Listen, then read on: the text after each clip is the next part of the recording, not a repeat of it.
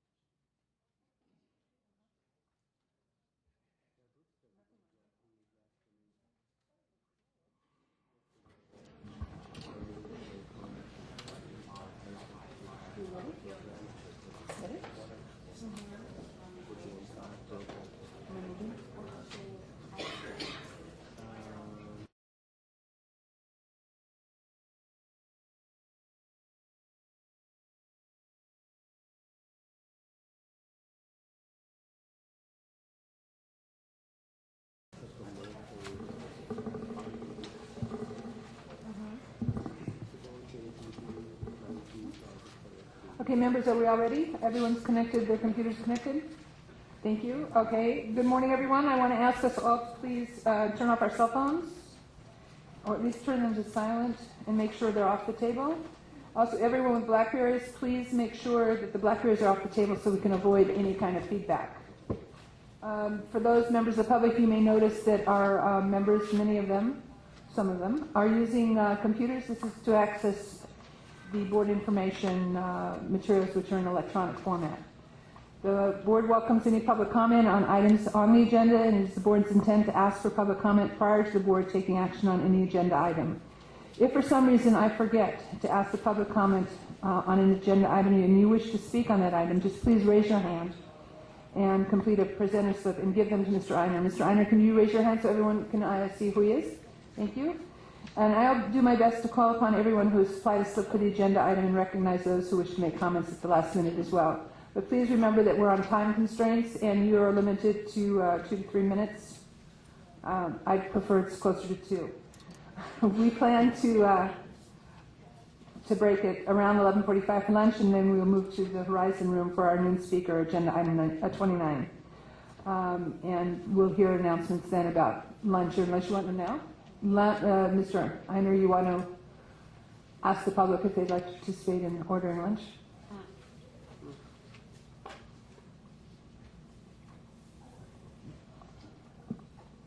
Morning. Anybody from the public is invited to the lunchtime presentation. It'll be upstairs, the penthouse floor, the Horizon Room. There's the cafe right past the front desk. They have lunch available. The only thing that they did request is if it seems like there's quite a few people that are going to grab lunch to go, we can do a pre-order. And so just come and see me and we'll just send you over there for a pre-order. Okay, thank you very much. Why don't you just remain there, please, and call the roll. Dr. Bishop? Here. Dr. Carrion? Here. Ms. Chang? Here. Dr. Diego? Here. Dr. DeRusso? Here. Dr. Donadev? Here. Dr. Levine? Dr. Lowe? Here. Dr. Salmonson? Here. Ms. Shipsky? Here. Ms. Yaroslavsky? Here. Thank you. We have a quorum. I have speaker slips on public comments on in the order I'm going to present on agenda item number 20. I'd like to introduce Rocky Delgadillo and ask him to come forward, please. And welcome to our meeting.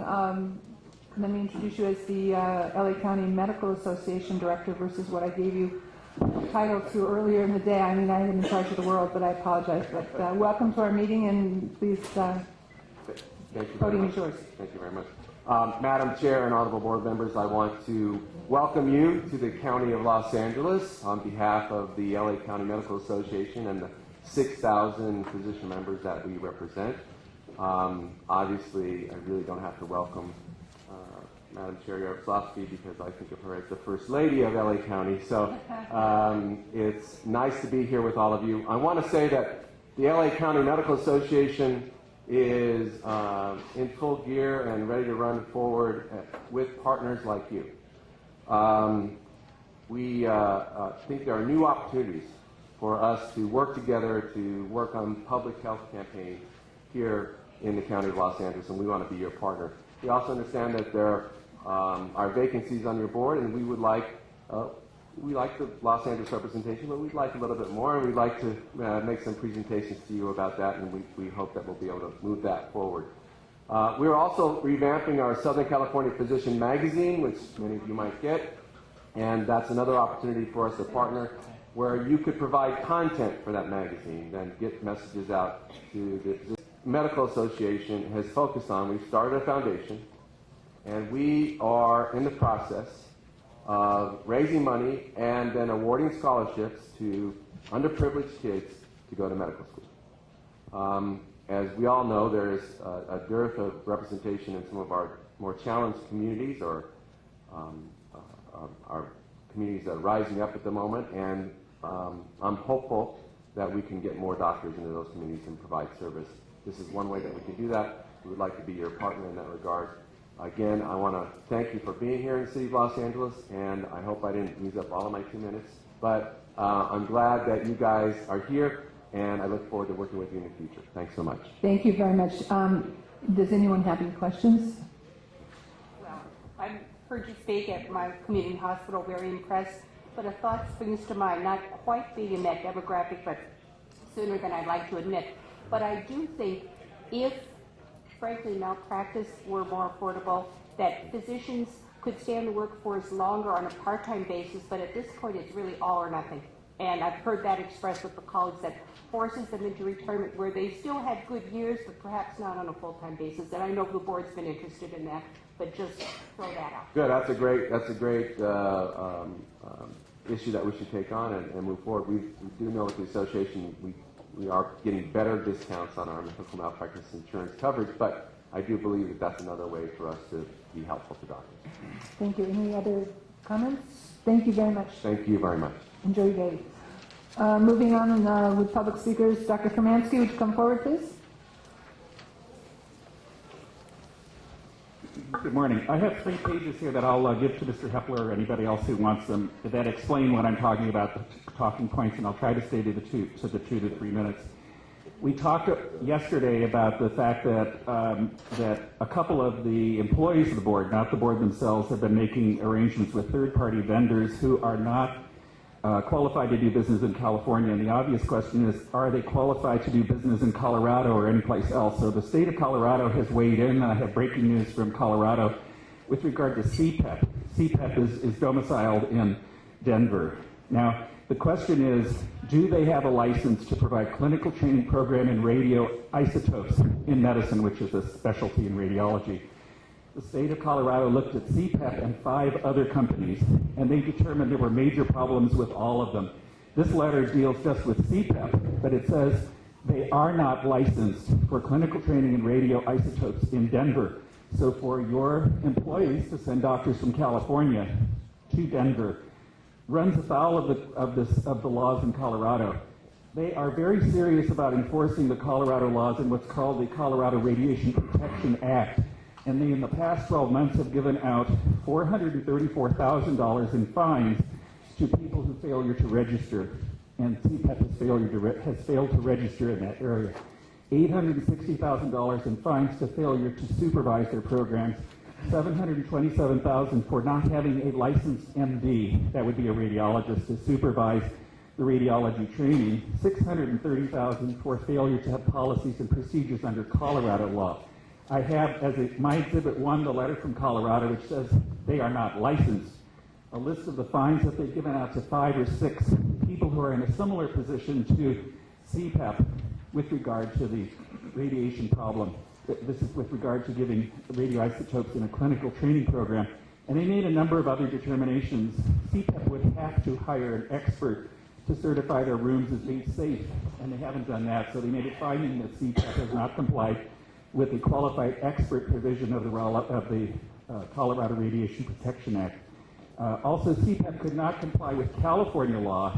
There's a California section in your business and profession 2228, which says a training program has to do 2 things. It has to really train, and it has to complete training, and then it's allowed to test. In other words, you have to have the training program in place and then complete it. Well, CPAP can't do it because they're not licensed to do the training, so they can never comply with the condition preceding. They can't do the prerequisite, which is to finish the training.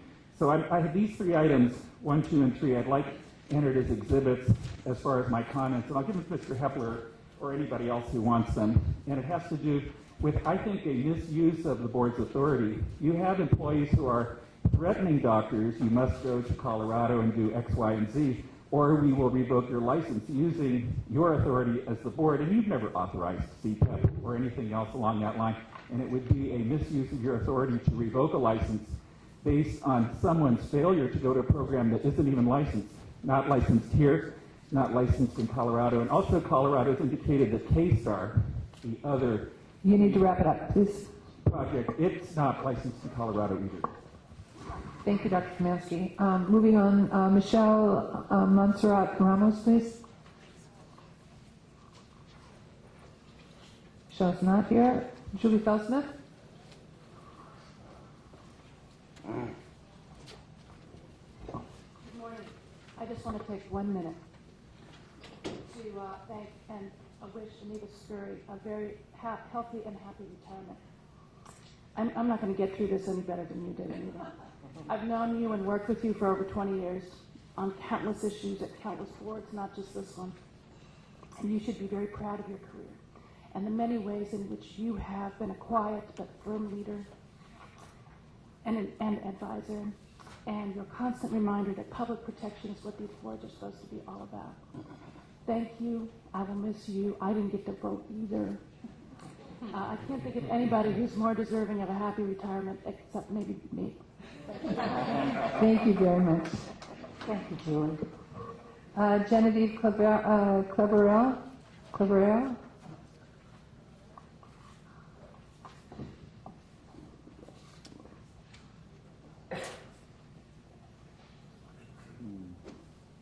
Good morning, Genevieve Cleverell.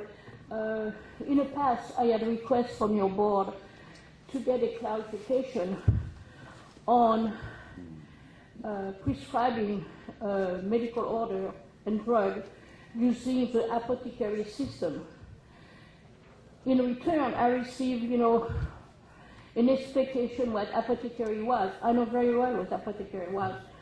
I precisely want to know if it is legal in the state of California for a physician to write his order for a drug using the apothecary system versus the matrix system. And I would like a response in writing. I know what apothecary is. I'm French, we use it all the time. I think that it is outrageous that a physician writes a prescription in grams and so on, when many of the nurses now who are practicing don't know the first thing about apothecary system. So, Okay, I'm going to suggest you speak with Ms. Kirchmeier separately and apart from this meeting. Normally, the purpose of public comment is for you to make comments, but we don't answer back. But Ms. Kirchmeier is sitting in the back. She's the Assistant Executive Director, and you can speak with her directly. no, I do understand that, but the reason I bring it back That's here fine. is because the answer I got was inappropriate. Thank you. Thank you. So I want everyone, that's all the public speaker slips I have on item number 20, so we're going to move on the agenda, and I want to remind everyone that yesterday we adjourned the meeting before taking up items number 10, 14, 17, and 18, and we'll return to those items after item 32, excuse me. I also want to report out that the executive committee did meet this morning, and we are moving forward on developing and modifying actually just modifying an assessment tool, and the evaluation will be taking place at our July meeting. So that's the report out from that.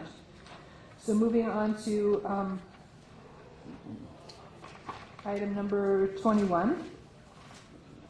And let me ask Dr. Geib to come forward, please, while I make an introduction. We're honored. Our honored guest today is well-known Southern California and the world as one of the foremost authorities on what hospitalists mean to modern-day healthcare. You may know him as the founder and medical director of the primary care medical group, a hospitalist company based in North Hollywood, but that's not the end of the story. He spent his adult life learning and treating and educating here in Southern California, and he first received a degree in chemistry from Point Loma College in San Diego. Then earned his MD at Loma Linda University and internship at San Bernardino County Medical Center, followed his residency there and at Loma Linda University. In the early 90s, he served as full-time on the faculty of UCLA and completed a fellowship in pulmonary critical care medicine at the UCLA Medical Center. Dr. Geib has been board certified in family practice, internal medicine, emergency medicine, pulmonary disease, and critical care. And I'm very pleased to have Dr. Geib here today, and I would like us all to give him our full attention. Welcome. Thank you very much. I appreciate those kind words, and I also want to say thank you to Dr. Canadev, one of my mentors and colleagues who I've known since I was an intern in 1979 at San Bernardino County Medical Center. It's a great pleasure to be here, and my talk is, I'm going to try and go quickly, and generally in three areas. I'm going to tell you a little bit about things that are happening in private practice that affect our group practice of hospitalist medicine. I'm going to give a little history of how our group evolved, and then an update on sort of the state-of-the-art of hospitalists in California and the United States. When I talk to young doctors, 2 weeks ago I gave a talk to the pulmonary and critical care fellows who are finishing up at USC. And I try to be honest with them about what they're looking at, and I try to also encourage them. It's important that they understand that because healthcare is 17% of the GDP, our incomes are going to have to go down. The SGR is still out there. It's been punted politically for 10 years, and it's been punted again this year, but if it kicks in, our income from Medicare will go down by 20%. The government doesn't like fee-for-service medicine. It doesn't like payment for procedure, that model.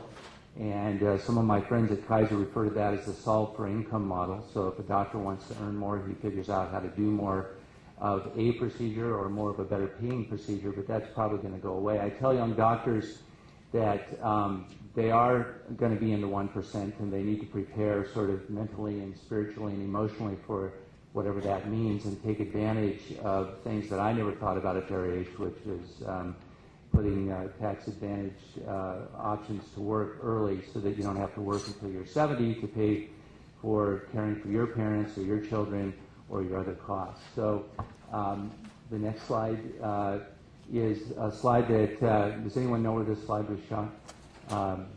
This is Central California. That's Morro Rock in the background.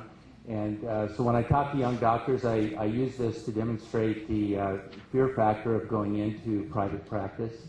And I use the next slide.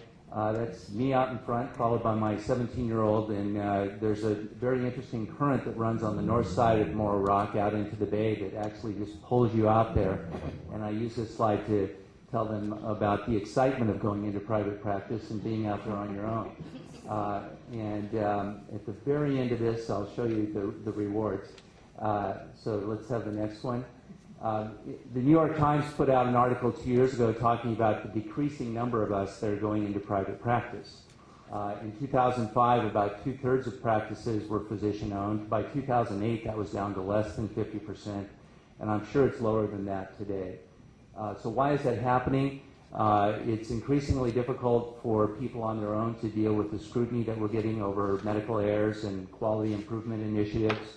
We know that the payment structure is changing, that dollars are being shifted to primary care, and that's causing a lot of specialists to get out of their own private practice and join a group. The cost of doing an electronic healthcare record in a solo office is prohibitive, and then doing a call schedule on your own without help is a tremendous burden as well. So for those reasons, young doctors are increasingly looking to a group practice.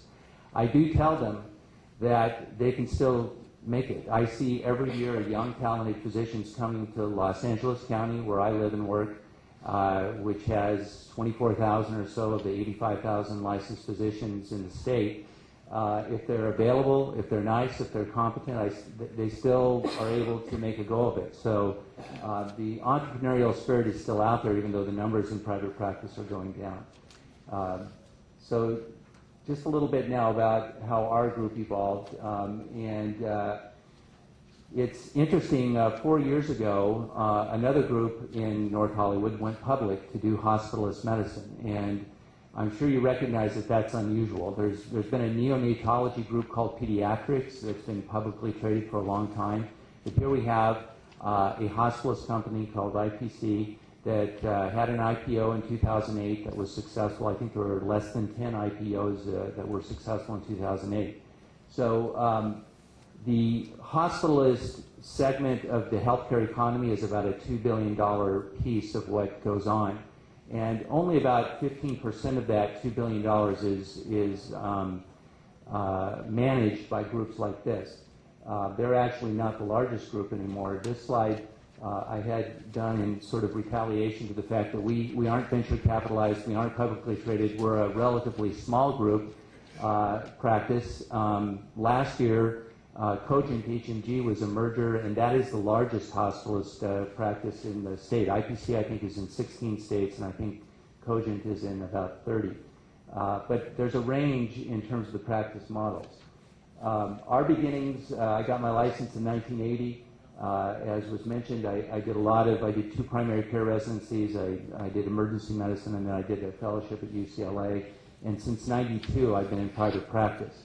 When I left UCLA, my vision was actually to form a group that provided critical care services to hospitals. And that vision was a little premature. In 1992, nobody knew what an intensivist was. And you might someday want to have somebody come and talk to you about critical care, because now we do know what a critical care doctor is.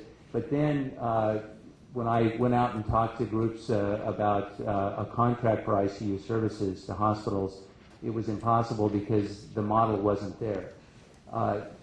The word hospitalist was first used in our vocabulary in 1996. There was an editorial in the New England Journal of Medicine by Bob Walker and Lee Goldstein from UCSF called The Emerging Role of the Hospitalist in the American Healthcare System. And it's really incredible if you think about it that prior to 96 that word did not exist. So I realized as I was looking at these slides this morning that I don't have a slide defining a hospitalist, so I just want to make it clear to you that a hospitalist is usually an internist, sometimes a family physician, sometimes a pediatrician who has no outpatient obligation and is entirely focused on the inpatient arena. There also are a small number of mid-level practitioners who work as hospitalists. So our contract story, I don't think is that different from a lot of groups. We started off in 1992 with a long-term acute care facility contract for Vencor, which subsequently bankrupted and became Kindred. We've done emergency medicine contracting in big towns and little towns, Huntington Beach, Exeter, Farmersville. We had a clinic. There is a town called Farmersville in Central California, and we were there. We had the ED at Coalinga. We've been in Bakersfield, Dinuba. We have a big contract with Kaiser that involves over 1,000 physicians at over 100 facilities, and we provide them with a network of hospitalists to see their members when they show up at non-Kaiser facilities. We've been in Marysville, King City, Fallbrook, Oxnard. Our largest contract today is at Arrowhead Regional Medical Center. We have 125 patients a day, 25 admissions a day at that public teaching hospital in San Bernardino County. We've been out of state in Kona and Hilo, and in 2006 we contracted with the County of Los Angeles to try and help out with salvaging MLK in its last 7 months. That contract now is live at Rancho, USC, and Harbor. And we're also out in Palm Springs at Desert Regional. So our group is responsible for 130,000 encounters a year. We do a mix of what I would call traditional and non-traditional hospitalist coverage. The Kaiser contract is, for instance, a non-traditional hospitalist contract because we're managing a network to deal with a specific managed care patient. We're at academic and non-academic facilities. We have 1 ER contract and 2 intensivist contracts. Today, there are about 20,000 doctors in the U.S. that call themselves hospitalists. We think we need about 30,000, which is about the same number of cardiologists in the nation. About a third of hospitals have a program, and if you look at larger hospitals with more beds, they're more likely to have a program. In the early days, we spent a lot of time talking to hospitals about why a program is a good thing. Nowadays, when we go out and do a proposal, it's, yes, we know it's what we have to have, just how much is it going to cost. So there's been a real rapid evolution and understanding. The Society of Hospitalist Medicine, in conjunction with the Medical Group Management Association, produces a very detailed report every year that's based on a survey of a few thousand hospitalists and a few hundred groups like us that practice hospitalist medicine, and it gives a lot of detail. So in the most recent survey from 2011, 50% of hospitalists were single specialty doctors, internal medicine, family medicine. So there's a lot of pulmonary and critical care doctors that are doing hospitalist work. Again, I'm going to jump through some of this, but 88% of the practitioners are internists, 5% family medicine trained, 5% peds, and about 1% either a PA or nurse practitioner. 2/3 male, 1/3 female. Group sizes ranged from about 25% of the groups in the survey were 16 or more doctors. Obviously, the large multi-state groups are much, much larger than that. And a large percentage of the groups in the survey, almost 50%, had less than 10 doctors in their hospitalist group. So there's a lot, especially in Southern California, of single contract hospitalist groups that are covering just one site. It's important to talk about the finances of hospitalist medicine in order to understand it. The average income for a hospitalist is about $220. There's a range depending on what part of the nation you're in. But hospitalist programs cannot stand on their own. They have to have external financing from the contracting entity, which is usually the hospital. And there's a reason for that. The next slide talks about the need for financial support. You cannot collect enough on fee-for-service activity to support the night program as well as the day program. Hospitalists are 24/7 at the hospital. And at night, the hospitalist is covering phone calls regarding 50 or 60 patients, some of whom are spiking fevers, some of whom are falling out of bed, some of whom have elevated blood sugars. That's activity that you can't bill for, but you've got to provide coverage for. So in order to have a strong daytime program, you have to have a strong nighttime program, and the hospital needs to chip in for that because you can't bill for it. You also, most hospitalist groups have responsibility for what are called the unassigned admissions who come in off of the emergency department backup panel. An unassigned patient is by definition a patient who doesn't have a local doctor. So for instance, a Kaiser patient who shows up at Torrance Memorial is unassigned because they don't have a Torrance doctor. And the hospitalists are contractually obligated to take care of those patients. A significant number of the unassigned patients are underfunded or don't have any funding. And so the hospital needs to make up the difference on that. The third reason there's a need for funding is that it's important to be sensitive to the doctor-patient ratio. Most hospitalists are good for somewhere in the neighborhood of 15 to 20 encounters per shift, per day. And we all can do more than that. And I'm 58 years old. When I was starting off, I had many days where I saw 30-plus patients in the hospital. But nowadays, young doctors are just not going to do that. If you ask them to do that, they're going to go to your competitor down the street and find a job with him. So the sweet spot in the doctor-patient ratio for a hospitalist is somewhere around 1 to 15 to 18 encounters per day.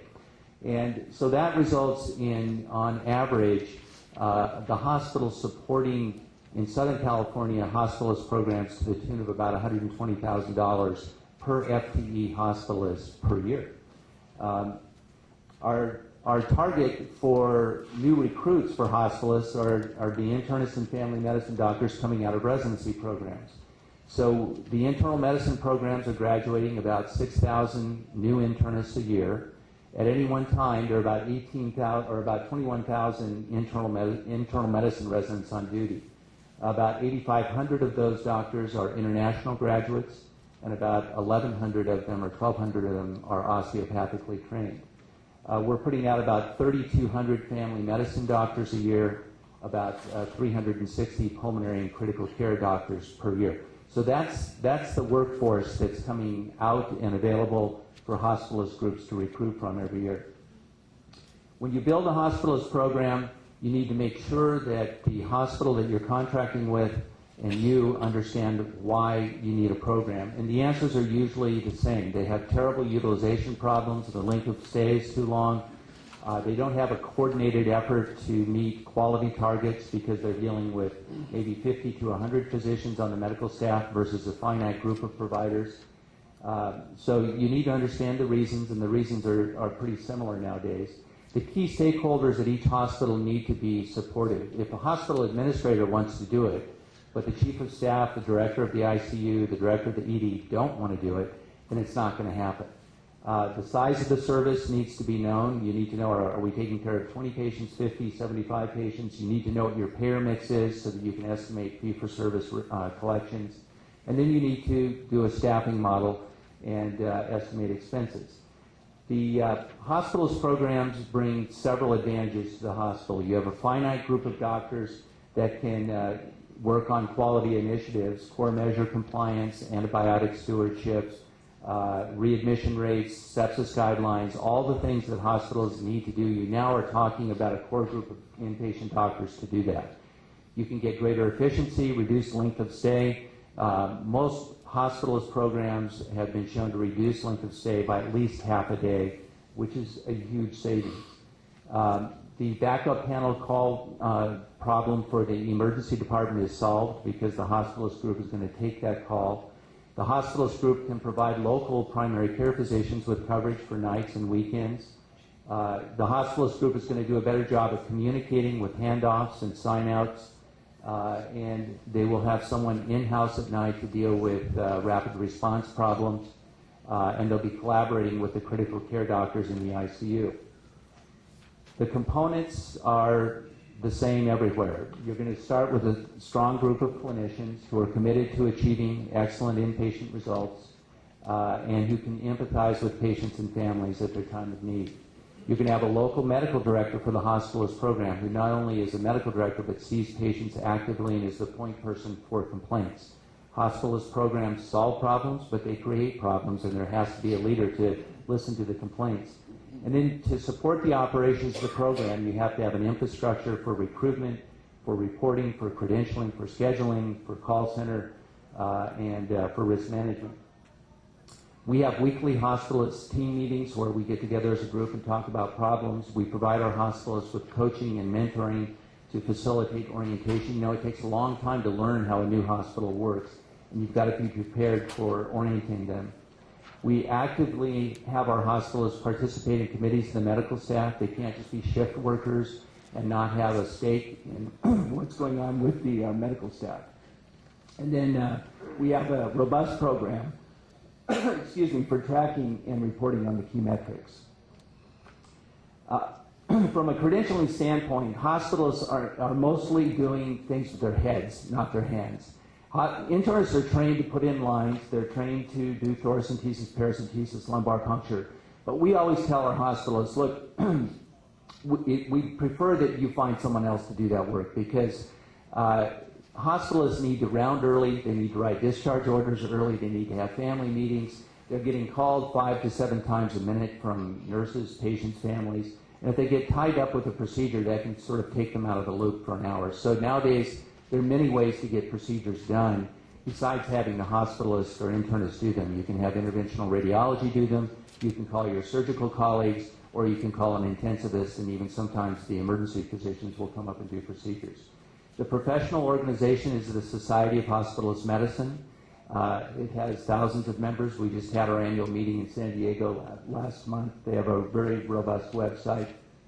From a malpractice standpoint, the Doctors Company, which I think covers about 45,000 doctors nationwide, is reporting that they're seeing an uptick in claims against hospitalists. They think that's probably just because there are more hospitalists, and they actually never used to differentiate a internal medicine claim versus a hospitalist claim, and now they're starting to do that. But if hospitalists get sued, it's because of several reasons. One is communication. We don't have a pre-existing relationship with patients and families. So like the emergency physicians, we're very vulnerable. And if communication isn't clear and robust, the odds of getting sued are higher. Medication management is a target. The question of who's in charge of the case can be an issue. Hospitalists are increasingly co-managing surgical cases, orthopedic cases, obstetrical cases, and if it's not clear to the patient and family who's in charge, that can lead to litigation. And then handoff communication is an essential piece of what we do. If the night hospitalist doesn't tell the day hospitalist that Mr. Jones in bed 300 had chest pain at 2 o'clock in the morning and some more enzymes and ECG was ordered, and there needs to be follow-up, then at 9 o'clock in the morning when the patient arrests, there's going to be an issue if there wasn't that communication. This slide is from the New England Journal of Medicine. Last year they did a very nice summary on malpractice cases in the U.S. And it's a little tedious, but you can see that neurosurgery leads the pack. In this study, which was a study of 25 specialties from 1991 to 2005, it showed that during that study period, 7.5% of all the physicians in that survey were sued. The neurosurgeons were much more likely to be sued than the psychiatrists. The average payment was $274,000. And if you look, internal medicine was right about, in terms of the percent sued annually, about 7.5%. And pulmonary medicine was a little bit higher than that, about 9%. And so when you ask what's the likelihood that a hospital is going to be sued, it's probably somewhere between 7 and 9% per year. This is my last slide, something that I try to remember all the time from Dr. Einstein. Concern for man and his fate must always form the chief interest of all of our technical endeavors. Never forget this. Actually, the last slide shows the success of private practice. That's Jordan catching a wave that day at Morro Bay. I got out of there as soon as I possibly could, got to the beach, felt the sand under my ground, and took off for safety while my wife was taking pictures. But I appreciate the opportunity to speak to you about this very important niche of internal medicine and inpatient medicine, and I'm happy to try to answer any questions that you might have. Thank you very, very much for your presentation. And questions from the board, please? Dr. Salmonson? Well, you've so correctly, I think, analyzed one of the issues of private practice is how much that we do that's uncompensated, like phone calls, frankly, fighting appeals for their insurance company and stuff. So I completely understand how the fee-for-service is insufficient to pay. But how does the hospital pay the hospitalists without being corporate practice medicine? Well, hospitals have always outsourced services to radiology, to emergency medicine, to pathology, and those are separate contracts. They're not employment contracts. Right, but they typically send separate bills to insurance and the Correct. consumer. And we do too. So right, but for the gap. So the gap is a contractual agreement between the institution and the entity. So that's usually paid out on a monthly basis, and they're not employing you. It's an arm's length contract. So I think that's the answer to your question. I'm not an expert on corporate practice medicine, but I think the answer is the group is a legally structured corporation, and it has a contract with the hospital entity or with the owner of the hospital if it's a large Desert Regional tenant. So we contract with tenant. Dr. Rousseau? Yes. Do you, look into the future, do you see a role of the hospitalist? What role you see the hospitalist playing in the healthcare reform as we know it today, and if it's indeed implemented as such?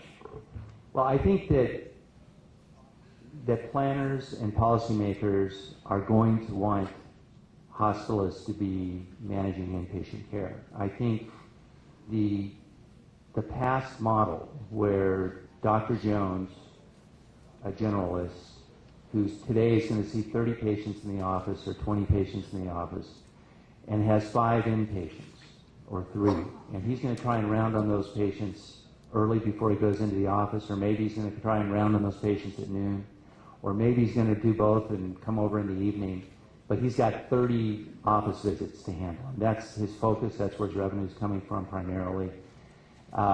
So he admits a patient who the ER calls him about, wakes him up at 3 o'clock in the morning. The patient has a fever and is confused.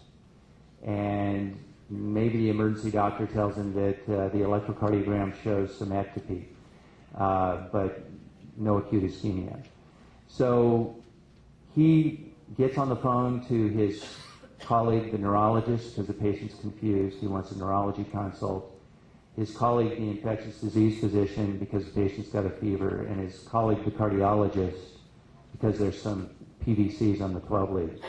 And so right off the bat, maybe Dr. Jones is not going to see the patient for 10 or 12 hours, but there are now 3 consults that have been ordered. That's very expensive. Mm-hmm. Those consultants, as we know, are always going to order more studies, perhaps more procedures. Some of it's, hopefully all of it's appropriate. But the hospitalist would have seen that patient in the emergency department at 3 o'clock in the morning and answered a simple question. First of all, does this patient really need to be hospitalized? Do they qualify for acute care? And then secondly, if they do, discharge planning begins the moment you decide to admit that patient. So I don't think we're going to go back. I think that primary care physicians, the other reality is that it's very, very hard to do a good job in the clinic. And if you're getting called, even with 2 or 3 inpatient problems, and you're trying to keep track of what's going on in the clinic, it's, the clinic responsibilities today, patients come in dragging a e-cylinder behind them with a list of 15 medications, and they want your attention, your undivided attention. So I don't think we're going back. I think hospitalist medicine is a key part of healthcare reform. Thank you. Dr. Ganja? And then Dr. Love? Yeah, I just answer Dr. Solomon's question is that hospitals already contract with anybody who takes call, on-call contract. So you can have a contract if you can prove it to CMS that you're doing reasonable compensation for a reasonable amount of time. It can be done. That's a routine in the community. Most community hospitals nowadays contract for all the on-calls. So that's why Hospitalist is a little different but similar contract. As far as the quality of care, I think you've seen leapfrog groups reports, and it does make a difference. Hospitalists and the intensivists make a difference in quality of care inside the hospital. And the way CMS is going now with everything from core measures to skip to HCAPS, you have no choice, because you can't take an average practicing doc to really go through, especially if you have 100 internists on your staff, to every one of them to follow those guidelines. It doesn't even make sense.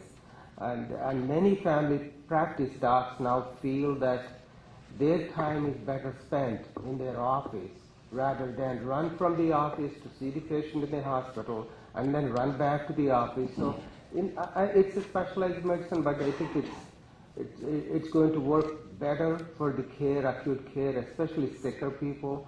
Even the surgery is going that route fairly. There's something called acute care surgery, where general surgeon does more or less covers that acute care, whether it is trauma to appendicitis to emergency perforations, that kind of stuff. So it's an evolving specialty. Probably will cost less in the end, but definitely will improve the quality. Thank you. Dr. Love? Yeah, thank you for that really comprehensive presentation. So I think there's no question that it's much more efficient for a hospital. It's much more efficient for practicing physicians who have patients that need hospitalization. Patients sometimes themselves feel uncomfortable that they've been following with the doctor for 10 years and then they get sick and somebody else is taking care of them. But, you know, that's the reality of life. So is there ever a problem getting information about the patient from the primary physician? Are they good to send over the information by fax? That's one question. Two is, what about the patients with no primary care physician? Is it problematic to get follow-up for them after they leave the hospital? Because, you know, you want to get them out as fast as possible. So they come in with sepsis, you give them antibiotics, but they have chronic anemia and some chronic renal failure, and that needs working up. So who is it that will pick up that patient if they can't get a primary care physician? So an effective hospitalist group has to answer those questions ahead of time. You can't turn them loose and not have an answer to exactly what you're asking. So at each of our sites, based on, you know, discharge planning begins the moment the patient gets admitted. The hospitalist, that is absolutely in their wheelhouse. They need to understand everything it takes. So who is the PCP? Is there a PCP? Who's the payer? And what resources do I have locally for the unfunded discharge? And the answer on unfunded discharges is sometimes they do stay a day or two longer because the hospitalist just isn't comfortable that the follow-up options are adequate. At Desert Regional in Palm Springs, if we have somebody with no insurance, there are community clinics that will take some of those patients. We always have trouble getting appointments for them, and then we have the default position of Riverside County Regional Medical Center, which is 50 miles away, with a big backlog for appointments. So, on the discharge question, it's an issue with every single admission. On your question about do we get good records from the primary care physicians, again, the answer is almost always that's a battle. But if the hospitalist needs to be prepared to fight that battle, they've got to make the extra phone calls, they've got to request those records. There aren't very many organizations. I made disclosure, we do contract with Kaiser, but you can, the Kaiser system through EPRP, which is their call center in Downey, can give the emergency department at 2 o'clock in the morning the most recent medication list, the last electrocardiogram, the cath report. There are not too many organizations that after hours will even answer the call, or if they do, have access to the record. And most small primary care offices can't do that. So that piece is critical and extraordinarily difficult. And the easiest thing to do is just say, oh, the heck with it, I'm going to get another echocardiogram. Even though if you had made a few phone calls, maybe you would have found out that it was done 2 weeks ago. So it's a struggle. So since you have a contract with Kaiser and you're taking care of a Kaiser patient and they have this very robust EPIC electronic health record program, do they give you access to that? Absolutely. If you, so the way it works is Kaiser member with COPD shows up at Torrance Memorial and it's 2 o'clock in the morning. There's a dialogue between the ED at Torrance and the Kaiser ED physician working at EPRP in Downey. That physician has EPIC. He's got everything right there.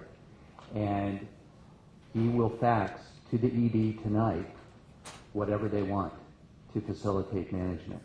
And then if EPRP feels that the patient needs to be admitted or could be potentially repatriated if a hospitalist went in, then they call our little call center in North Hollywood and we activate the contracted physician in the network. So they absolutely, I was a provider for this at Henry Mayo up in Santa Clarita, and when I would get a case, en route to, when I hear about the case, the first thing I would do is talk to the ED physician over the phone, have him give me his spiel, and then I would call the 800 number for EPRP and I'd say, I want you to look, I'm going up there now.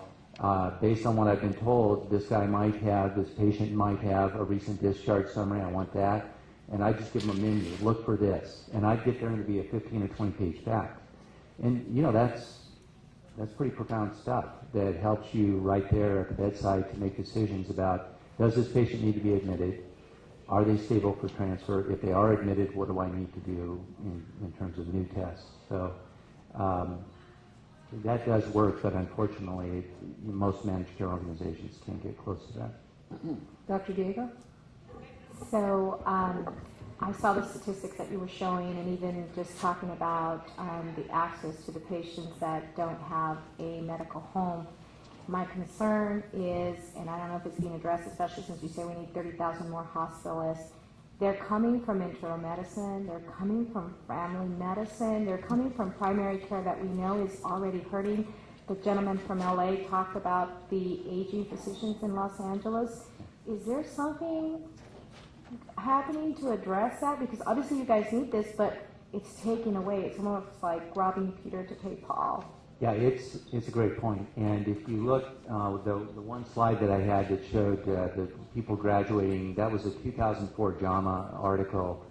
And in that group of 6,800 medicine graduates, 5% said that they were going to do traditional outpatient medicine. So young graduates, that's a huge marketing problem for both family medicine and internal medicine, and it's an economic, obviously what the nation really needs is excellent outpatient primary care physicians. I personally, even though my first residency was family medicine, my personal interest has always been mostly on the acute care inpatient environment. But we've got to find a way to motivate people to want to work in the outpatient setting. And there is a shift. One of the reasons cardiologists and some other specialists are selling out and joining groups, larger groups, or becoming hospital employees is because Medicare has already done some shifting in payment to boost primary care over specialty payment. I don't think it's been enough. I'm sure Dr. Ganadev has an opinion about that because I know that has affected surgery as well. But there is at the Medicare level, there's a shift in the payment to make the RVUs for primary care more valuable. But I know that it's a dilemma. Young internists coming out, one of the big appeals of hospitalist medicine is the schedule. We can offer them a block scheduling model. Most of them end up working about 6 months out of the year. They do a week on, week off schedule. And during the week that they're on, they usually don't take any night call. So it's a 12-hour day, 7 days in a row. Now that's, those days are long and hard, but then that's followed by a week off. And that's the scheduling model that most of them are looking for when they come out. And I think primary care needs to find a way to offer, instead of a traditional 8 to 5, 40-hour week with a month off a year, I think it needs to find a scheduling model that is more appealing. So let me ask you the question, a couple of questions. One is, would you say that the model of the hospitalist is more used or more necessary in a managed care facility or an ER facility versus so for the public dollar, that this is what's costing us so much money is your services, in other words? Well, it's a great question. Within the hospitalist community, there's an argument about why are we here. Is it because of managed care or is it for some other reason? And the other reason is it because it provides a scheduling model for doctors that's much more appealing than the old scheduling model? And the argument goes back and forth. But I think that the main reason for existence and the main justification is efficiency and cost control and implementation and collaboration on performance metrics. It gives the institution, whether it's a managed care organization or a hospital, a finite group of providers who are uniquely incentivized and motivated to get the job done, as opposed to what we had in the past, which was a medical staff of 300. And, it's the old sort of herding cats analogy. So when you suggest that 15 to 20 encounters per day in a hospital is an okay model, how many hours does that cover? 12. Generally 12. Most of them are, for instance, at Arrowhead, our schedule is different at Arrowhead because it's a teaching program, so they're really not working on a set hourly basis. But at In Palm Springs, at Desert Regional, our day team of 3 hospitalists, which manages a census of about 50 patients, comes in at 7 a.m. Our nurse case manager comes in at about 6 a.m. And she's already looked at the admissions that have come in during the night. We admit about 8 new patients a night. She's looked at each doctor's list to see who was discharged the previous day, who actually went home, so there's a reconciliation of the list. So at 7, when the day hospitalists come in and they get a handoff from the night hospitalists, they're ready to hit the ground running. And they also know about any new cases that are waiting in the emergency room. So this is a public hospital in the desert? No, this is owned and operated by Tenet, which also has JFK, and I think Tenet still has about 15 hospitals in I California. was trying to figure out the model. The question I have is, and the issue is that when we have had cases of quality of care issues, has been the doctor that comes in the middle of the night, that's the generalist doctor, the internist, in a call that maybe needed a cardiologist or a neurosurgeon or some specialty, and it becomes a way of saving money. Does this impact the way you deliver care if the majority of your doctors are basic, internal, or primary care docs? I'm not sure I'm following the question. The question is that when a hospital group that's been contracted with a hospital provides care to a small, let's say, community hospital, the object is that they are sending a doctor that usually is a general doctor, not internist, not a GP. We don't have GPs anymore. So an internist, where the need for the type of doctor is much more of a specialty kind of situation. There's a systems failure. So my question to you is that by being a hospitalist in a hospital, and you, the majority of your people that work for you, are in fact internists or primary care physicians, how are you dealing with the more complex? Okay, there's some literature that shows that hospitalists get fewer consults from specialists. And again, there's a debate about the old model where basically for a sick patient, for every organ system, there was a consultant at the bedside. And the problem with that is that the generalist, who's the attending physician for that case, and is supposed to be captain of the ship, is frequently way in the background, and at the end of the day, you don't know who's managing the patient. So hospitalists are skilled at understanding when it's appropriate to get a consult. They are not interested in being named in a lawsuit because they did not get an appropriate consult. So they're skilled in knowing when to consult, and they're also skilled in making sure that the consult gets done timely so that the patient, you don't ask for a neurology consult today and the guy comes in tomorrow and it costs you another full day just to get the opinion. And so it's not just when to get it, but to make sure that it's done and to interpret the result of the consult. One thing we really encourage our hospitals to do is to actually talk to the consulting specialists, and you'd be amazed how many times the communication is on paper in the chart. They aren't talking to each other, and it's horrible. They need to actually speak to each other about the case. Okay, thank you. Are there any other questions from board members? I have public comments requested from Genevieve Clavero. But thank you very much, Dr. Guy, for your presentation. Thank you.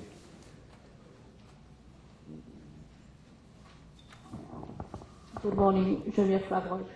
Actually, this presentation was really, I think, one-sided. Actually, there has been a lot of research on Hospitalist, and actually some published about a couple of weeks ago, showing they are the least happy specialty in the practice of medicine, and showing that it's almost a dead-end career, and it's very difficult for those hospitalists to get promoted to more satisfying position. So I will highly recommend that you look at those research on Medscape. They are quite specific and in-depth on the quality of hospitalists and actually the true picture reflected. Thank you. Thank you. I have no other comments for item number 21, so we're going to move on the agenda to item number 22. And we're going to have a public hearing at the moment. Good morning. My name is Barbara Yaroslavsky, President of the Medical Board. I will be presiding over this hearing. This is the time and place set by the medical board to conduct a public hearing on the proposed regulation to adopt Section 1355.45 in Article 1, Chapter 2, Division 13 of the California Code of Regulations as described in the notice published in the California Regulatory Notice Register and sent by mail to those on the board's mailing list. This regulatory proposal will implement, interpret, and make specific the type of notice required to be submitted to the board when a physician is no longer incarcerated, and also provides a definition to the public of the term inactive when posted on the board's internet site in connection to a physician who is incarcerated and unable to practice medicine. For the record, today's date is May 4th, 2012, and this hearing is beginning at approximately 10:30 a.m. We ask that persons in attendance print their names on the roster at the room's entrance. If you wish to testify, please fill out a speaker slip, one of these slips, and give it to the staff. Mr. Einer is in the back. The purpose of each hearing is to receive oral testimony concerning the regulatory proposals described in this notice. Regulations must comply with 6 legal review standards, which are 1, necessity of the regulation, 2, the authority. Does the board have legislative authority to adopt the regulation? Consistency. Does the regulation conflict with other regulations or statutes? Clarity. Can the regulation be easily understood by those affected? Non-duplication. Does the regulation duplicate other regulations or statutes? 6, reference. Which statute does the regulation implement, interpret, or make specific? Testimony should address only these 6 standards. Before we begin, I would like to briefly describe the procedures that will be followed. The entire hearing will be tape recorded. Those persons testifying will not be sworn in nor be cross-examined. All recommendations and objections will be considered by the board members. Responses to all objections or recommendations will be included in the final statement of reasons. The board will maintain a rulemaking file of this proposed regulatory action. Written comments for the regulation being heard today must have been received by 5 p.m. on April 23, 2012. The recording of this hearing, written testimony, and all written comments received by the deadlines as noticed will become part of this rulemaking file. A completed copy of the rulemaking file will be available for review at the medical board's office in Sacramento. All written testimony must have been submitted by the deadline mentioned above. For the record, 1 letter was received and has been given to the board members. Copies are also available on the back table. To ensure fairness, that everything is completely entered into the record, and to enable everyone to hear those who are giving testimony, we ask that those testifying follow these procedures. Please speak loudly and clearly. Identify yourself and who you represent. Please state your position, support or oppose, at the beginning of your testimony. Oral testimony will be limited to 3 minutes per person. Please do not repeat testimony already given. Any written comments you have with you today should be summarized orally but should not be read. After our legal counsel's opening statement, I will call on those persons who want to testify. Mr. Hepler, do you have any comments? Thank you, Madam President, members. Good morning, members. This is for those of you who attended the Enforcement Committee, talked about regulations, implementing statutes. This is the purpose of this regulation. Essentially does 2 things. Number 1, it specifies the type of notice that a physician who's been released from incarceration following conviction of a misdemeanor must give the board. And number 2, it specifies the type of disclosure that will go on our website when a physician is incarcerated following a misdemeanor conviction. I just want to point out to the members that we did receive 1 written comment, which you do have in front of you, and I'll be more than happy to answer any questions you may have.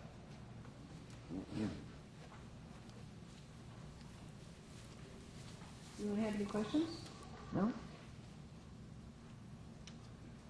So is there anyone else that wants to give any testimony? Is there any public comment? Can I have any sheets? Okay. Since no one else wishes to speak, this hearing concerning regulations governing misdemeanor convictions is now closed. And I would ask for a motion to adopt the language as written and delegate the executive officer to complete the rulemaking process. So moved. To a second? Second. All those in favor of the motion as proposed, please say aye. Aye. Any opposed? So this is completed.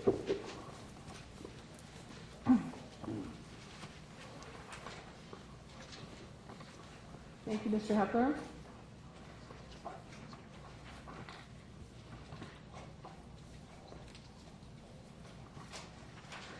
Going to continue with the agenda items number 23.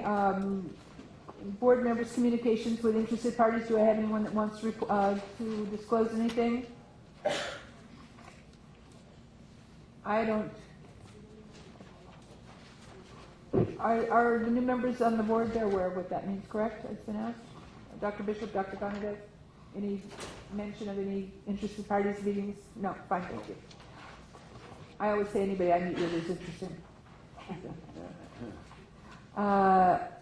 As far as it happens that in the course of my daily events, I meet with seriously lots of people, and many of them are very interesting and even more interesting than they think they are, but I don't have anything to report either. Okay?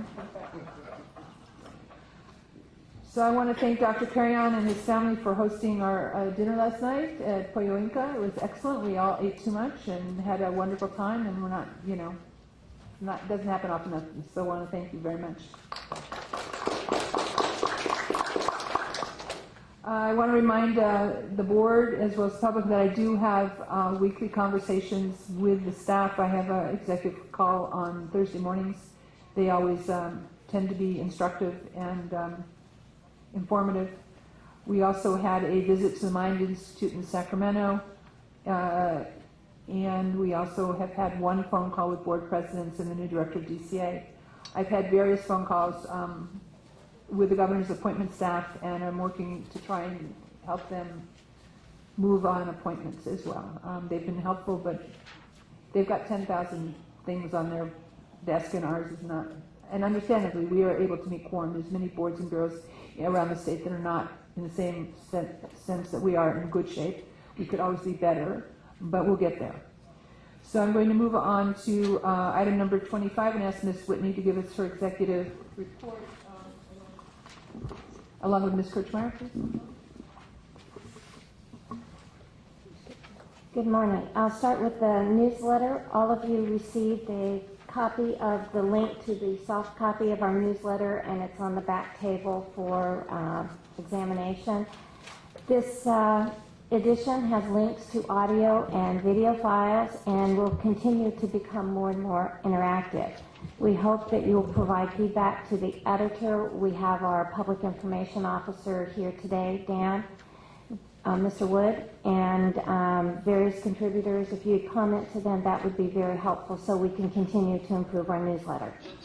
As I meet with executives from the various boards, I've gained insight on similarities and differences, and as we strive for a common goal of consumer protection. I will bring back to our board or committees various ideas to discuss in the evolving practice of medicine. One example is the discussion at the Board of Pharmacy regarding a video display of the notice to consumers.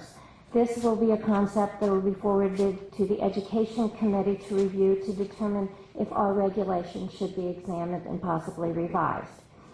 We continue to look at ways to improve our website and the information to consumers, applicants, and licensees.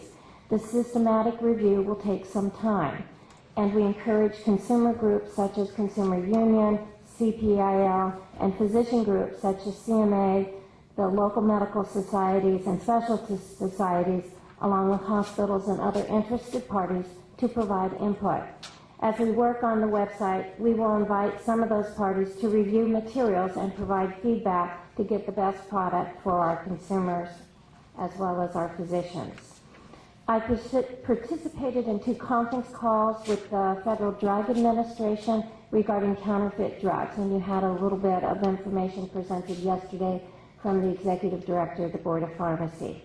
We have included some of this information on our website and will continue to do so and include it in our newsletter. The administrators in medicine met on April 24th. These are the executive directors from all of the state medical boards and osteopathic boards. Some are from the provinces or the Mariana Islands, Guam, so related but not states. And Washington, D.C. was also there.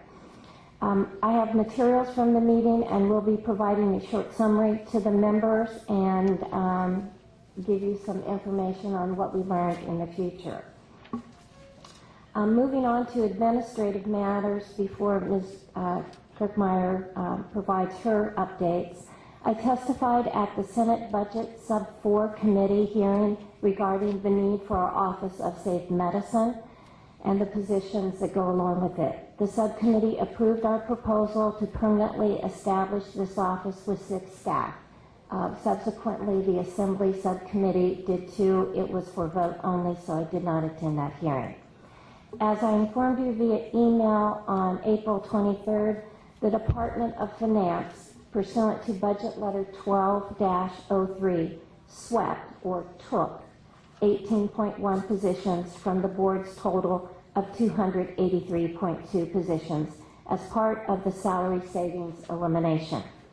Since we have 15.1 vacant positions from the Consumer Protection Enforcement Initiative, this will not significantly impact our existing positions, but it will eliminate those positions that were targeted to help reduce our complaint processing timelines and the investigation timelines. Ms. Kirkmeyer will provide more information on this item. I have participated in meetings with the Chief Deputy Director and various executive officers to discuss issues related to travel and payment of travel claims. Ms. Kirkmeyer will provide more information on this issue in her report. In addition, the Department of Consumer Affairs will no longer allow the purchase of frames or plaques to provide to individuals, as this is part of a recognition award, and they don't consider that appropriate. Last, I would like to make a request to the board. We got a request from the Donate Life California. They would like us to send a letter of support to its request for the California Attorney General to issue a statement in support of the interpretation of law that first-person consent is a law in California as stated in the Uniform Anatomical Gift Act and is binding after the donor's death. This statement would make it clear to consumers and healthcare providers that the gift of life after death is binding. Without objection, I will do so on behalf of the board. And that concludes my report.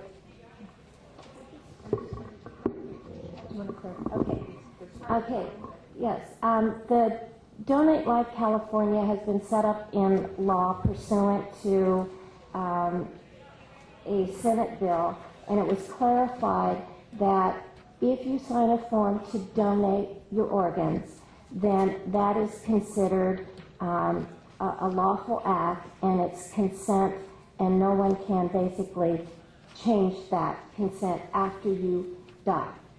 There was an issue that came up that a physician was hesitant and then chose not to remove the organs because the family members did not want to have that individual donate organs, but the individual had signed up. And the law does clearly state that if you signed up, then that gift is a binding agreement. I think it's just a statement to make it clear that and the Attorney General would make that interpretation. So it's just a request that the Attorney General go ahead and look into that to support the Donate Life California's efforts to ensure that physicians are not fearful or concerned that if they go ahead and remove organs pursuant to the donor's request, that they would not come under scrutiny by this medical board or other law enforcement officers. That might be something good to include in our newsletter as well, for information's sake. Thank you. Okay, Ms. Kirchmeier? Well, good morning, everyone. Actually, I'd like to just, first of all, thank the board members for their support of our 2011 holiday party. In a token of our appreciation, we've actually put a collage together of pictures from the party. We want to show you how we have fun. So you'll be able to look at this. I want you to pay particular attention, and I believe Tim's going to be handing those out. Particular attention to the upper left-hand corner where we can see Miss Whitney in her holiday attire. And it's a very special hat with a very special apparatus, I will call it that. But it's a lovely picture, and it's just, we had a great time. We just want to thank you for your support of the board staff, and just, so you're looking at it. And then the one other thing I want to point out about this picture is there's going to actually be a prize. I might have to make that up, but a prize for the individual who can find Renee Threadgill in the picture of the staff in the middle. It's a Where's Renee rather than Where's Waldo. So since Miss Threadgill isn't here today, I can say that. All right, moving on to the administrative updates. As most of you have found out, we did implement the new method of obtaining board meeting material through a secure website with SharePoint. We hope that this process has been helpful, but as always, please let us know if you have problems. I know we were working out some of the bugs. I think some of it had to do with the size of the packet itself. I know there was some time delays, and so we're thinking about maybe putting that into 1 to 2 or actually 2 to 3 different components rather than all together. That would mean you'd have to actually move into those as you go through. But that is one thing we're looking at. So again, thank you for everybody that tested it and tried it, and thank you for being the guinea pigs for this process. And again, please let us know if you have any problems with it in the future. We will continue to do this for both the panel meetings. This time were sent out on a thumb drive, but next time we're actually going to be putting those on the website as well. So you'll be getting all of your board materials that way. And actually it's been helpful to us because we've been able to update as items get changed or amended onto the handouts. We're able to add those onto that SharePoint site. So hopefully that will be working for everybody smoothly by the next board meeting. In regards to staffing, at the last meeting I reported the board had 51 vacancies, including the CPEI positions. As of May 1st, the board has 42 vacancies, including those positions from CPEI. Of the 42 vacancies, we have approximately 14 individuals awaiting either a background investigation or confirmation of eligibility at the Department of Consumer Affairs so we can hire. However, we also have 4 future vacancies occurring due to staff transferring to other agencies. 42 vacancies equates to a 15% vacancy rate at the board compared to 18% from the last meeting. If we take the CPEI positions out from those figures, we actually have a 9% vacancy rate. As Ms. Whitney stated, the Department of Finance has indicated that the board will have 18.1 positions swept. Although the specifics of the elimination of these positions are not known at this time, the board will probably need to remove 18.1 positions from the 42 vacancies that we currently have. As also stated by Ms. Whitney, we do have the CPEI positions, and based upon the budget letter from the Department of Finance, we generally will not be moving to fill those positions due to the need for that elimination of 18 positions. So thinking back to the statistics I just gave you with this in mind, we basically have 24 vacancies, of which 14 individuals are in background. So we really have 10 vacancies once we take those and put those individuals in and take out the 18.1 that are going to be swept from the board. Ms. Whitney and I will be meeting to identify the specific positions that will be eliminated once we receive more information from the Department of Finance. We're trying to fill all positions as quickly as possible to ensure that we are able to perform our mission. I'd also like to point out that the board did hire Cynthia Robinson and Anita Winslow in our executive office. Ms. Robinson and Ms. Winslow will be providing support services to the executive staff and board members. So if you call Sacramento office, you'll probably be speaking with one of them in the future. Okay, any questions on staffing? I have a question, and that is with the swept positions and the Office of Safe Medicine and the reduction of timelines for enforcement. Since that seems to be the major #1 flag, red flag right now on our agenda, what can we expect? How is this going to affect what we're not going to be able to do? And how are we going to, what is the plan to be able to respond to the governor's office and the legislature when the issue of this is going to be coming forward? We know it's going to happen, so. Well, I'll start, and I'll have Ms. Whitney tack on. The one thing with the CPEI positions, as Ms. Whitney stated, we have 15.1 positions of the CPEI that we actually haven't filled yet. So eliminating them is not going to impact us to what we're currently doing. As far as the Operation Safe Medicine, the impact of the 18.1 positions isn't going to impact those. Those are coming in July. It's been approved, and I'll be talking a little bit by both the Senate and Assembly. So we should be okay to get those positions. So we will be adding those positions come July 1st. Okay, so my concern is that what it sounds like is smoke and mirrors. What it sounds to me like is that we had the opportunity to try and work our employees harder, to have and expect them to do more, with the expectation that there would be some relief in the future, and if we saved the money, we'd be able to hire people. And now what I'm hearing is that those positions will not be able to be filled, that employees are going to still be stretched beyond what we expect, so that transfers will continue to go forward, especially in the enforcement department, where they can go work for other state agencies doing a whole lot less work for the same amount of money. So what I want to know still is there a plan on the table? I'm glad to hear that you feel that it's okay that you're not going to have these positions because you didn't have them in the first place. But how is it going to impact the ability to get the job done?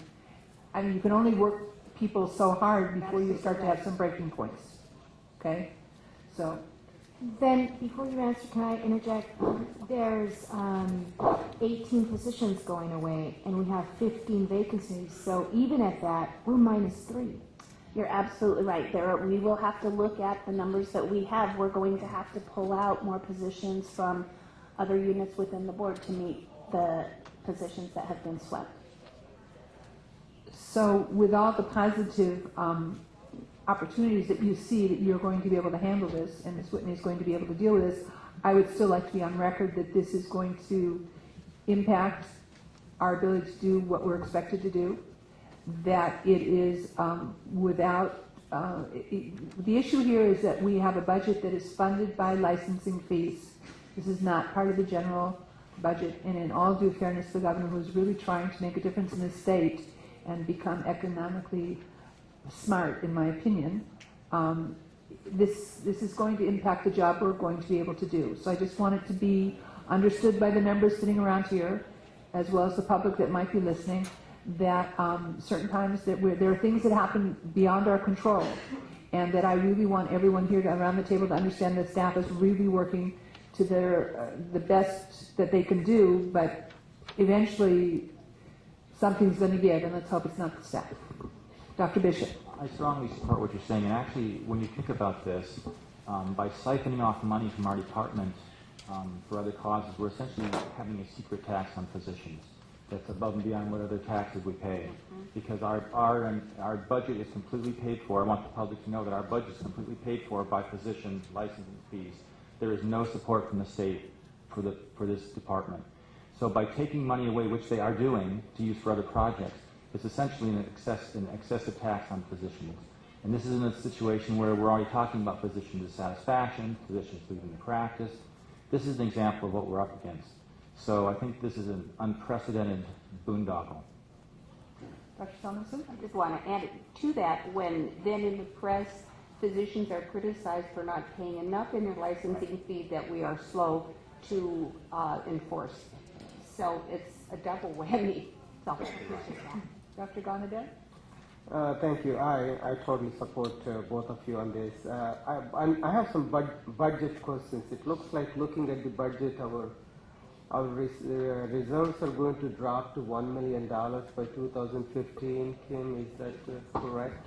So hold on to your budget. We're not ready for the budget, but you bring that up when we get to the budget part. That's the next one.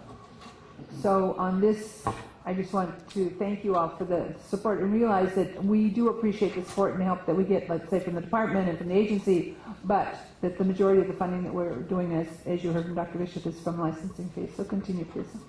All right, so going on to the budget overview, please turn to tab 25, and you will find the budget reports on pages 151 through 158. This fund condition on page 151 is the same fund condition as last meeting. As stated at the last meeting, the governor's budget included the position authority for reestablishment of 6 positions in Operation Safe Medicine Unit. However, the board was not approved for the appropriation of funding for these positions.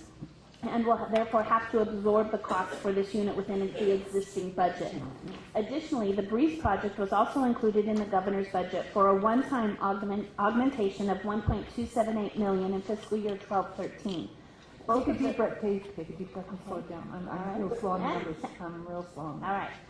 Both of the budget change proposals for these positions and augmentations have been approved by the budget subcommittees for both the Senate and Assembly. This indicates that these will be approved and will become effective on July 1st. Ms. Whitney and I have discussed with the board the possible need for 2 investigators for a northern Operation Safe Medicine unit. The data may not support a complete unit as has been established in Southern California, but we do believe that a smaller northern unit can be supported. Therefore, we will be requesting an augmentation for an additional 2 positions for this unit for the 2013-14 budget. As you can see from the fund condition, if the board spends as planned, the board will be within its statutory mandate at the end of fiscal year 2011-12 and in the middle of the mandate in fiscal year 2012-13. And again, our mandate is between 2 to 4 months reserve.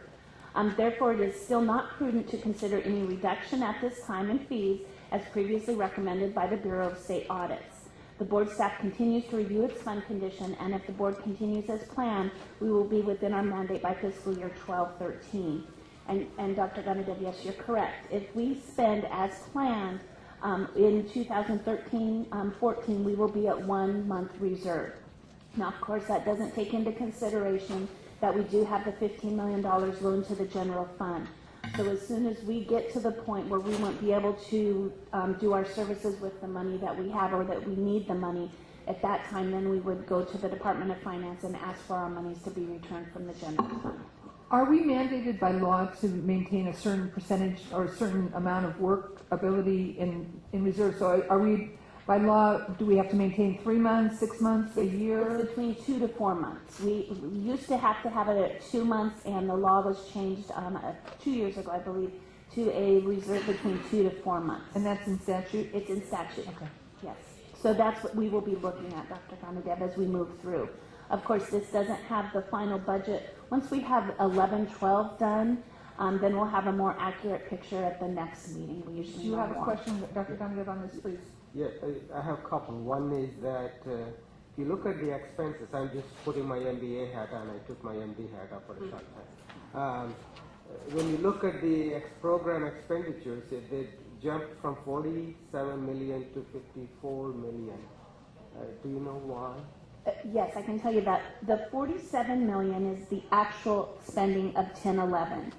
The 54 million in 11-12 on that line, that is what we're projecting, and that is our full budget. We project out until we have a better idea of where we are at the end of the year. So by the next meeting, we'll know where we are more and how much if we're going to revert in this fiscal year. But this is our full budget of what it is, and that's what our projection is right now. And if I may, the reason the number was so low, 47 million, we had furloughs that caught up, but that's 1 day per month, so it was a 5% on salaries, and we did have a lot of vacancies due to the hiring freeze. So all of that contributed to not extending our full authorization. Also the inability to travel, and also our purchases for large items such as vehicles we weren't allowed to do in that fiscal year either. Does that answer your question? Or do you have more? Well, yeah, what I'm gathering is that because our projected budget versus our actual budget, whatever the difference is going to be, probably state is going to borrow again next year. Is that the way I'm looking at, or am I? I don't know that we know that the state's going to do that. I thought the state's going to be raising new money. Economically, we're getting better. Aren't we? Isn't life getting better now? My last question is, when is the interest from that borrowing is going to come in? The interest, I believe, and I'd have to check on that to make sure, and I'll look to Ms. Whitney. When we get the money, when we have to ask for it back, I believe the interest comes with it. That's correct. Any other questions on continue with the budget, please? Okay. Mr. Einer is going to be handing out page 151.1, and this actually shows, and some of you that have downloaded, you probably actually already have it, this actually shows the board's entire expenditures as of February 29th. We continue to remain within the budget allotment, and our projections indicate that we will continue under our budget through the end of the fiscal year. We are continuing our purchase of the video conferencing equipment for 3 of our field offices as well as our headquarters office. In the next pages 152 to 155, show the budget report specifically for licensing, enforcement, and the AG's expenditures. Then page 156 shows the enforcement receipts received in the last 3 fiscal years as of March 31st. Page 157 is a synopsis of the board's budget and expenditures by each different program. And then the last page, 158, is actually a new format for the board members' expenditures as of April 17th, 2012. Again, we'd like to remind new members how important it is to submit your travel claims and your hours per diem in a timely manner. This really assists us in monitoring spending as well as ensuring we have accurate reports for the meetings. And then the last item I wanted to talk about as far as the budget is the travel. As Ms. Whitney stated, the Department of Consumer Affairs is taking a very close look at the travel by staff and board members to ensure that they are adhering to the rule of travel that basically states that you have to take the least costly travel when you're looking at your travel plans. Members need to use the contracted airlines, use a rental car instead of a personal car if the travel is more than 100 miles away, use Super Shuttle if it is cheaper than a taxi, and also use a rental car if it is cheaper than a taxi. It is our understanding that claims that do not use the least cost to the state may not be completely reimbursed when you submit your claims. If you have any questions regarding travel when you're setting up your travel, please contact Mr. Einer in the executive office, and he can compute the costs for you or respond to the questions that you have. And again, please remember we're still under the travel restrictions, that has not been lifted. So again, we are having to submit requests for travel and have those approved. Are there any questions on any of the budget documents other than what we've already answered? Okay. And moving on to the BREEZE update. The medical board staff are still very involved in the BREEZE project. We have staff that are working full-time on the project from our information systems branch. We have had staff from all of the units reviewing the system requirements and determining whether it will meet our needs. The system is still scheduled to be implemented in the fall of 2012, and we're going to be working on communication plans for our licensees, interested parties, and the public on this new system. As stated at the last meeting, we are planning on providing a complete presentation at the July board meeting. All right. And then I'm going to move on to the audit report unless there's any questions. Any questions on BREEZE? Okay. As stated at the last meeting, the legislation which changed the board's reserve mandate from 2 months to between 2 and 4 months also included a requirement that the Department of Finance, Office of State Audits and Evaluations, perform a preliminary review of the board's financial status, including but not limited to its projections related to expenses, revenues, and reserves, and the impact of the loan from the contingent fund of the Medical Board of California to the general fund made pursuant to the Budget Act of 2008. This audit is in its final review, and we have been notified we will receive the draft between May 14th and May 16th. Once the report is received, we will have 10 days to provide a response. We will review the audit with the board's budget subcommittee and then provide a response to them. We will provide a copy of the audit and the board's response at the next meeting, and we should have that out by that time. Are there any questions? Any questions on the audit report? Do you have any public comments on the report by the executive and the assistant executive directors? So we'll move on the agenda to item number 26. Ms. Everhart. I would like to introduce to those of you that don't know, Rochelle Everhart is the Deputy Director of BCA, and she's going to provide us with an update on issues and activities in the department, and welcome. Thank you. Thank you very much. Good morning, everybody. Thank you for your time this morning. What I'd like to do each time I go to the board meetings is kind of do an overview or bring any news that the director may have. Most recently, the director has met with some consumer organizations and other interested stakeholders regarding teleconferencing and board meetings. I wanted to bring this to the board's attention because I know that this is an issue that Ms. Whitney's been working on. The director has been meeting with these consumer groups, and she wants to thank all the boards and bureaus that currently webcast and encourage those boards and bureaus to continue to do that and to take a look at teleconferencing and see if that is a viable option. She wants to let you know that the Public Affairs Office at the Department of Consumer Affairs is available to help and assist in any way we can. And I believe there were some legal questions from other boards in terms of how to do it, how to make it work. Those have been taken to our legal office, and it's my hope within the next couple of weeks we should have a response to that, which I will send out to all the boards. Does anybody have any questions on? So let me ask you this question. Within the state, there are state buildings with meeting rooms, offices, and space. Would it be something that you would be looking at, that within the state system of buildings that there might be opportunities for boards and bureaus to use that space for either meeting and or teleconferencing off-site, so that if a meeting were taking place here, let's say in LA County, that in fact that the state building in Oakland could be used for public comment and staffed by, I'm not sure where the staffing will come from, but that we could, is that where you're going down that road? That's one of the options we're looking at. Another option was just providing an 800 number for people to call in, but we would have to also look into who would be staffing that 800 number to get the questions and relay them to the boards.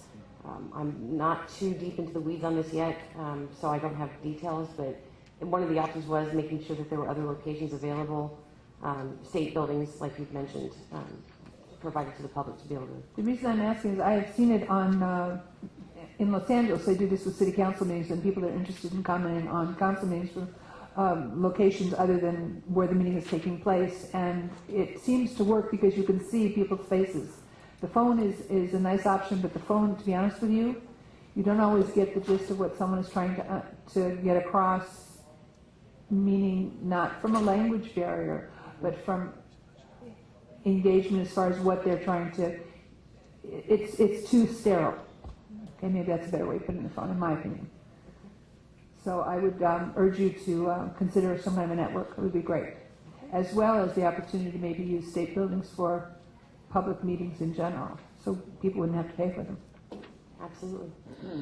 Any comments from any of the board members on that? So continue, please. I'm sorry. Thank you. Oh, no problem. The other part in our continuing efforts, Denise is 4 months or 5 months into her job as director of the department. We're working closely with the governor's office on appointments. We're working closely with Linda and Barbara as well. So hopefully when we get to the medical board, we'll be able to collaborate on that. We're also working on opening communication with the executive office at DCA, so that when there are questions that come up, you all know who you can call. I mean, obviously go Linda, and then Linda would come to us. But just kind of opening up those lines of communications, because we learn better from the boards and bureaus than trying to go from the top down and say, you know, this is what works. So when we hear from you guys, it helps us do our job better. Any questions on that? So along the lines of open communications, I'd like you to take back that we do have concerns with our vehicles and use of vehicles and home storage permits. In order for our investigators to do their work, for those board members that might not be aware, we have several offices around the state. And for example, if you were to be working out of the Santa Barbara office, you might be living in Ventura, Oxnard, or Ojai for all that matters.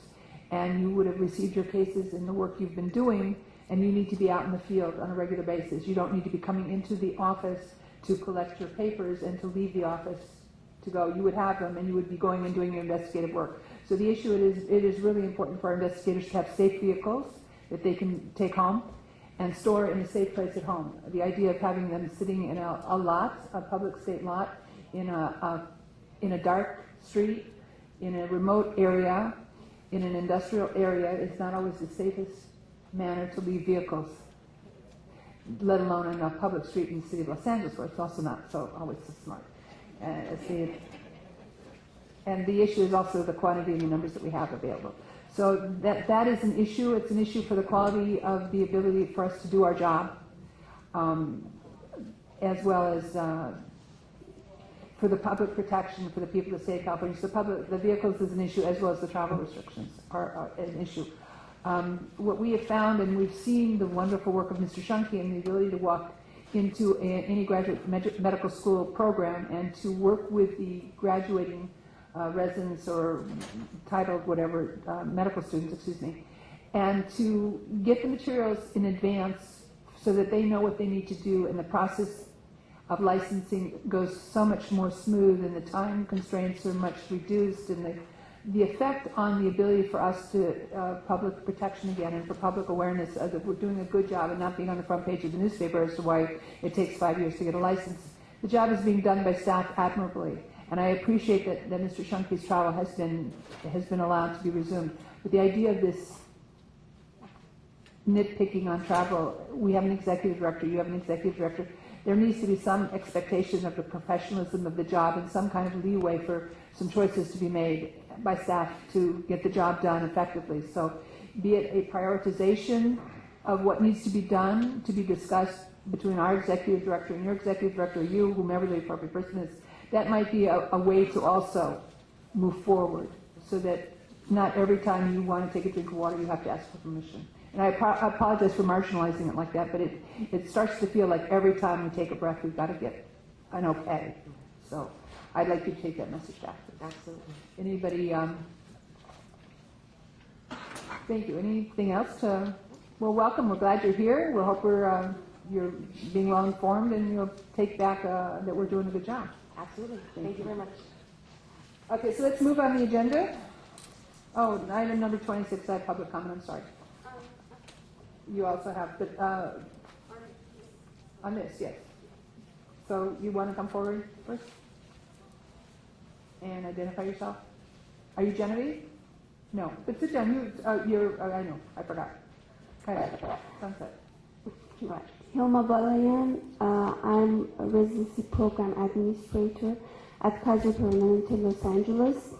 I wanted to talk about the restrictions for travel, and you mentioned it, and the job that outreach program does using budget for traveling.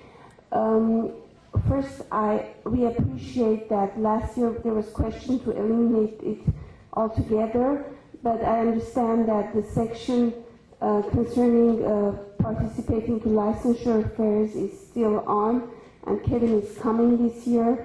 But I know that he can no more come to intern orientations, and also there were annual meetings that all the hospitals were participating, and we were sharing good practices, and the board was telling us how to do things so that it's more smoother. That has been also eliminated because of travel restrictions.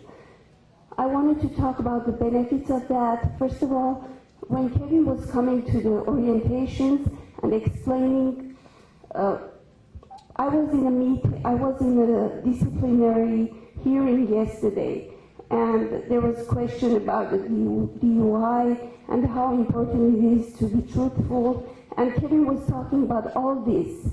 So all these interns, fresh start, they're aware what are the to-dos and not to-dos, to pay attention and to not be in a situation like that. And that is invaluable, really important, and unfortunately that's not possible anymore. And also what concerns share of best practices, for example, in one of these meetings we were talking about if we have a resident who have a probationary license, how to increase supervision, but in the meantime not compromise training. So this was also very invaluable, and also the board was telling us the timelines and what to do and not to do so that there's a smoother licensing process. So anyways, I just wanted to second what you just said, and that it's important to keep this program entirely and all the sections, but we still appreciate that the licensure fair, continues. Let me ask you a question. How many students do you have in your program? We have about 230. I asked the question for a reason.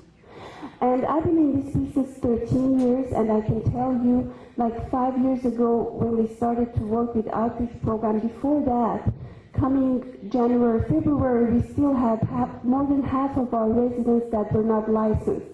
And their training could have been interrupted in July if they did not get that license. And they were lost, they didn't know how to fill the application.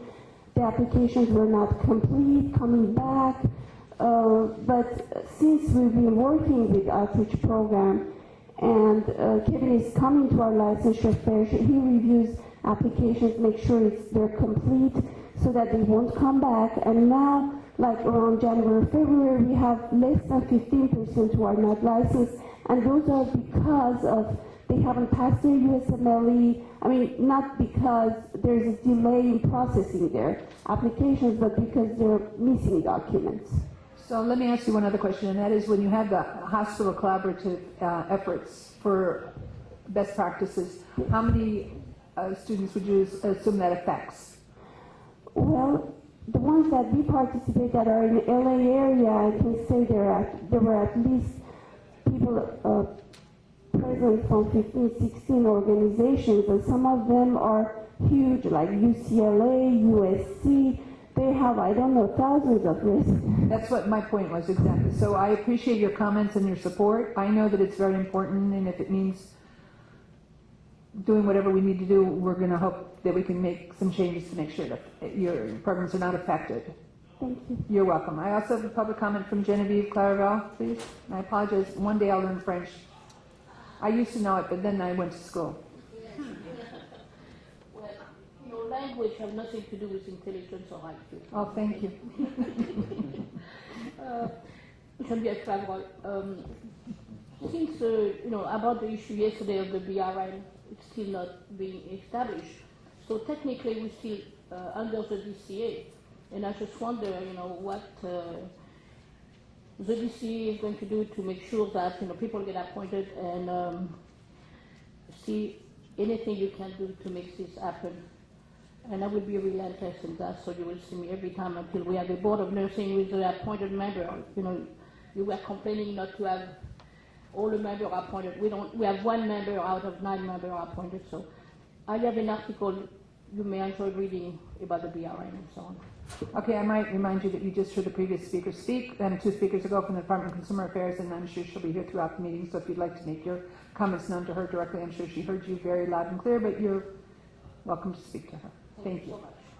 Okay, so let's move on the agenda to item number 27, the licensing report, and Mr. Salgado, would you please come forward and report? And in Mr. Warden's absence, we send him our best. Good morning. Good morning. Okay. The following is regarding letter A of agenda item, staffing. On behalf of Mr. Kurt Warden, he would like to thank all of the licensing staff. Staff continues to do an outstanding job. Staff has maintained process and goals for every week this quarter. The vacant licensing manager position formerly held by Letitia Robinson has been filled. It is my pleasure to introduce Natalie Lowe as the newest licensing manager in the licensing program. She will be transitioning into this position while maintaining her previous duties. Due to the increased workload regarding the review of international medical schools, an additional associate governmental program analyst has been requested from DCA and is pending approval.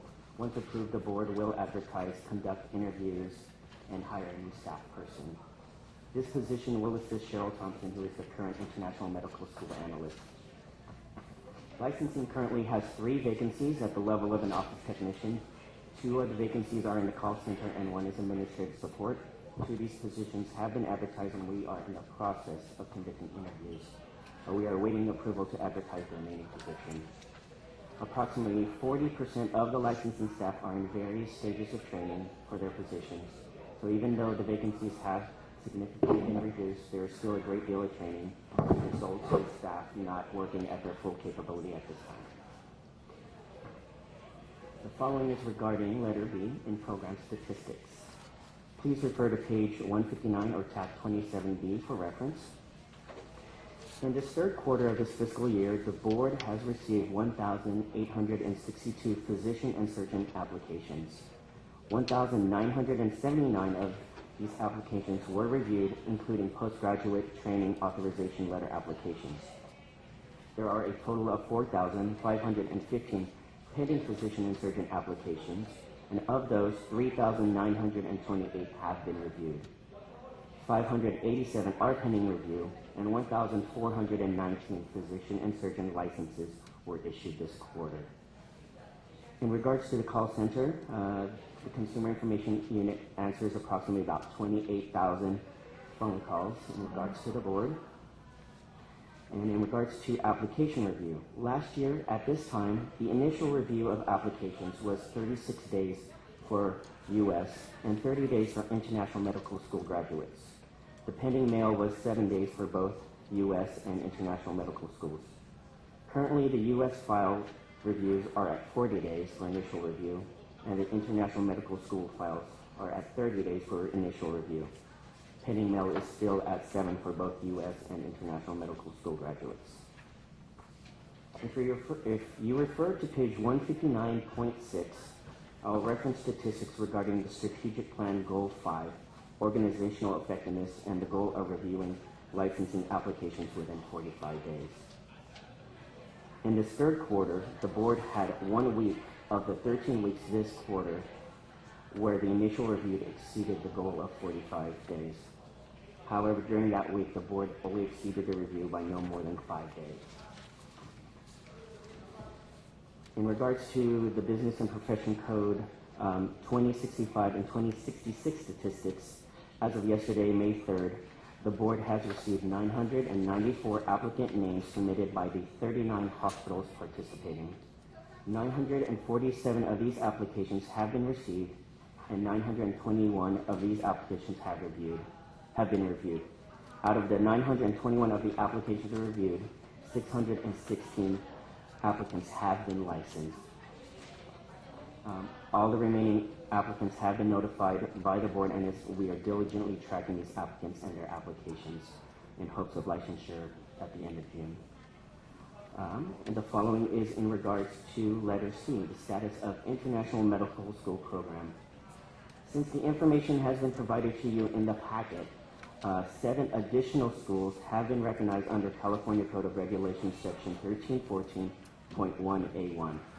This is in addition to the 2 schools listed in the board packet, bringing the total for this quarter to 9 new recognized schools so far.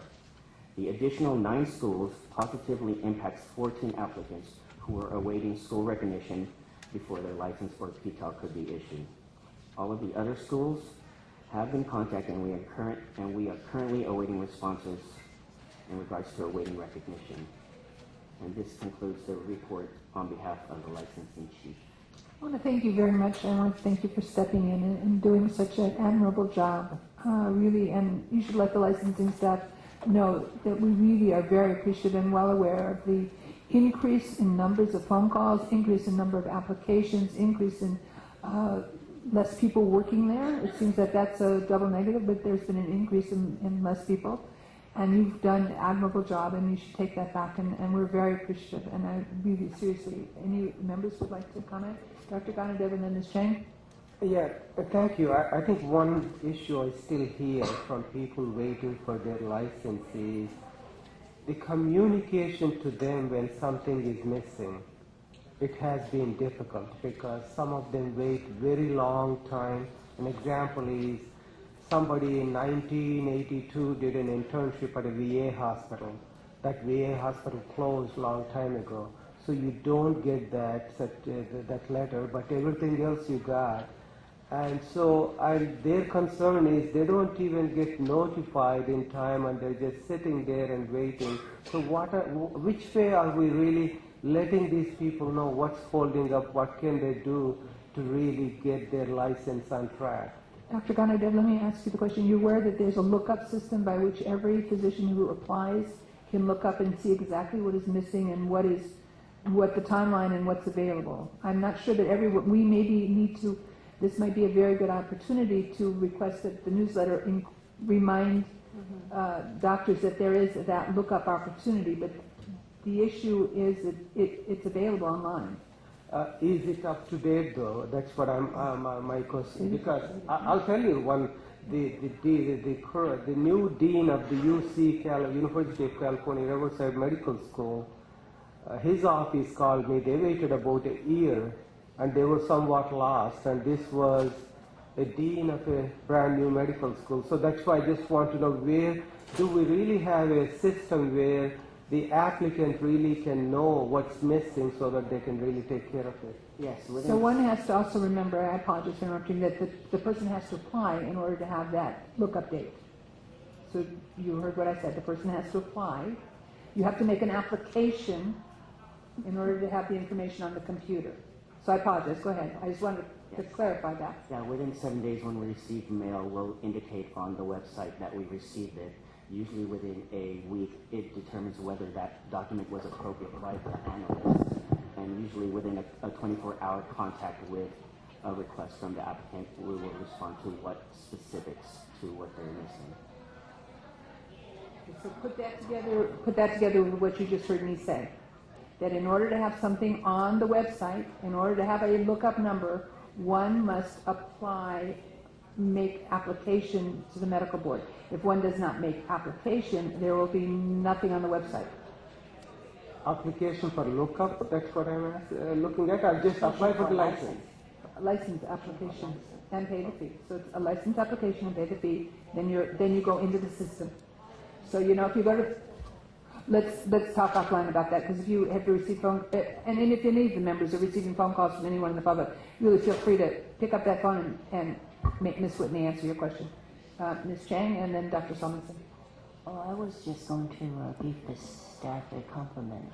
I remember how it was a couple of years ago, and we're panicked. We all get phone calls everywhere, and consistently you've been doing, the licensing. I've been doing it for 2 years in a row, and thank you. We appreciate that. Dr. Thomason? Well, I was going to echo that. I get the occasional email, and I frankly forwarded it to your office, and then I just get a CC that whatever little detail got communicated. But that said, just maybe a statistical artifact that now it sounded like the international processing time was a little lower than the U.S. time, and I would always think that's a harder process. Is that just a aberrant this quarter or something? Yeah. Most of our newest staff or trainees is the U.S. reviewers. So more of our senior staff are the international medical school graduates. So. And what's our relative breakdown now between U.S. Canadian applicants versus international? What is the percentage nowadays? I didn't see that.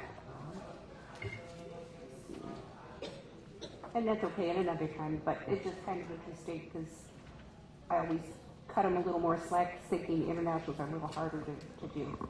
Dr. Solomonson, there are a number of issues in looking at what the percentages are differently, because some applicants who are international are coming in to get a PTAL. Other international applicants are licensed in another state, and we do not divide up our statistics to show that. So if you're an international applicant licensed in another state, you still have to get some of the international information to move forward, but it still goes to the same international analyst as would an application for a postgraduate training authorization letter. So we don't divide up the statistics at this point in time, but we certainly can go back and get some of those for you. Okay, because I thought you did say about processing for, well, whatever. So if this is information you'd like for the next board meeting, staff will be happy to supply what is the breakdown of the international docs versus the U.S. and Canadian docs. That's no big deal. Or it is a big deal. Anyway, they'll try and get it together. Okay, I'm sorry. I'm listening to 4 conversations and trying to pay attention to what I'm supposed to say. So again, thank you very, very much. Are there any public comments on the licensing statistics report? I want to thank you very, very much again. I'm going to move on to item. Sorry. Time out. I think we've temporarily lost quorum. I think we only have 7. We have 7 members. Okay, so we will not take any. We will not take any vote on anything, and we'll continue with the discussion and the reports. Thank you. So I'd like. No. No. Okay. No. It is, but it's not going to happen. So my apologies. We're going to move on to number 28, Midwifery Advisory Council, and I'm going to ask Ms. Fairvan and Ms. Lowe, come forward, please.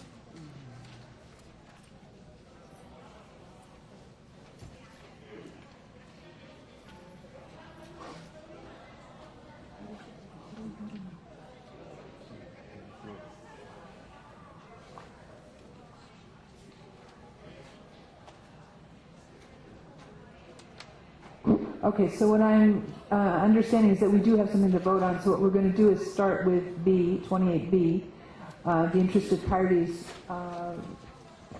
update, and we'll go from there to Ms. Fairbairn, number C, and then we'll hopefully find some people, and we'll go back to A. So I would like staff to go out and find me some people.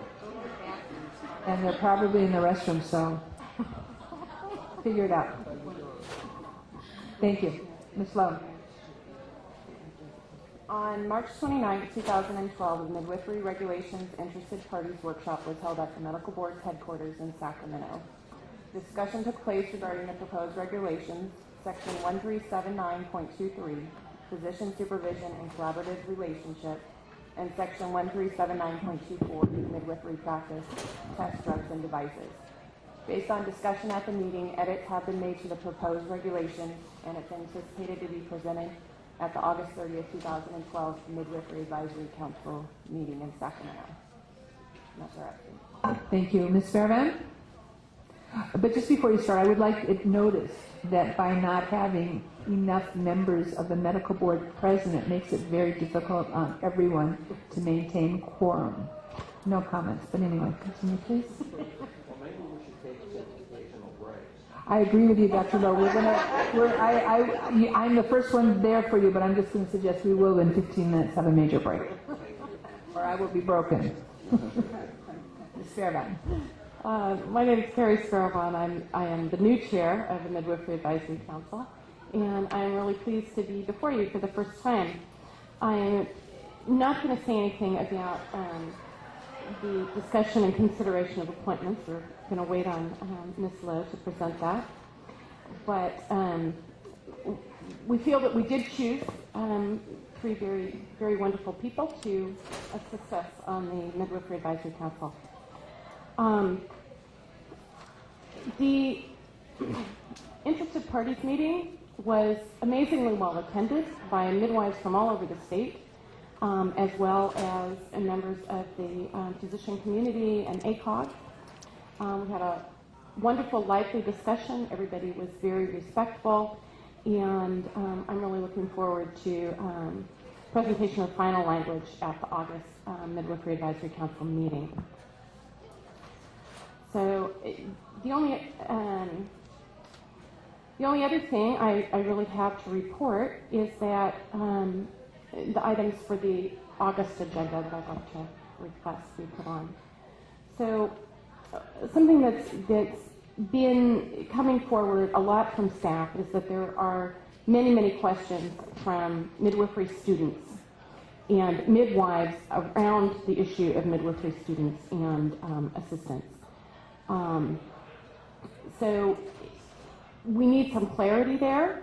What I'd like is to create a task force to look at the issues surrounding that, have some interested people on that task force who can really delve into what the questions are, how do we get at the answers, what do we need to delineate better in regulation, so that we can address those issues in a concise manner so that staff doesn't have to spend quite so many phone hours trying to figure them out. The second item I'd like to put on the agenda is a discussion and hopefully a setting of term limits for the Midwifery Advisory Council.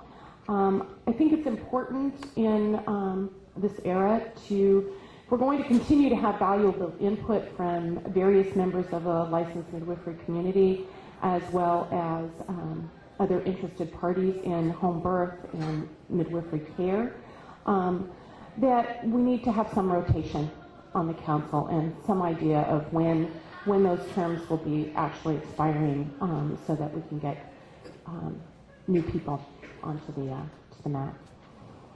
The third item, which Ms. Lowe has already asked for, is a discussion and approval of the language for the proposed regulations that we had the interested parties meeting for. I understand staff is still working on amendments to that language based on the interested parties meeting.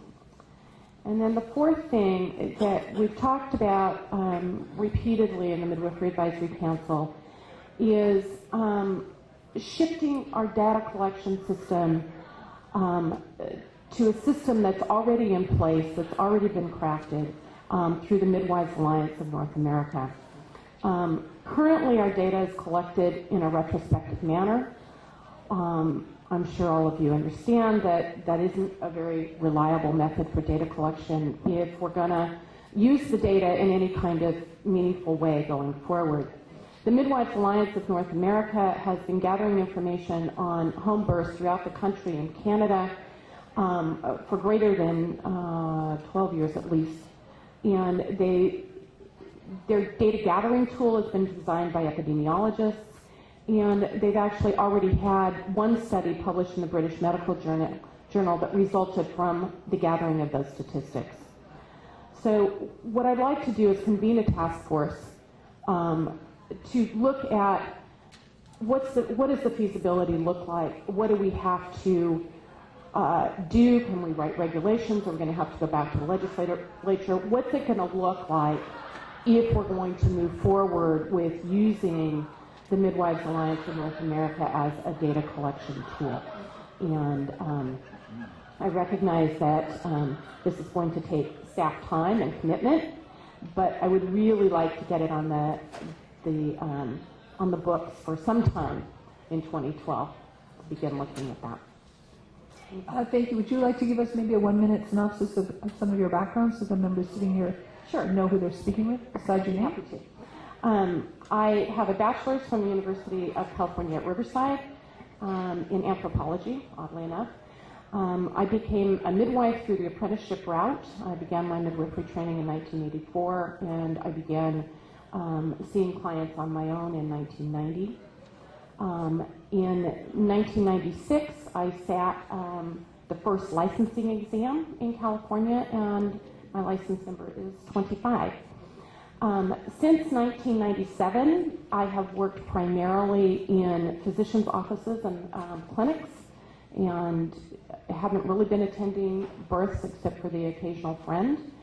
And I think I bring to the Midwifery Advisory Council kind of a bridge between the traditional home birth community and those licensed midwives, of which there are very few, who are working in clinical practice as I am. And I think that it's an important bridge, and I think I bring a different perspective. Personally, I have 6 children, plus one I adopted, that are thankfully all grown. And I've also been involved in work in Africa. I began a primary care clinic that also offered maternity services in a small village outside of the capital of Kampala in Uganda. Thank you very much. Welcome. Okay, so Ms. Lowe, do you want to continue with item number A, please? If you could please refer to page 172 of your packet. Existing law requires the board to appoint members to the Midwifery Advisory Council. At the February 2nd and 3rd quarterly board meeting, the board determined that the public member positions on the Midwifery Advisory Council would be filled by one California licensed physician practicing in the area of obstetrics and gynecology, one non-licensee of the board, and one member of the board. The board also granted permission for the Midwifery Advisory Council to vote on and seat the selected members at its March 29, 2012 meeting, with the selected members subject to approval by the full board at today's meeting. On February 21st, 2012, a Midwifery Advisory Council member interest form was mailed to all California licensed midwives and individuals on the interested parties mailing list. An application was also posted on the board's website. 3 applications for the OBGYN position, 3 applications for the licensed midwife position, and 7 applications for the public member position were received. At the March 29, 2012 Midwifery Advisory Council meeting, applicants were given the opportunity to address the council. The Midwifery Advisory Council does have 3 recommendations to make to the board. The first one. The Midwifery Advisory Council members voted to recommend to the full board reappointment of Karen Ehrlich, licensed midwife, to the Midwifery Advisory Council. Karen has been a licensed midwife since 1996. She's been a member of the Midwifery Advisory Council since 2007 and served as chairwoman from April 2010 through December 2011 and vice chairwoman in 2012. She continues to serve on the Midwifery Education Accreditation Council and has done so since 2007. As a licensed midwife, Ms. Ehrlich is interested in continuing to serve on the Midwifery Advisory Council. Staff recommends that the board accept this request to appoint to the licensed midwife position Karen Ehrlich to a 3-year term with the Midwifery Advisory Council. And I would like a motion, please. Motion? So moved. Second. Any discussion on the motion? Any public comments on the motion? Just to be clear, the motion would be to ratify the action down below at the Midwifery Advisory Council and appoint that person to the council. So I have a public speaker's comment from Ms. Ehrlich. Did you want to address? No, I figured. Thank you. All right, so all those in favor of the motion as stated, please say aye. Aye. Any opposed? Thank you. Continue. Our second recommendation to the board would be to recommend James Byrne, MD, for appointment to the Midwifery Advisory Council. Dr. James Byrne has been the Chief of Obstetrics and Maternal Fetal Medicine at the Santa Clara Valley Medical Center for the past 8 years. In 2011, Dr. Byrne founded the Lucinda Health Foundation, a nonprofit organization that seeks to improve maternal care delivery through several pathways, including a collaborative practice model for midwives and physicians. He is currently appointed on the American College of Obstetricians and Gynecologists, District 9, California, State Obstetrics Safety Committee. He is dedicated to improving maternal care and safety and has a long-standing efforts in supporting midwifery. Staff recommends that the board accept this request to appoint to a public member position James Byrne, MD, to a 3-year term with the Midwifery Advisory Council. Do we have a motion? Second? Okay, any public comment on the motion? Any comment from any of the members? All those in favor, please say aye. Aye. Any opposed? Thank you. Continue. The Midwifery Advisory Council members voted to recommend to the full board Ms. Monique Webster for appointment to the Midwifery Advisory Council. Ms. Webster has a master's degree in public health with an emphasis on maternal and child health. Her current position on the Berkeley Community Health Commission speaks of her continued interest in public health issues.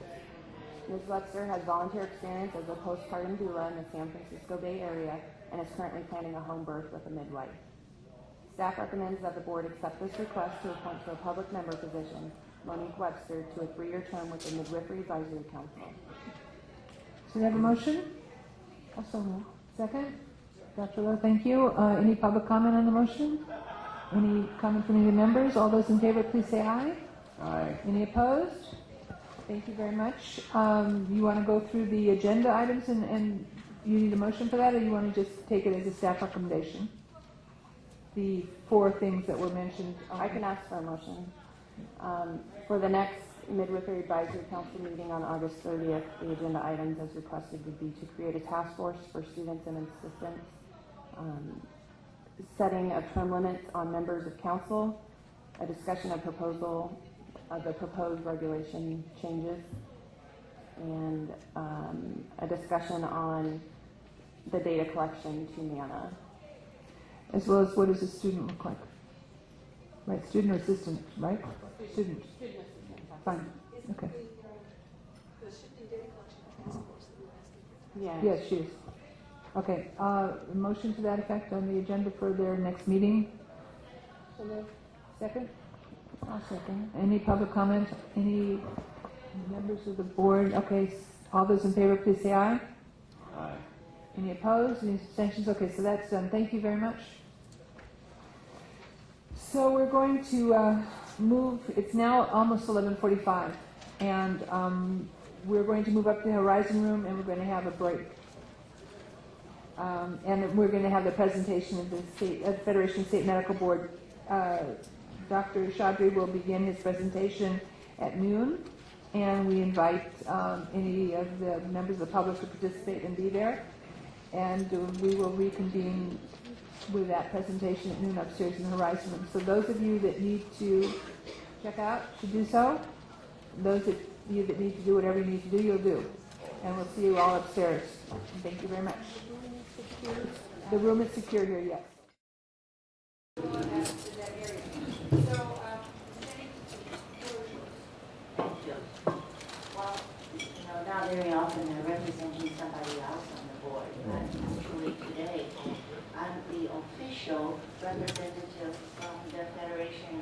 State Medical Board to California.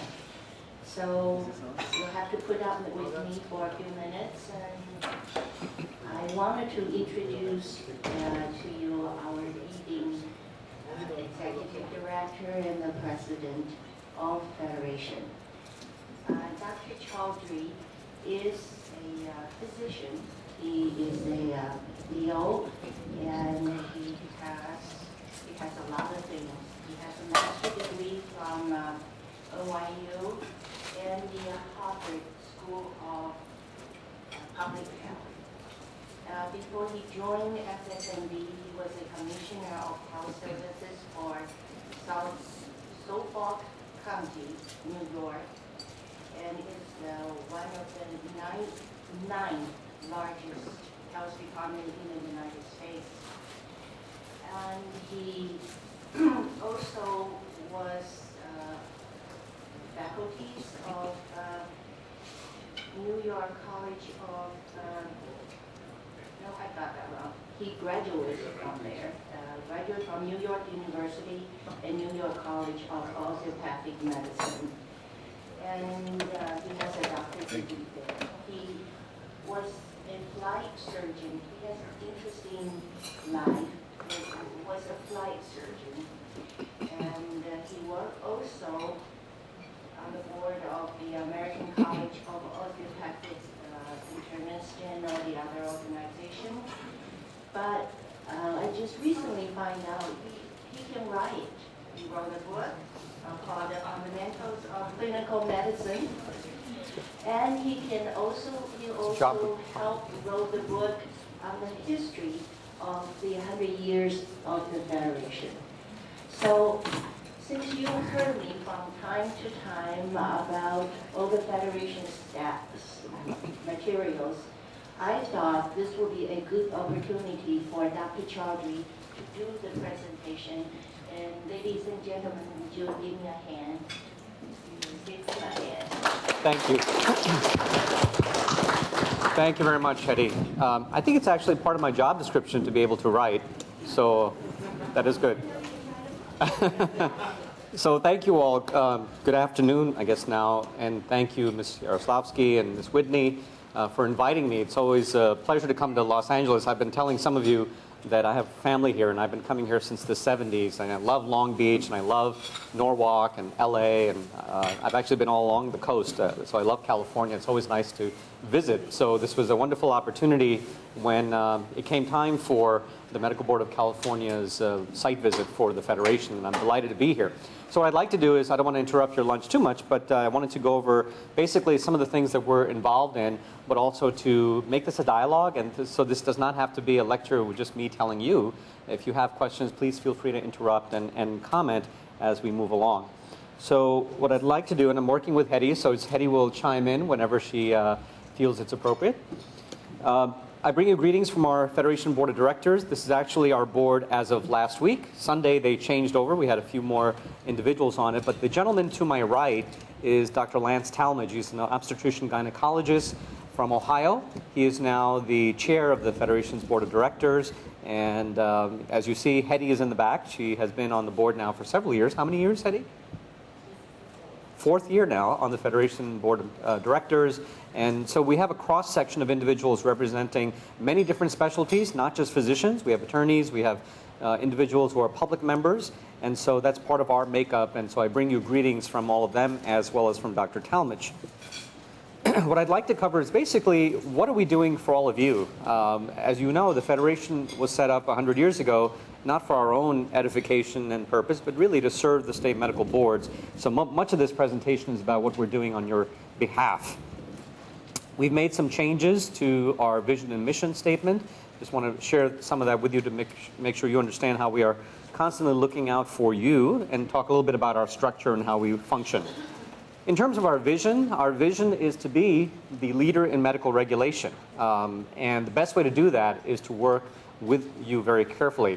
Our annual report comes out every year.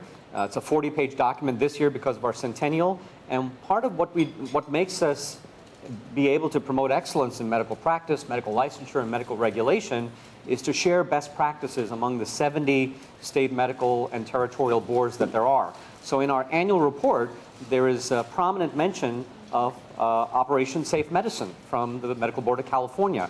We admire that program. We are impressed with the program. We consider that a best practice, and we are doing what we can to encourage other state boards around the country to also consider adopting something similar. And so that's one example. We have a number of examples in our annual report. I have one extra copy. I can get you extra copies if you like of that annual report. But that's part of our role, is to disseminate best practices while respecting everyone's state's autonomy, encouraging some commonalities and best practices where they can. And our message is also to the public, to educate everyone about what you all do. I'm sure you have colleagues who wonder what you do as a member of a state medical board. We get this all the time. I'll be on a plane and somebody will ask me, oh, Federation of State Medical Boards, what is that? And I'll talk about the state medical boards and medical examiners, and then they'll think that we're pathologists.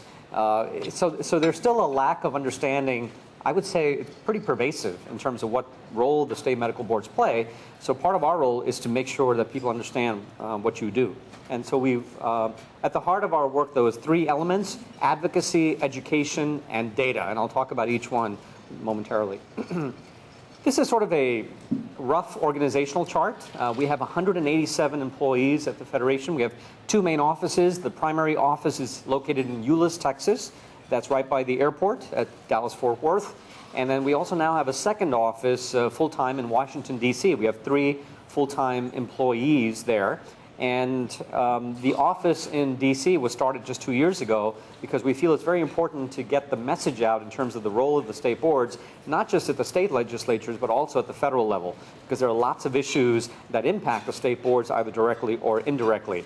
But we have 16 members of our board of directors, 13 of whom are elected by our House of Delegates, which are made up of all of the member boards. We have 2 who are associate members, in other words, executive directors who are selected or appointed by the board, and I am the secretary of the board, so altogether 16 individuals. But we represent the House of Delegates and ultimately all of the state medical boards.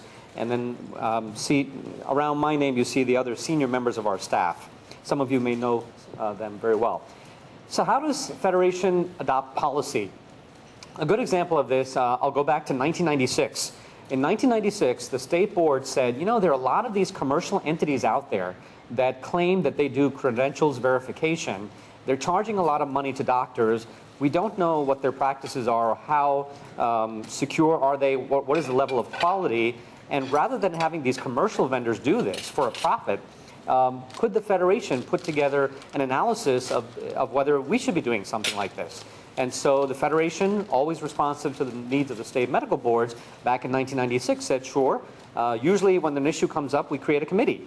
You might do the same in your board. So we created, I think, a committee, or sometimes it'll be a task force or a work group. And the committee looked at this issue for about a year, and the recommendation was that the Federation could do this too on behalf of the state boards if the state boards wanted us to. And this went to our House of Delegates. Any recommendation goes out for feedback, but ultimately makes it to our House of Delegates. And if our House of Delegates adopts it, it becomes our official policy. And so the recommendation that came out of that committee, which was adopted by our House of Delegates, was that rather than state boards relying on commercial vendors, maybe the state boards should get together and create a service. And that led to the creation of our Federation's Credentials Verification Service, FCVS, back in 1996. Now, so just to give an example of how an idea sometimes takes on a life of its own, today, in 2012, of the nation's new licenses that are given out for medical purposes, there are about 60,000 new licenses issued by all 70 boards across the United States.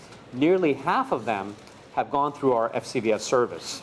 That's amazing if you think about it. 30,000 of the nation's new licensees go through this FCVS service that began as a result of one state medical board member wondering, is that something that we should be doing instead of relying on commercial vendors? So that's an example of how policy goes into action. This past Sunday, our House of Delegates voted on policies related to physician reentry. We're finding a lot of physicians who've been out of practice for a number of years, partly because of the economy, want to come back in. And we felt that there should be some guidance about how do you allow them back in. We also had a major policy statement about physicians who use social media. I don't know if you're aware of this. We did a study, and we knew that it was a problem with medical students using Twitter and Facebook and sharing information about patients that they shouldn't, and basically putting up pictures that are unprofessional. But we did a survey to find out if this was an issue at the board level among practicing physicians, people who've been in practice 10, 20, 30 years, maybe a little older, perhaps more mature, perhaps more responsible. And we were quite shocked to learn that of the boards that responded, 48 boards responded, 92% of them said that they had to take disciplinary action because practicing physicians had done inappropriate things or unprofessional things using Twitter, Facebook, etc. Yes? This is social media, but I know we've been told we can't talk to another physician about a patient using the text.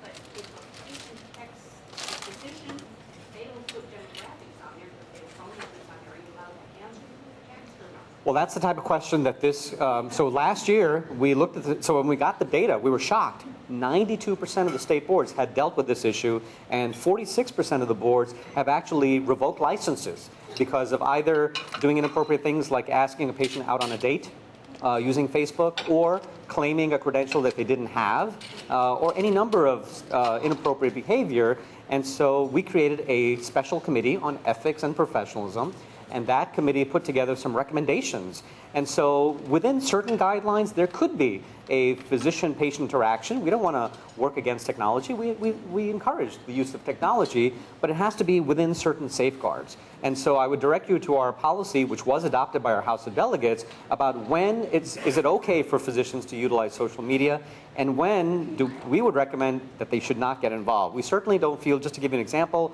we do not feel that under any circumstances physicians should friend a patient on Facebook under any circumstances, because it's just asking for trouble, basically. Now, are there opportunities where you could engage in these sorts of conversations electronically? Yes. If it's a physician-patient relationship that's already been established, it's a site that sometimes these are hospital or system-based sites that have necessary safeguards for privacy. So there are ways in which we can do it. We don't want to work against technology, but there have to be safeguards in place. And it's gotten now a lot of publicity. We just put out a press release about it a few days ago. It's actually making its rounds on Twitter, as a matter of fact. So, but that's how policy works. So if any one of you have an idea, we would be happy to work with you to craft a resolution, or, and move it forward. And before you know it, it becomes national policy, and then we would stand behind it. But it's very easy, and we'd be happy to tell you. Many of you know we have a number of committees and work groups. Many of you serve on these committees, and I thank you, each of you who do that. It allows us to make sure that we are represented by the entire nation, large states, small states, states that are more suburban or have rural areas. We like to have a cross-section whenever we come up with policies like the Ethics and Professionalism Committee. These are just a sampling of some of those committees. Every year we'll add a couple. Some committees close, like our Physician Reentry Committee essentially closed this past year after 2 years of study after they put together their report. So let me begin with advocacy a little bit and talk about that. We have an advocacy network. We have about 180 members of state medical boards around the country. We're actually, the latest number is about 200. Who are part of this. And what that means is, if there's a pressing national issue related to medical licensure, we will send out an alert to these individuals who have agreed to be a part of this, and any of you could be a part of this as well, to make you aware of what the issues are, and maybe even give you some suggestions how you can contact your congressman or senator to get your point of view across in terms of federation policy. But this is an important means for us to already be more mindful of what is happening at the federal level. I think you all know we try to track on a daily basis with our full-time staff in Washington, D.C., the state level issues that are going on, the legislation that's pending. Sometimes we're the last to know, and sometimes I know you are the last to know, but I think working together we can be quite effective. We have our Advocacy Network News, which goes out whenever there's a major issue, whether it's health reform or any other new legislation that's being talked about. We'll analyze it. We'll work with our consultants who will give us some advice as it relates to medical regulation, and we'll send it out to you. So I hope you found that useful, those of you who get it. Ultimately, we support state-based licensure. I think some of you know we're actually a couple of weeks away from a senator in New Mexico who is about to introduce legislation suggesting It's actually very cleverly worded. It's in support of telemedicine. So that's actually the name of the bill is, in support of telemedicine. But what it seeks to do is to voluntarily suggest that physicians voluntarily become part of a national licensure system, but they're not forcing it. So they're saying, no, this should have no constitutional issues because we're not mandating it. We're making it voluntary, but if you're a physician who engages in Medicare, you have to be a part of it. So it's voluntary, but if you want to get funds from Medicare, you have to be a part of it. So, so that's interesting wording right there. But we feel very strongly that since the history of the nation, even before that in colonial times, we've had local state-based regulation. It works. We have enough evidence to prove it. We don't think that there's a need for national licensure, and we'd be happy to advocate on behalf of state-based licensure because that's what our members feel very strongly works best. And so we'll have to see where this goes. We have been working behind the scenes to lobby some of our congressmen and senators against this sort of legislation, but that's the other role that we play, is defending you all in terms of what you do beyond the state level. Portability, license portability. So one of the complaints we all get is, why does it take so long to get a license to practice medicine? And so we have worked very closely with the state boards over the last 10 or 15 years to promote efficient means by which physicians can get licensed. And especially with telemedicine, physicians increasingly have more than one license. We did a survey 2 years ago of licensed physicians. We found a quarter of them have more than one license. Many of them, in fact, have many licenses. And so as physicians increasingly engage in telemedicine, there will be a need for even more licenses across the country. And so it's important, it's critical and crucial that state boards have an efficient process by which physicians get licensed. And so we have been there to support that. One way is through the FCVS to make sure that the process is secure in terms of primary source credentialing, but also through something like the uniform application. Now I know California has not adopted yet the uniform application, but it is something that's moving forward. And the uniform application is essentially this. We respect every state's ability to license physicians as they see fit, but several years ago it occurred to us that many of the state boards ask the same types of questions as core questions, and then of course there are state-specific questions that they also have. And so we got together, many of the state boards, some years ago, and we said, all right, give us your common questions, and let's come up with a common application, a uniform application, and then if they go through your state, we'll have the state-specific questions as addenda to that question. This uniform application has really done well over the last 5 or 6 years. A number of states have utilized it, and I'll show you some slides about that. So the components of our portability initiative are credentials verification through FCVS, which again started at the grassroots from the state boards asking us to put this together. The uniform application, another means to streamline the process while respecting the state's autonomy. And third is policy and legislation to make sure people know what you're doing. What are the benefits of a FCVS or a uniform application? There's some standardization in terms of data. The Federation is already a storage a data center in many ways for all the information that we have.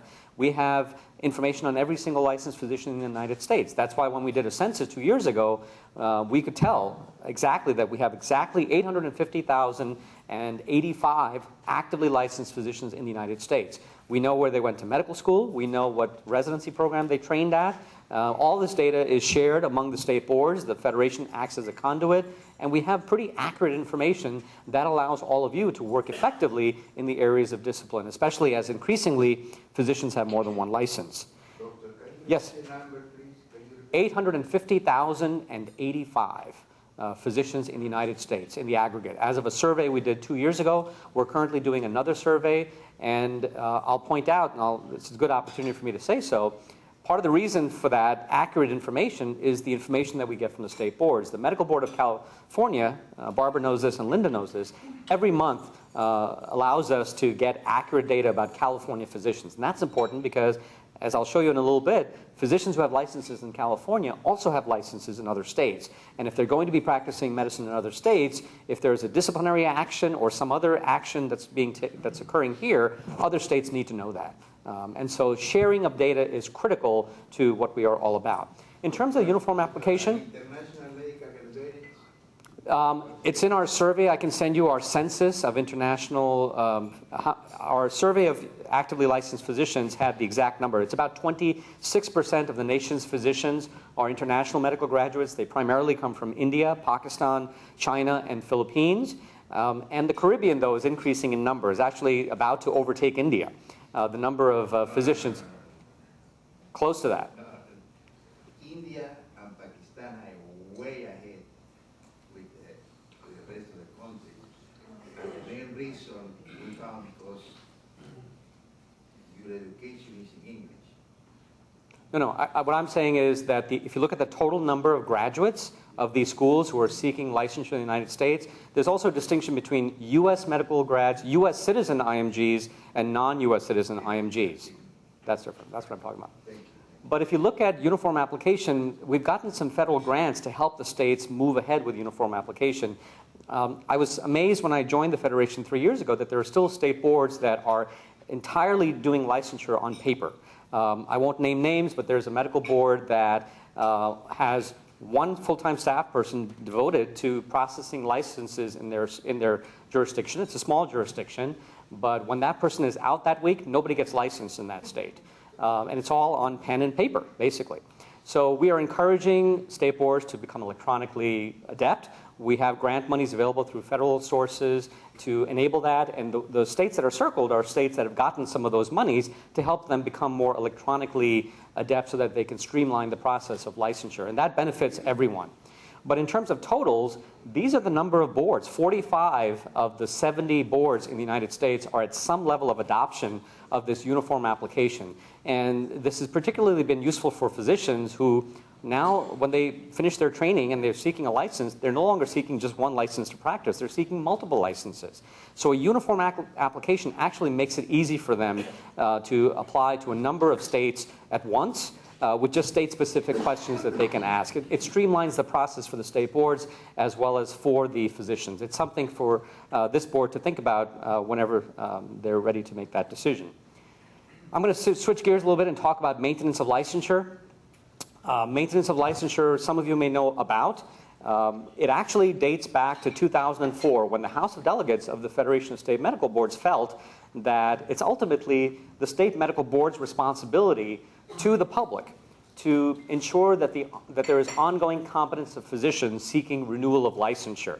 There was a time many decades ago that the initial license to practice medicine had the word permanent in it, because the notion was that once you got a license, it was yours to keep permanently, and you were allowed to practice medicine basically until you gave up that privilege, that right. Over the years, there's been a lot of studies and reports coming out of various centers suggesting that with the explosion of knowledge in medicine, knowledge and skills are critical. Most physicians, of course, stay up to date. I'm an internist. I don't practice anymore, but I know what's happening. If I was in practice, there's CME. There's many activities available by which we can keep up to date. That piece of paper that a medical board issues a physician should have ongoing, enduring value. And it shouldn't just be based upon an initial credential. It should be something that periodically physicians should be able to demonstrate to the public that that piece of paper does have ongoing value. So the initial statement about maintenance of licensure was actually made in a House of Delegates statement about responsibility in 2004. They spent the next 6 years actually working out the details. What does this actually mean? How do we make this into reality? And so in 2010, the Federation's House of Delegates adopted a framework for what it called maintenance of licensure. And essentially, it's a process by which licensed physicians would provide, as a condition of licensure renewal, evidence of participation in continuous professional development activities that is practice relevant. So for instance, they may have trained in family medicine, but they're now practicing in emergency medicine. If this is truly practice relevant, then they would need to demonstrate that they are up to date, not in family medicine, but in emergency medicine, which is what they're actually doing in practice, that it be informed by objective data sources, and that includes activities aimed at improving their performance in practice. We strongly feel that the majority of physicians are already doing these types of activities, so the challenge is to identify what those activities are and link them to maintenance of licensure so that those physicians can be recognized for activities that the vast majority are already doing. So one of the things we recognized early on is that a majority of physicians are specially certified, and a majority of physicians are engaged in recertification, like maintenance of certification, or its osteopathic equivalent. So early on, the Federation said, you know what, if there's a physician who is specially certified, who is engaged in maintenance of certification, which is very complex and very robust, those should count towards maintenance of licensure. They shouldn't have to do additional duties or additional activities because those activities are so robust in and of themselves. However, since many physicians are not specially certified, 212,000 of the nation's physicians were never specially certified. That's a large number. And there are physicians who are specially certified but are not engaged in recertification activities. The Federation should work with the state boards to identify activities, other activities, that could meet those maintenance of licensure requirements. And that's what we're currently engaged in. But there is no examination, there's no high-stakes examination that we're envisioning for maintenance of licensure. It's essentially recognizing activities that could meet maintenance of licensure requirements. So, yes? if you have to go through the MOC and maintenance of certification, and you already do, like, I think the American Board of Surgery, both for general surgery and vascular surgery, both, two separate boards. Do you have to do something separate for licensure? Why can't you? For maintenance of licensure, as I say, so the question was, Dr. Dave was saying that he already is involved in American Board of Surgery activities for maintenance of certification, both in general surgery as well as in thoracic cardiovascular surgery, vascular surgery. Our suggestion would be, with maintenance of licensure, we're raising the floor a little bit.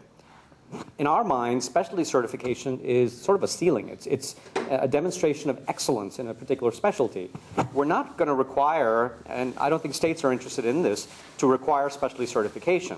But if you're already specially certified and you're already engaged in recertification activities, it could be as simple as providing evidence that you're engaged in those activities, and our recommendation to the state boards is that should count towards maintenance of licensure. So you really shouldn't have to do anything else other than pay your state renewal fee. And your state may have some specific additional requirements like content-specific CME. I'm not sure exactly what California requires, but essentially that should be all that there is. But what about those people who are not specially certified or who are not engaged in recertification? That's where we're going to have to come up with some ideas. And so we have, I'll go back, we have MOL pilot studies. We're actually working with 11 state medical boards are interested in working on these pilot studies to look at these other activities. And we just spoke about it at our annual meeting last week. We're going to give them till July to let us know which of the pilot studies they're interested in, and we'd like to launch these studies. So there's about a dozen state boards that really are interested in implementing maintenance of licensure very shortly. It's going to still be a couple of years away because there's still, we want to iron out the kinks, if you will. I know that this board has designated a manager or someone to just sort of keep on track of what maintenance of licensure is all about. I'd be happy to share additional information. A number of state boards are working with their state medical societies. Colorado is a good example. The Colorado Medical Society has a subcommittee on maintenance of licensure, and they're working with their Colorado Medical Board to begin to look at how to implement maintenance of licensure. So if there is interest, I'd be happy to share with you information about that. It's probably a few years away from implementation, and our recommendation also is that no one's interested in shocking the system, that it should probably be phased in over time. So it could take as long as 10 years for any state board to fully adopt maintenance of licensure. The key is to, first of all, agree to the notion that the license should have ongoing meaning, and then the second step is to begin working with us and trying to implement it so that it meets your needs. Essentially, the three components of maintenance of licensure are reflective self-assessment, knowledge and skills, and performance and practice. Each of these components, we feel, should be phased in over time. The first component is basically continuing medical education, which many physicians do already. So what we've done is, and this is a busy slide, I apologize for that, but on the left-hand side, you have the three components of MOL, and on the right-hand side, you have examples of activities we've already identified that could meet maintenance of licensure activities. Now, if you'll notice, MOC, or maintenance of certification, is listed on the right-hand side for each one. So, for instance, if you're doing maintenance of certification, it counts for each of the components. You wouldn't have to do anything additional unless you wanted to. You're welcome to do additional activities, and many physicians do. But for those who are not doing certification, those are the types of activities that are already out there that physicians are already doing that could meet those requirements. Education is critical to us, and not just sharing best practices. I think you all know we have board attorneys workshops, we have investigator workshops, we have sessions that we put on for executive directors, as well as for working with AIM, as well as for board members. We have new executive directors orientations, we have new federation board member orientations. Education is critical to what we are all about. We have expanded our annual meeting to be more helpful. We had 550 attendees this past week in Fort Worth, Texas. Next year's meeting is in Boston. The year after that, it's in Denver. This annual meeting is the premier opportunity to network and to learn about what other state boards are doing, and we would encourage continued participation. We also have a journal, Journal of Medical Regulation, that's been published continuously since 1913. And that's a great way to share ideas, and I hope you all get copies or that you have access to this journal. It's produced quarterly, and a lot of our policy statements are located in this journal. Responsible opioid prescribing, which I know several of you know about, I know yesterday it was discussed, is a book that we have just published. It's written by Dr. Scott Fishman of California. And Dr. Fishman is a noted pain management specialist, previously with the Massachusetts General Hospital in Boston. And this is an example of an educational activity that goes above and beyond state medical boards to educate physicians about not only the appropriate use of medications for pain management, which is important, but also to be aware of the dangers of opioid abuse, opioid misuse, and opioid diversion. And so we have worked with many other experts in the field, as well as a task force and a committee that was put together by the Federation. And the previous edition was sent out to 160,000 physicians working with our state medical boards. This year we're going to do something different. Again, we're trying to be technologically up to date, so there's going to be an electronic edition of this that's going to come out shortly. It is a CME book, so physicians are entitled to CME, and that's a good way to promote the book. There is a nominal fee. It's like under $10 electronically, and the reason for the fee is because CME is involved. I think you all know when you're involved with CME, there's sometimes fees involved, but under $10 is not too bad for a number of hours of CME. And any revenue that's derived goes back into the production of the book. So this is an important example of an educational activity that goes above and beyond member boards. In addition, so I've listed some of those additional programs out there. We have monthly roundtables. A number of you have participated in that, and I would encourage you to do that. These are important opportunities for you to participate in webinars on topical issues. We have our e-news newsletter. How many of you get our electronic newsletter twice a week? This is open to anyone, including members of the public. So if you want access to this, please speak to Ms. Whitney, and she'd be happy to set you up for that. It's our way of sharing information about what's happening in the world of medical regulation in the U.S. as well as in many countries around the world. It's a way for you to share what's happening at the Medical Board of California, but also to learn what's happening in Idaho, what's happening in England, what's happening in Canada, because many of the issues are actually quite the same. So that's about our opioid prescribing guide. Okay, data. I mentioned we have 850,085 physicians as of our last census. Part of the reason for this data is we have a data sharing agreement with the American Board of Medical Specialties. So we have information about not only how many physicians there are in the U.S., but what are they specially trained in. So we know their ages, we know their demographics. The nation's 850,000 physicians have graduated from 1,926 medical schools in 161 countries around the world. And we have information about every one of those countries, every one of those schools. What I don't have is information about how many of those physicians are actually in practice. And the reason for that is very simple. Many state boards don't ask the question. They don't know or they don't ask. Some state boards are beginning to ask those questions. And that's why we created last year a minimal data set group, a committee, essentially, to put together some questions that it would be helpful if the state boards asked for workforce issue-related questions. I mean, it's great to know we have 850,000 physicians, but what if only 600,000 of them are available for practice? What if the others are not even engaged in medical practice? What if they're working part-time or half-time or one-third of their time? This is critical information for boards as well as for the government, this federal government, as they talk about workforce needs. And so this minimal data set policy was adopted by the House of Delegates this past Sunday. And so now we're going to be working with all of the state boards to encourage them at the time of renewal of licensure to ask some simple basic questions so that we have a better sense of how many physicians are there actually available out there, and in which specialties. The goal is, of course, FCVS, low cost compared to other certification organizations, but also to decrease costs to physicians and state medical boards, and to reduce duplications wherever possible. FCVS is widely accepted. 64 of the 69 licensing boards accept the FCVS, including the state of California, and we appreciate that. But a number of states have decided to now require FCVS for licensure purposes because it's so secure. Just to give you an example, the FCVS service has a lockbox for passports. Because we're very concerned about identity theft and the actual identity of these individuals applying for licensure, we require a passport. And the original, not a copy of, the original passport. So we get the passport, we get this every day. We get a FedEx shipment of passports, we review them, make sure that they've not been tampered with or forged. We keep them in a lockbox, we record it, and then we send it back. And some people have wondered, well, why do you need my actual passport? Because we want to make sure we have the right individual, right? You've all seen examples of names that sound alike and yet have different backgrounds. And so that's one example of how we feel our process is very robust. We're actually in the process of getting NCQA certification because we're very proud of our process and how strict it is. Now, physicians don't always like the strict process because it does add some time to the process, but we want to make sure that ultimately when you get an FCVS packet, that you can be assured of what it represents.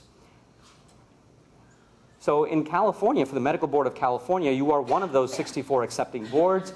You received last year 827 FCVS profiles. And so that's an example of partnership between the Federation and the state medical boards. We also have an advisory council for FCVS so that we make sure that on a quarterly basis we have meetings to make sure that the service continues to meet your needs. And we're trying to tighten up the process. We also work for IMGs. We work with the ECFMG. A good example of how we're trying to tighten up the process is ECFMG has a process where it helps us by going to the original countries and translating the diplomas and translating the transcripts of their work if it's in another language than English. Their process requires that they'll make the initial request. They may make a follow-up request, but they won't make another request for 60 days before they ask again. Well, we want to shorten the cycle time by which FCVS is processed. We've asked ECFMG to lower it by 30 days so that they ask again after 30 days because that'll speed up the process. So sometimes the delays in FCVS are outside our control, but we're working with our many partners like ECFMG to speed up the process for both IMGs as well as for the state boards, as just one example. This past year, actually the last 2 years, we spent a lot of money to improve the hardware, software, and personnel. We have about 100 employees who work full-time on FCVS on behalf of the state boards, and we've done a massive overhaul in changing the hardware, the software, the architecture to make the process even better and even more smoother while retaining its accuracy.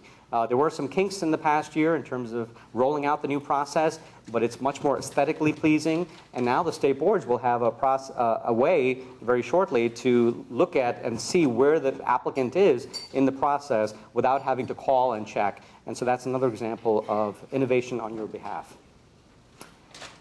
We're delighted that Dr. Salomonson is participating with us on the USMLE Step 3 program. We encourage and invite all of you. The USMLE examination is there to serve your purpose as well. It's hard to believe that at one time, every state board had its own examination, and it was an essay examination. Sometimes they had you look at a microscope. Sometimes they had oral examinations. So we've gone from every state board having its own examination to now essentially for MDs, one examination that is accepted by all the state boards, the USMLE examination. But we want to make sure that the state boards are remaining actively involved in its development and making sure that it meets your needs. And so if you have an interest in serving on a USMLE committee, we welcome that, and we'd be happy to have you go through a workshop so you see how questions are generated. And Dr. Salomonson went through that, and if you have any questions, I would direct you to her, but we thank you for your involvement in that. We are making a major change, a comprehensive change to the USMLE examination. Some of you are familiar with this. Why are we doing this? Well, first of all, we always update the examination, but we're making a comprehensive change because curricula have changed in medical schools. In the olden days, the first 2 years of medical school were entirely in a classroom. That's now changed. Increasingly, medical schools encourage patient contact in year 1. Oftentimes, the 3rd and 4th years were the outpatient. You didn't have any lectures at all, and that's starting to change as well. So we wanted to make sure that we stayed up to date with the changes in curricula. We wanted to make sure that technology was recognized. In my day, when you were on rounds and a student asked a question and nobody knew the answer, well, we would say to the student, well, that's a great question. Why don't you look it up for us and study it and do some research and come back tomorrow? Well, now they take out their smartphone and the answer is right there. So how do we know, though, that they know how to ask the question? How do we know that the site that they're going to is, in fact, accurate? So I think our process needs to stay up to date so it makes sense and makes relevance. So that's part of why that's being done. So there was a process. We don't make these changes easily. The Federation is a co-owner of the USMLE examination with the National Board of Medical Examiners. Our board of directors, of which Hetty is a part, agreed to make those changes, and we are moving forward. The first thing we're going to do, actually, is to make changes to Step 3. Step 3, for those of you who may or may not know, is a 2-day examination. We're making so many changes to the content, however, that we felt it would be prudent to give students who are taking this the option of taking it several weeks or months apart if they feel the need to. That it doesn't necessarily have to follow one day after another. So in other words, we're breaking up Step 3 into Step 3A and Step 3B. If they're comfortable, they can take both a day apart, but if they want more time, we're going to allow that because the content will be a little bit different. And we're going to make changes to Step 3 before any other step. We did at one point think about changing the name from STEP to something else, but then we heard from the state boards that many of you have this in your state law as STEP requirements, and so the message loud and clear to us was don't change the language, keep the STEP language, because otherwise we're going to have to change all of our laws around the country. And so we're going to retain the STEP language. We appreciate for that, and you're smiling, you know why. But it's important to be respectful of what the state's requirements are. But we are also going to keep the same number of hours. Altogether, it's about 34 hours. The number of hours will remain the same, but there will be changes to content. So the green in the middle, the pentagon, is an example of some of the new content and where that new content will be placed in Step 1, Step 2, CK is clinical knowledge, CS is clinical skills, and Step 3 at the very end. And we're distributing it widely as well because the curricula are increasingly distributed as well. SPECS examination. Now I know one physician in California you asked to take the SPECS examination, and that's great.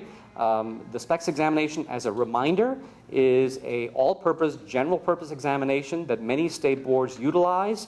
It's primarily questions from the Step 3 live questions from our USMLE examination, and they're designed so that any specialty physician, regardless of what they're practicing, whether it's anesthesiology or psychiatry or family medicine, should be able to pass the SPECS examination. It's a general purpose examination. When might you consider using a SPECS examination? If you have a concern about someone's general clinical competency, and yet you're not sure if they are up to date, this could be something that a state board utilizes. Many states do it for that purpose. If you're not sure that this is something that meets your needs, we've invited the state boards to have volunteers. We have 4 state boards where 4 state board members said, let me take the exam, let me see what it's all about. They all passed, which was good. But that doesn't mean that everybody passes. It's not a 100% pass rate, obviously. So if there are concerns, this is one way of determining if a physician in practice who may or may not be in practice, it's also sometimes used for reentry purposes, is up to date in what should be general knowledge of medicine. Something to be aware of. Physician Data Center, in 2011, there were 743 alerts were sent to the Medical Board of California. And that's important. So that means there were 743 physicians who had a license to practice medicine in California who had a disciplinary action in another state. And so you were made aware of that information. In some cases, you acted on it because it was just egregious, or you would launch your own investigations. This type of sharing of data is critical to make sure that we are able to protect the public in the right way. So this is an interesting slide. You have it in your folder. So if you look over at California, this is based upon 2010 data. We had 128,701 physicians with active licenses for the state of California. But if you notice, the other states, those are states where those physicians also had licenses. And if you notice, every single state in the union is represented. Did you know that there are 508 physicians with licenses in Alaska who also have licenses in California? Now, you may not have known that. I'm not sure why they have a license in Alaska as well as California. Perhaps it's related to telemedicine, perhaps. Perhaps they spend half the time in California and half the time in Alaska practicing. Or they have summer homes in Alaska, perhaps. Or winter homes. I don't know. It depends on what their interests are. But this is the type of information that we can easily generate for you because of our data sets being so robust. Other initiatives, we have our FSMB Foundation. And I'm going to have Hetty say a few words because Hetty, in addition to being a member of our Federation board, she is also an elected member of our Federation's foundation. Hetty. I'll just say it. A couple years ago, the foundation was in the organization for a long time. But a couple years ago, actually more than a couple, 3 years ago, the leadership of the Federation decided to relaunch the foundation. So they gave $2.5 million to the foundation, set it up aside. $2 million of that is a endowment fund. They use the proceeds or interest or gain from that to do your operating. And the other $500,000 is just sort of the initial cost. So for 3 years, we've been working on it, and the foundation is in place, and it's in a very good spot right now. We have public programs, and we have, I think some of you have seen the survey, and we had done the violence survey, and that book that you guys were looking at, Dr. Chowdhury had put out, it partially was funded by us, and we paid for the printing and some distribution of that. And it was a good book, and I believe Linda is going to get it for all the board members so we can look at it. And of course, it's a good book for all the physicians, and I wanted to do a small, I guess, commercial. Because if you buy that book for any one of your friends or your colleagues, foundation gets $2. It's not a whole lot, but it's one way of getting the foundation some money. Last year we funded a Washington project, Washington State project. What Washington has is their medical board is under by itself, but it's report directly to the governor. I'll make it real quick.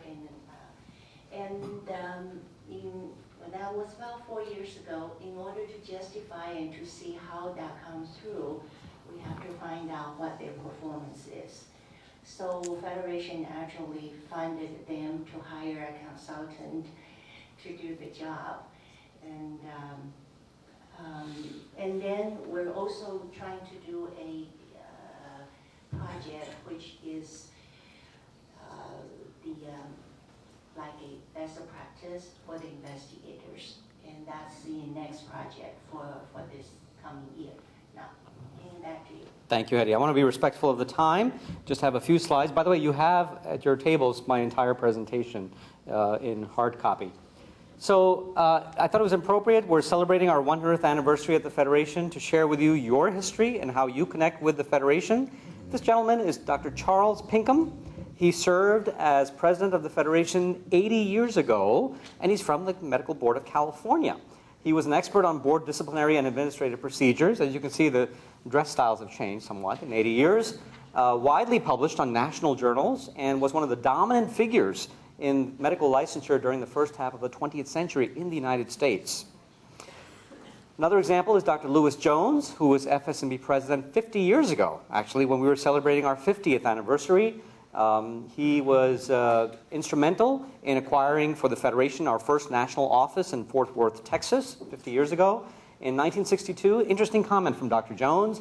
He thought that in terms of assuring competence, he felt that the challenge of the future in licensure is that of integrating total experience with multiple evaluations since fitness will change over time. It's almost as if he anticipated maintenance of licensure 50 years ago. Dr. Harold Wilkins served as the Federation's president back in 1977-78. He served on our Flex committee. Many of you may remember before we had a USMLE, we had the Flex examination. That was a Federation licensure examination. He was an editorial advisor back then, had a very nice handlebar mustache. He was interested in scope of practice and served on the Federation's liaison to the NCCPA with the PA community. Dr. Alan Schumacher, some of you may remember, he was actually at our annual meeting last week. Helped establish the Special Committee on Physician Profiling. Back then, a number of states had been putting up physician profiles for the benefit of the public, and so there was a question about should all states be doing this? And so Dr. Schumacher put together a committee, and the committee's recommendation was yes, that we should be transparent, we should share our information with the general public, and as of last year, every single state now has a physician profile that's available on their website for the public to access. And it all started because of Dr. Schumacher's efforts. And with that, I'll close, and I'll be happy to take any questions. But I thank you all. If you're in the Dallas-Fort Worth area, please visit us. Or if you're in Washington, D.C., please visit us in our national office as well. But I'm delighted to be here. Thank you for having me.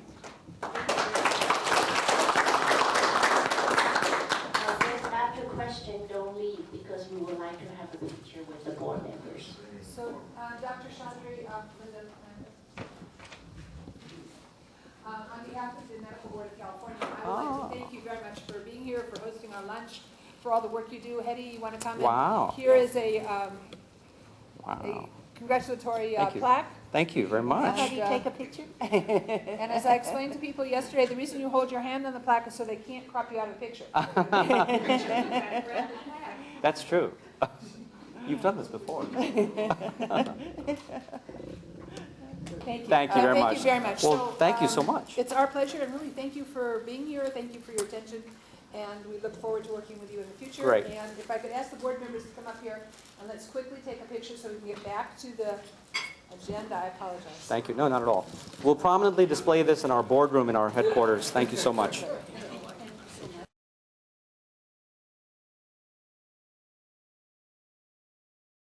Getting later.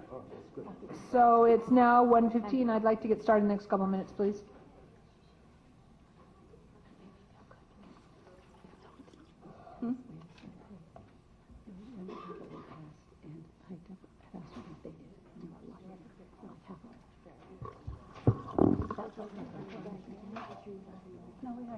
It's going that way. Okay, finally they kicked me off the room. Okay, now you have to use the room. I know. I had, after you said that, I looked and I still had connection to the room. I said, oh, that's amazing. Now You're officially out of your room. Officially out of my room. I like it a lot.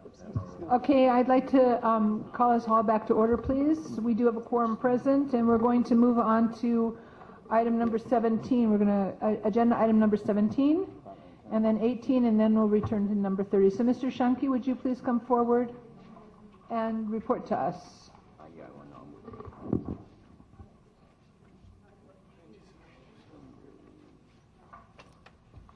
Good afternoon again.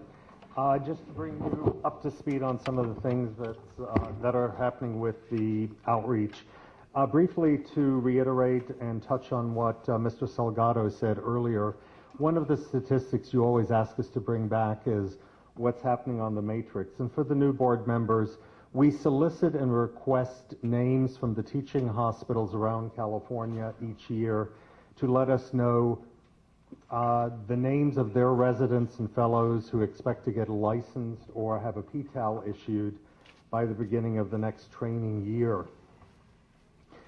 Our matrix this year comprises of, and these statistics are current as of yesterday, when the staff member Daniel Mendenhall, who's working on the project, updated it most recently. We have 39 hospitals participating this year, 4 of which are new. So I'm really excited to have the additional outreach. Of the 39, there are actually 2 from last year who are not participating this year because all of their residents are already licensed. So I think that's a tremendous shout out to Mr. Warden and his licensing staff. Of the almost 1,000 names on the matrix, and keep in mind, this point last year we had almost 1,500 names on there. So we're down to about 1,000, so only 2/3, of which 616 already licensed. So we're very far ahead in the process, we think. Unfortunately, of the names that have been presented to us, there are still about 50 people who have not applied. Keep in mind, invariably, it's the middle of June, 2 to 3 weeks before the licensing deadline when we generally get our last applications in.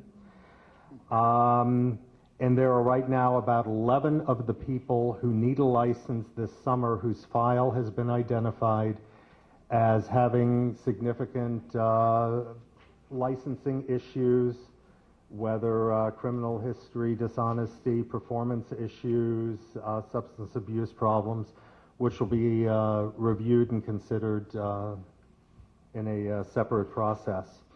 As far as my outreach and travel to the teaching hospitals for the licensing fairs, you heard earlier, and no, I did not pay her for any of the comments she provided. But someone who has, one of the hospitals that has been a significant support to the medical board and to my licensing outreach program has been Kaiser Permanente, the entire Los Angeles hospital system down here, and Hilma Balanian and Sharon Allison are here representing. You heard from Hilma earlier. I continue to do my outreach at the teaching hospitals. Those with whom I am meeting now are generally PGY1s who are striving to be licensed by the summer of 2013.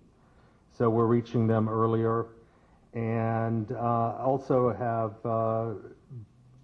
attended and am reaching out at some of the smaller new hospitals that have not been participating in the past, and I'm pleased to say that it's through word of mouth of the residents that I'm getting telephone calls from their GME offices because their residents have heard what the medical board is offering from residents at other hospitals, and they're putting pressure on their GME hospitals to have me come by.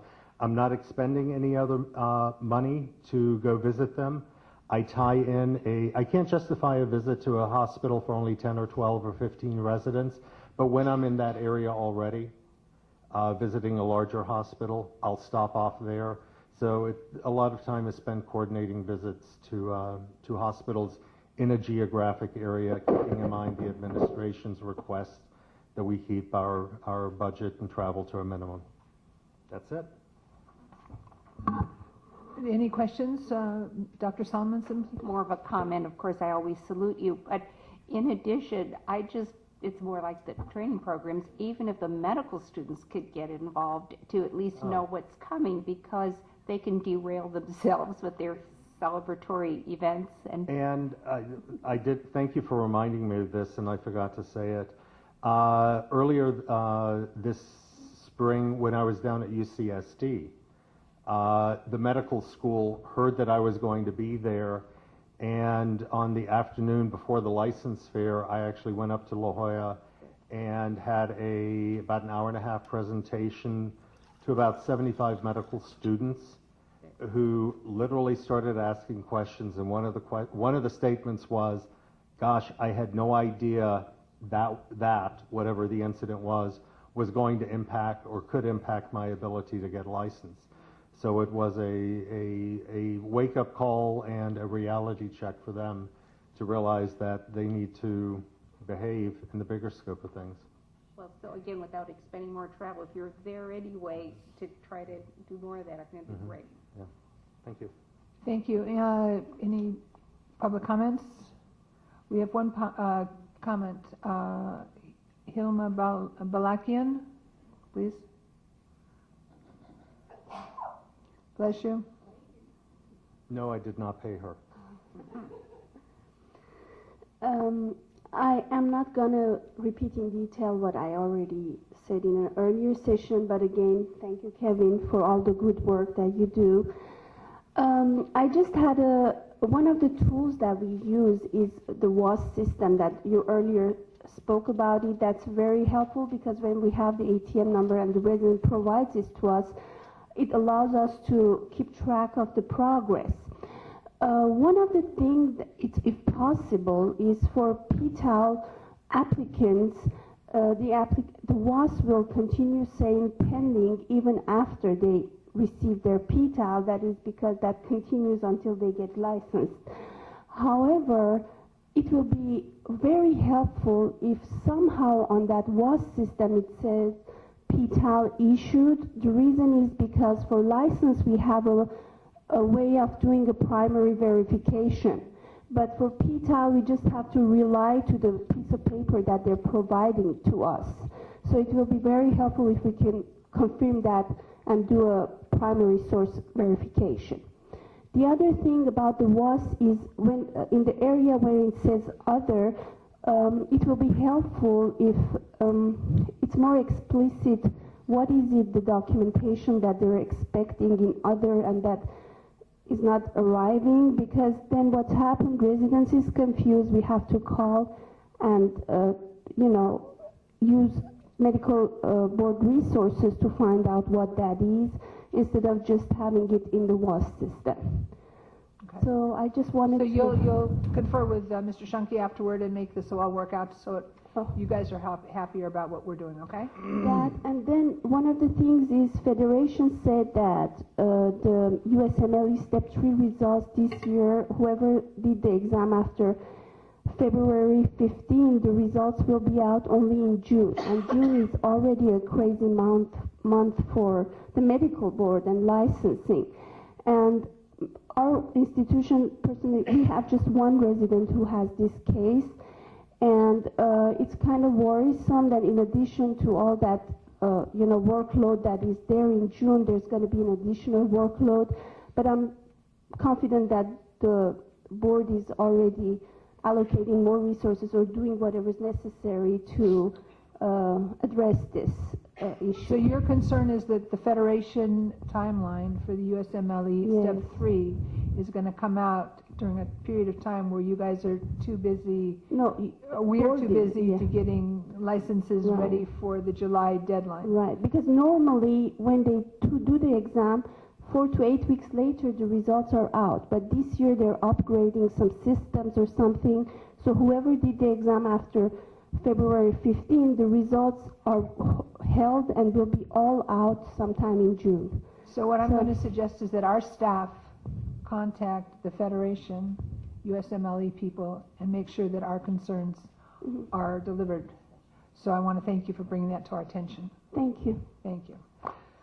So now I know that we have some people that have scheduling issues, so I'm going to again rearrange the schedule so that to accommodate people. So we're going to go to legislation, which is going to take care of one portion, but I know that's also entailed and envisioned. So if everyone would turn to item number 32 in their binders. And Tim will be also passing out some updated packets.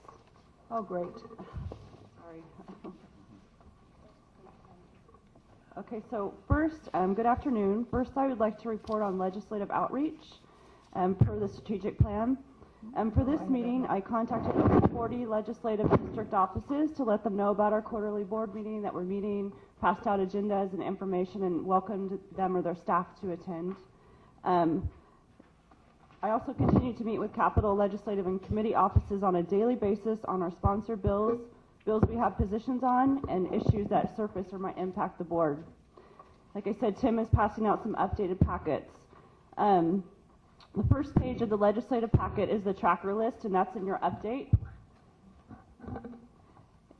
And our tracker list of sponsored bills are in pink, and we will go over those bills quickly. The bills in green are bills that the board has already discussed and taken positions on, and so we don't need to go over those unless members have questions. And the bills in blue are the bills that we need to go over and take positions on. Do any members have questions on the bills in green? No? Okay. If not, I'll start with an update on board-sponsored bills. The first bill is AB 1533 Mitchell. This is the bill that would authorize a pilot for the University of California at Los Angeles International Medical Graduate Program to allow the program's participants to participate in supervised patient care activities. Jennifer, sit back from the microphone because you're. All right, sorry. I'm hearing a hammer in my head.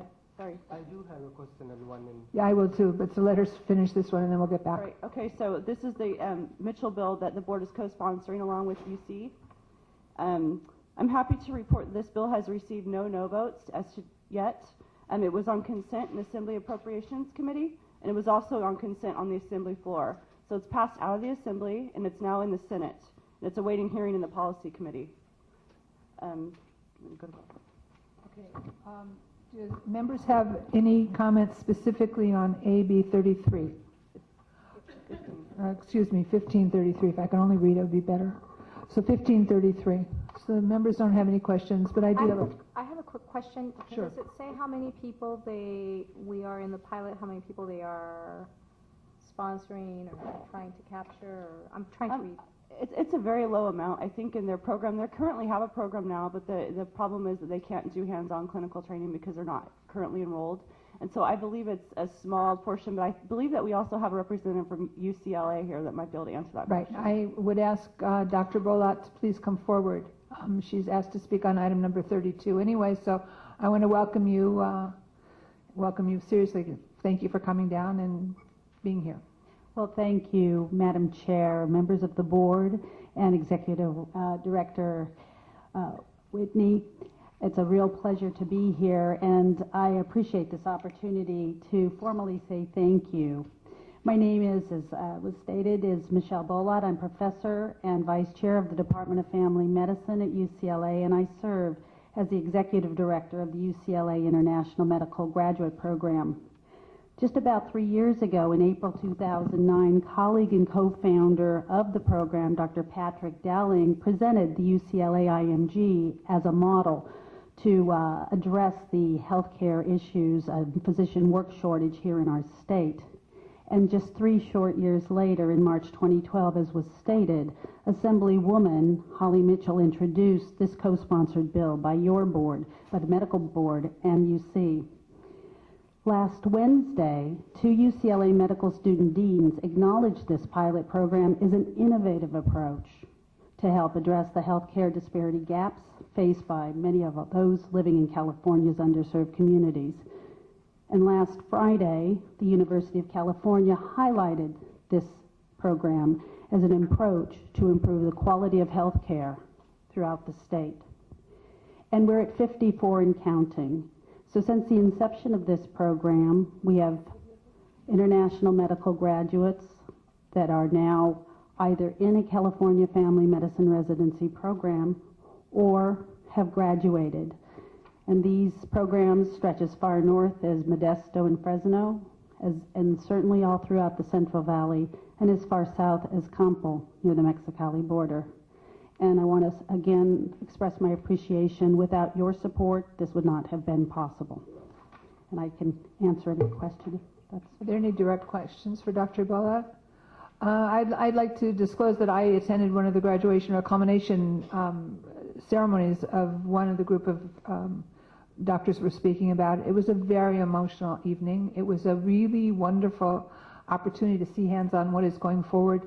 University of California has stepped up, and I think has asked each of the campuses to come up with some kind of innovative program that will address the underserved and the shortage of medical staffing throughout the state. And this UCLA is a shining example of what can be done when you really want to make some difference. So I want to thank you personally, and on behalf of the Medical Board of California, thank you for working together with staff and Assemblymember Mitchell and moving this forward.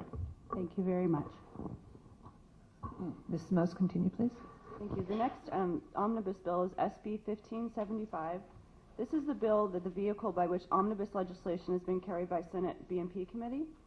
And the omnibus language is the language that we asked for last year, and then the new language for this year. And so basically some of the major points of the bill would allow the board to send renewal notices via email once BREEZE is in place, and would clarify that the board has enforcement jurisdiction over all licensees, including those in a non-practice license status, and would also establish a retired license status for licensed midwives, along with some other technical changes.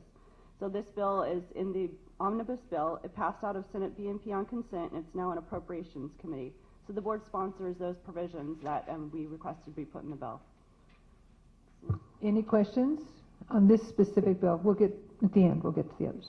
Okay, any public comment on this bill? Continue, please. Okay, and next I just have an update. I did talk to Senate BNP, and there will be language at a later date put in a bill to extend the sunset date of the vertical enforcement program. It's not yet in a bill, but that's the plan for this year. And so I just wanted to update board members on that. It would expire January 1st of this next year if it's not put in the bill this year. Does anyone have any questions on that? Does anyone have any questions on that? Thank you. Okay, Wait, I think we do have questions on that. Julie Felsmith, please. Just one quick clarification. The entirety of HQE goes away on January 1, so they have to be extended as well. Yeah, thanks. Thank you. All right, so next, just quick update that I wanted to go over with you. SB 1236, which is also a BNP bill, impacts the Physician Assistant Committee. I'm not bringing it to the board at this time because the language was just amended in, and it's kind of at the beginning stages, but I'll be bringing it to the board in July, so I just wanted to update you. I know Dr. Lowe had reported on that bill on the PAC. That would make it its own board, but I will be bringing that bill to the board in July. I just wanted to let you know. Okay, so now let's move on to the 2012 legislation. We'll go over the bills in blue on your tracker list, and there's 11 bills to go over. So before you go there, I know that Dr. Ganadev had a question, so let's slow it down a second. And Dr. Ganadev, you had a question? Yeah, it is one in the blue, so that's, you're going to talk about it? Yeah, so I'm going to go over all the bills in blue. Thank you, sorry. Okay, so the first one is AB 1621, Halderman, and this bill would exempt physicians working on trauma cases from current law that requires physicians to provide specified information on prostate cancer. And so the author's office basically sponsored this bill because physicians in trauma settings may need to perform prostate exams on patients who are unconscious or in critical condition to evaluate pelvic fracture and internal bleedings after major trauma. This bill would add an exemption to existing law to allow for these trauma situations. This bill is supported by the California chapter of the American College of Emergency Physicians, the Hospital Association, and the Northern California chapter of American College of Surgeons. Board staff believes that the exemption is reasonable, especially due to the fact that patients are unconscious in many cases. And so board staff suggests that the board support this bill. So I need a motion. So may I have a motion to support it? So moved. Second? Okay, questions? So let me just ask the question.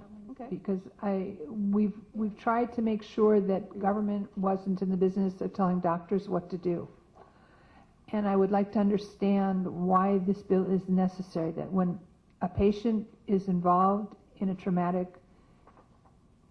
accident and they might be unconscious, what is to prevent a doctor from doing whatever the appropriate exam is, standard of care, whatever it's called, to do?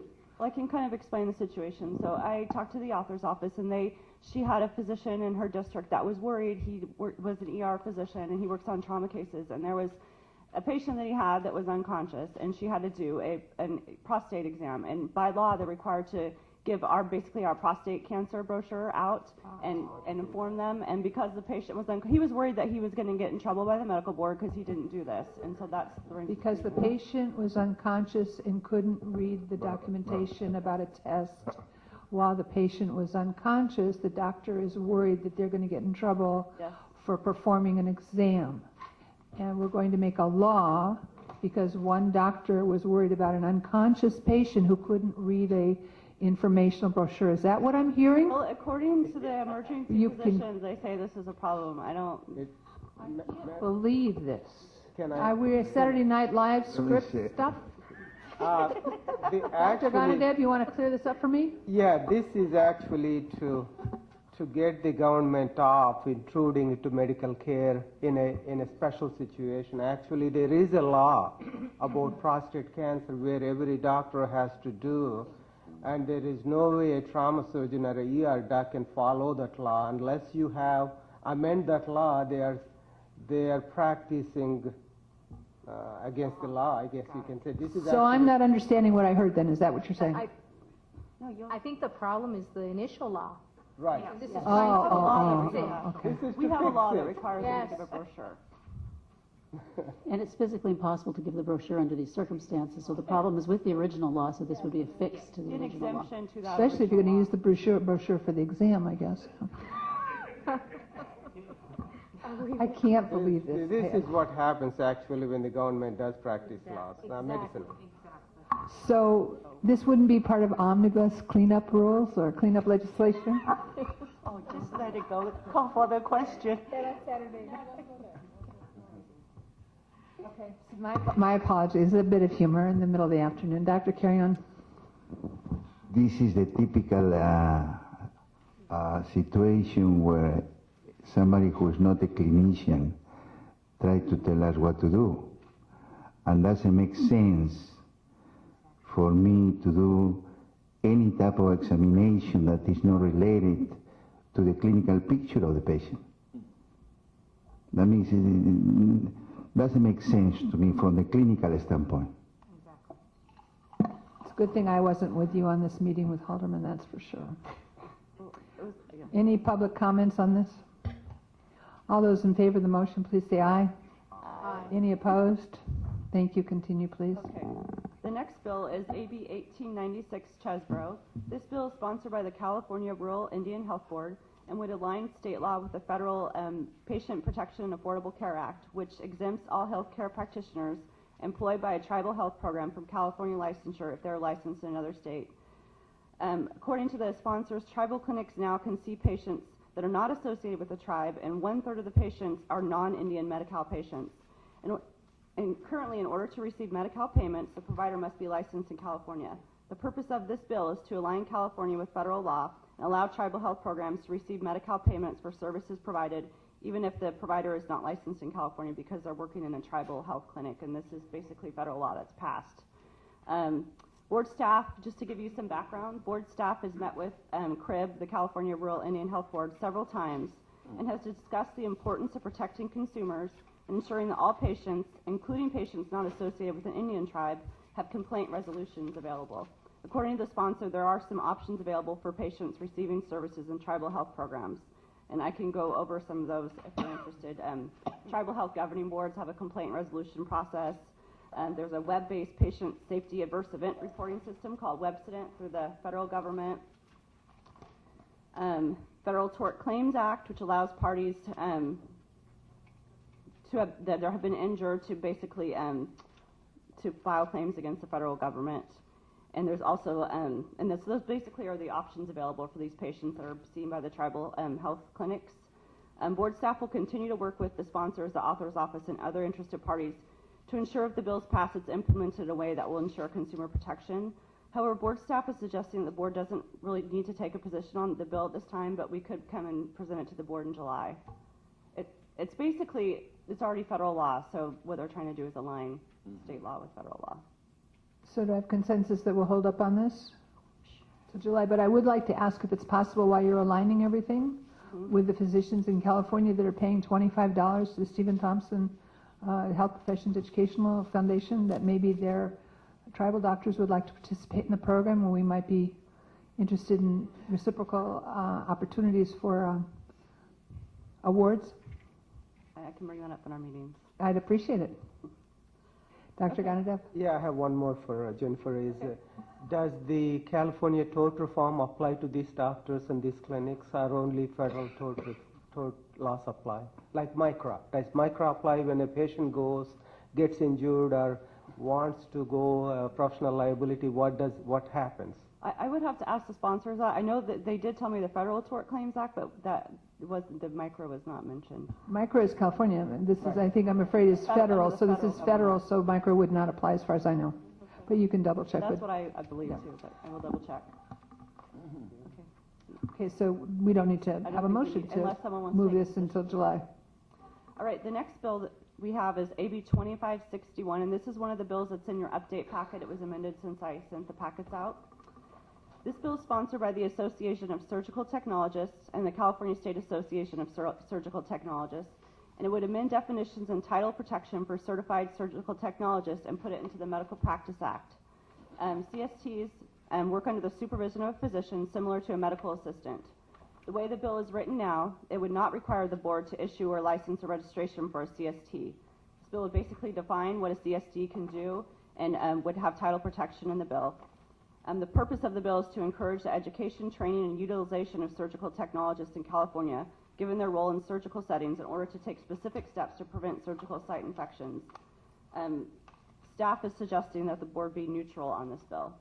And basically what it would do is put it into our Medical Practice Act, very similar to the medical assistants, and they would still be working under the supervision of a physician and surgeon. Okay, do you have a motion to that effect? Neutral. So we don't need a motion? Staff is suggesting. Yeah, we need a motion. We do it. Okay, so everyone's looking at me blankly, so may I have a motion, please? Thank you, and a second, please. Any public comments on this? All those in favor, please say aye. Any opposed? Any abstentions? Thank you. Jennifer, continue. Next bill is AB 2570 Hill. It would prohibit licensees of boards, bureaus, and programs within DCA from including a gag clause provision in a civil settlement agreement, or one that prohibits the other party in the dispute from contacting, filing a complaint with, or cooperating with the appropriate licensing board. Existing law in the Medical Practice Act already prohibits a physician from including a gag clause. This bill would expand this prohibition to all boards, bureaus, and programs within the Department of Consumer Affairs. So board staff is suggesting the board support this bill. May I have a motion, please? So moved. Second? Second. Any public comment? All those in favor, please say aye. Aye. Any opposed? Thank you. The next bill is SB 1095 Rubio, and it's sponsored by the California Ambulatory Surgery Association. And this bill would expand the type of clinics that may be issued a limited license by the Board of Pharmacy to include specified outpatient settings and Medicare-certified ambulatory surgical centers. The license issued by the Board of Pharmacy allows these clinics to purchase drugs at wholesale for administration or dispensing to clinic patients. Currently, one of the requirements for a clinic to be issued a license by the Board of Pharmacy is state licensure as a surgical clinic by CDPH, the California Department of Public Health. However, a ruling issued several years ago, the Capon versus Shuri decision, prohibited the Department of Public Health from issuing licenses to any outpatient setting or surgical center with any percentage of physician ownership. This ruling required surgery centers owned by physicians to instead be accredited by the accrediting agencies we approve, and therefore they were not eligible to obtain a license from the Board of Pharmacy to purchase drugs at wholesale. Currently, physicians working in accredited surgery centers are individually required to acquire and maintain on-hand medications to dispense at the point of care, instead of the surgery center being able to purchase medication at wholesale and safely store the medication in a centralized location. This bill will solve an unintended consequence created by that court decision that prohibited CDPH from licensing surgical centers. So board staff is suggesting that the board support this bill. Motion, please. Dr. Solomonson, second, please. Second, thank you. Any public comment? Any comment from any of the members? All those in favor, please say aye. Aye. Any opposed? Thank you. Continue. Okay, the next bill is SB 1274 Woke. This amended bill, it's another amended one in your update packet. This bill is sponsored by the Shriners Hospital for Children and would allow Shriners Hospital to continue to employ physicians and would allow the hospital to bill insurers for services rendered to patients with insurance coverage. Shriners has provided high-quality subspecialty care to children with special health care needs since 1923. There are 2 Shriners hospitals in California, one in Sacramento and one in Los Angeles, and they serve 34,000 children in California each year. Shriners has always directly employed physicians because they are exempted from the ban on the corporate practice of medicine because they are a charitable institution that does not charge for medical professional services. The Shriners Endowment Fund has fully supported the operations of Shriners Hospital since its inception. However, the endowment fund has incurred a significant decrease in value, and Shriners has continued to serve children and their families through deficit spending, which is not sustainable. This bill will narrowly expand the corporate practice of medicine exemption to allow Shriners to recoup some patient care costs from insurance companies, which will allow Shriners to stay in operation. Board staff is suggesting that the board support this bill. May I have a motion? So moved. Second? Just my only comment is, let's make sure that it stays with Shriners. It doesn't go to non-profit hospitals next, district hospitals next, and then for-profit hospitals. That worries me. They've narrowly crafted it so it will only apply to Shriners. And actually, the California Medical Association is actually in support. They took some amendments that CMA suggested. It's written within the law, so it's good. It's protected. Any public comment? All those in favor, please say aye. Aye. Any opposed? Any abstentions? Thank you. Okay. The next bill, and this is also in your update packet, is SB 1338 KEO. This bill was recently significantly amended in Policy Committee. It would now only allow a nurse practitioner, certified nurse midwife, or physician assistant who has completed training through the OSHPED's Health Workforce Pilot Project number 171, the Access Through Primary Care Project, demonstrating the role of advanced practice clinicians in expanding early pregnancy care. And it would only allow those 41 practitioners taking part of that pilot to continue to perform abortions by aspiration techniques. The HWPP pilot project has been approved since March 31st, 2007, and it will end on September 31st, 2012. The purpose of the pilot is to evaluate the safety, effectiveness, and acceptability of NPs, CNMs, and PAs in providing aspiration abortions, and to evaluate the implementation of a standardized competency-based curriculum and provision of aspiration abortion care. As part of this pilot, 41 NPs, CNMs, and PAs already went through this training. Basically, this bill would allow them to continue to do that, just those 41 people through after the pilot ends. Really, staff is bringing this bill to you because it's in our Medical Practice Act. Staff is actually suggesting that we do not need to take a position. Agree. But that is up to the board. Well, I'd like a little bit of discussion on why not a position. I was going to say, isn't this going to get us into the same problems we have with NPPAs on everything else they do? Where is the...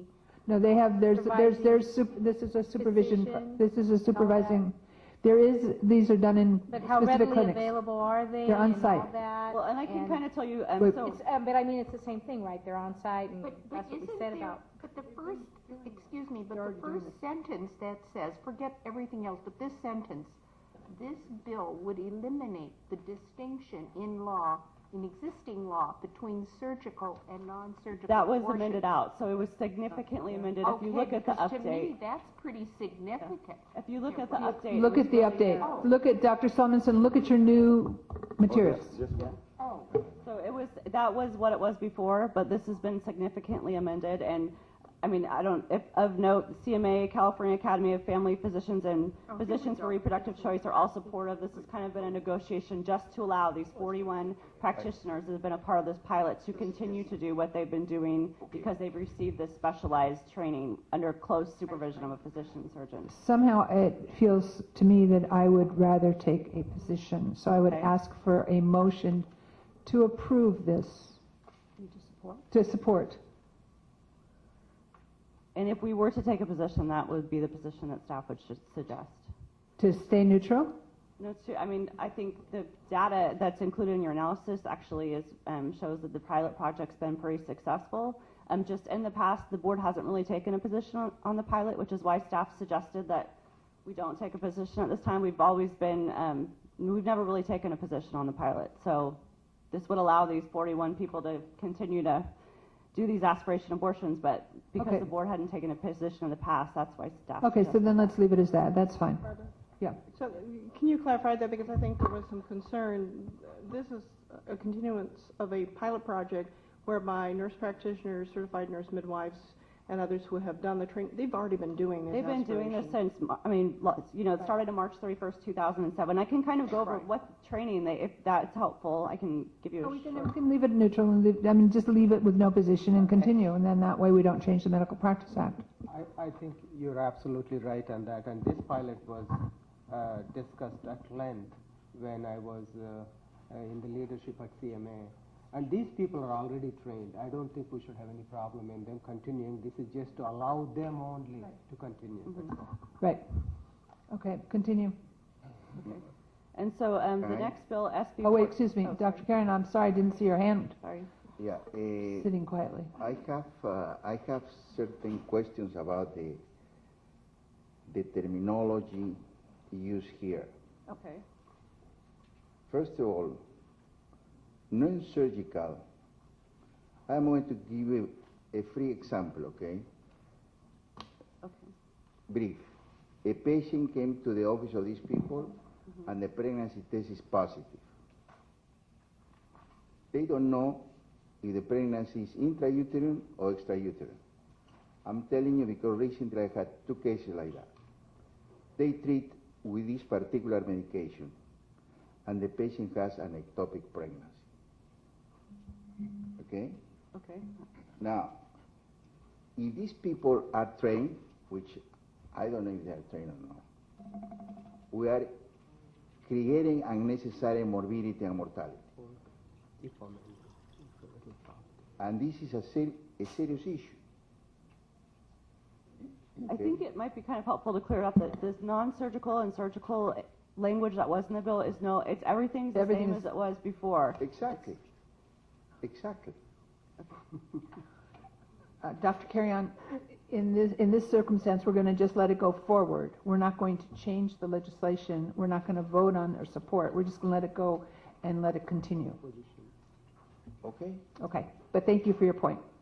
All right. Continue, please. Okay, so the next bill is SB 1416, which is also in your update packet. This bill would establish a grant program in OSHPD to be used to fund grants to medical residency training programs for the creation of additional residency programs. The grant program would be funded by donations from private individuals or entities in consultation with the California Healthcare Workforce Policy Committee. It was recently amended, and the amendments don't really substantially change it. Staff is suggesting that this bill may help to address physician shortages, and it's especially important with healthcare reform, and it's consistent with the mission of the medical board, so staff is recommending a support position on this bill. Do you have a motion? So Dr. moved. Ganadev? I have a question. Wait. We got a motion, So and we have a moved. second, and then we can talk. Okay. So moved in a second? I second. Second. Okay, now Dr. Ganadev. Is this going to be directed donation? See, many times there are people who want to do, just clarification, I am medical director at a hospital which has 165 residents. We're a pretty large program. People, private individuals come there to donate money to the residency because we can't add any more. As long as it's not a directed donation for somebody to be hired in that place, I have no problem. But if it is directed, then we are going all around the entire residency program laws to do this one. So it's created in the trust fund. It has to be appropriated by the legislature, and the purpose is funding grants to graduate medical education residency programs, and so on a priority basis. So it is global. I think it's a great idea. But if somebody wants to donate $100,000 to UCLA and has, because one or two people, they have no more spots they can take for them to hire those people as residents, then it becomes directed donation, which is not exactly what it should be. Yeah, I don't believe that it's directed. There's certain criteria for OSHPD to give priority based on certain things, like if they're located in a medically underserved area, if they have a proven record of placing graduates in medically underserved areas, but it's not directed. But Dr. Ganadev, you weren't suggesting that UCLA didn't deserve to have $100,000 for you. They want it. They do deserve, but they won't be told that they got to I have just want to these two make sure people. where we were going on that I one. have a real quick question for clarification. So this is because residencies can add more residency programs, but because they've already been capped by CMS, they can't get more funding for those residents. So then this creates a way of funding additional slots. Correct. Right. There isn't anything that limits any residency program from adding more residency spots except for money, right? Yeah. And this is a way of funding. Okay. Well, if the private donations are received, that money is appropriated by the legislature. There is one other actually limitation. ACGME they will limit how many spots you can have, but the funding is the biggest problem. Yeah. It's a sort of clinical volume, right there, so that's another factor. I think at least for surgical programs, right, because of the number of cases. So sometimes. Oh, okay, that. Okay, I couldn't understand that. Why would they? I see. I understand. So we run up against that limit that's in our anesthesia program. You have to have enough patients to have enough Number of residents. cases, right. I understand. Oh, teachers too. Okay. You wanted to add something? Yeah, is it possible for your foundation to fund this? No, the medical training programs are currently being funded by private entities in certain regions of the world, in certain eastern seaboard states, as a way of ensuring that their graduates have a place to train. Like Caribbean? What this does is it protects California to if there's an opportunity to find money for the opportunity to fund this, that it wouldn't be funded by a private medical school. It would be going through we have some kind of guarantee, some kind of transparency here. And it's also being through a state agency that has to Right. meet certain criteria to give the funding out. Right, so you heard carefully what I said, because that's what's going on. The problem is that there are some issues going on. Not in California, not in California. Only curiosity is why OSHPAD? Because they do some work in that area, workforce kind of stuff, and so They also handle money, a lot of money, federal government grants for 501c3s. They do a whole bunch of stuff with funding allocations to specific entities already, and they've got the staff, and they don't have a freeze, I guess. I'm sorry, I'm starting to get giddy. They have a freeze. But it's just best that it goes through there. I mean, HPF doesn't have the staff at all to handle anything like this yet. and HPF is actually under OSHPAD too. Well, but it's a quasi-separate state foundation. Okay. Call the question. So call the question, please. All those in favor, please say aye. Aye. Any opposed? Thank you. Continue. Okay, the next bill is also in your update packet, and this is SB 1483 Steinberg. This bill is sponsored by the California Medical Association, the California Hospital Association. Wait, excuse me, I have to interrupt you because I didn't ask for public comment on the last bill. Is there any public comment on the last bill? My apologies. Okay, continue, please. I apologize. So I'll keep going with the sponsors. The California Psychiatric Association and the California Society of Addiction Medicine. This bill would create the Physician Health Awareness and Monitoring Quality Act of 2012, which would establish the Physician Health Program, which would be administered by the Physician Health Recovery and Monitoring Oversight Committee, also created by this bill. This bill would require the Department of Consumer Affairs to select a contractor to implement the Physician Health Program, and a 14-member committee would serve as the evaluation body of the Physician Health Program. The Physician Health Program would provide for confidential participation by physicians who have a qualifying illness and are not on probation with the Medical Board of California, as far as confidentiality goes. So the Physician Health Program would refer physicians to monitoring programs through written agreements and monitor the compliance of the participants with that agreement. This bill would require the committee to report to DCA on the outcomes of the Physician Health Program, and the bill would require regular audits. There are some recent amendments that were taken on April 30th that were requested by the Senate BMP Committee, and would require some of the following: that the rules adopted by the committee to be consistent with the uniform standards regarding substance abuse healing licensees that are adopted by the Substance Abuse Coordination Committee, and specify that the Physician Health Program shall immediately report physicians who fail to meet the requirements of the bill to the Medical Board, and require the report to the Board to include sufficient information to permit the Board to assess whether discipline or other action is required. Staff has identified some concerns with this bill. The major issue of concern that the staff has identified is that the provisions of the program are currently located in the Medical Practice Act. In our act, basically where the diversion program was repealed, this program was added in. Also, the bill does not identify a state agency to have oversight, and there's no funding source identified right now to support the Physician Health Program in the committee. Although the board's not specifically named in this bill, because it's in the Medical Practice Act, it may appear that the board is responsible for implementing and overseeing the Physician Health Program, which is counter to positions the board has taken in the past. In addition, the funding is left silent, but according to the author's office, this bill is a work in progress.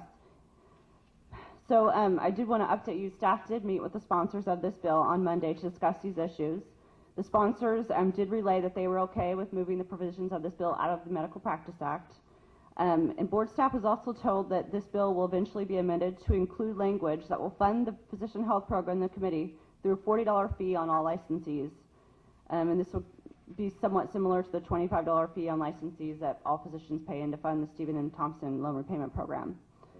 At this point, board staff is suggesting an oppose unless amended position on this bill, because staff feels strongly that it should not be in the Medical Practice Act. And identifying a funding source is also an issue.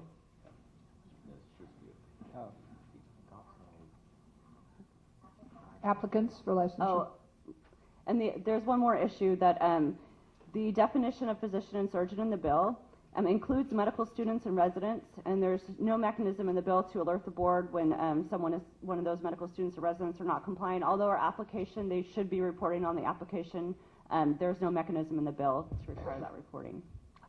Okay, so going forward, a motion. Do you want to make a motion? I want to modify the motion and see why. You can make a motion, and either you get a make a motion. I want to make a motion that instead of oppose unless amended, a softer version is support if amended. If all our amendments are taken in, I would rather have the medical board support, because physician health program right now, not just physicians are suffering, consumers are suffering too, because if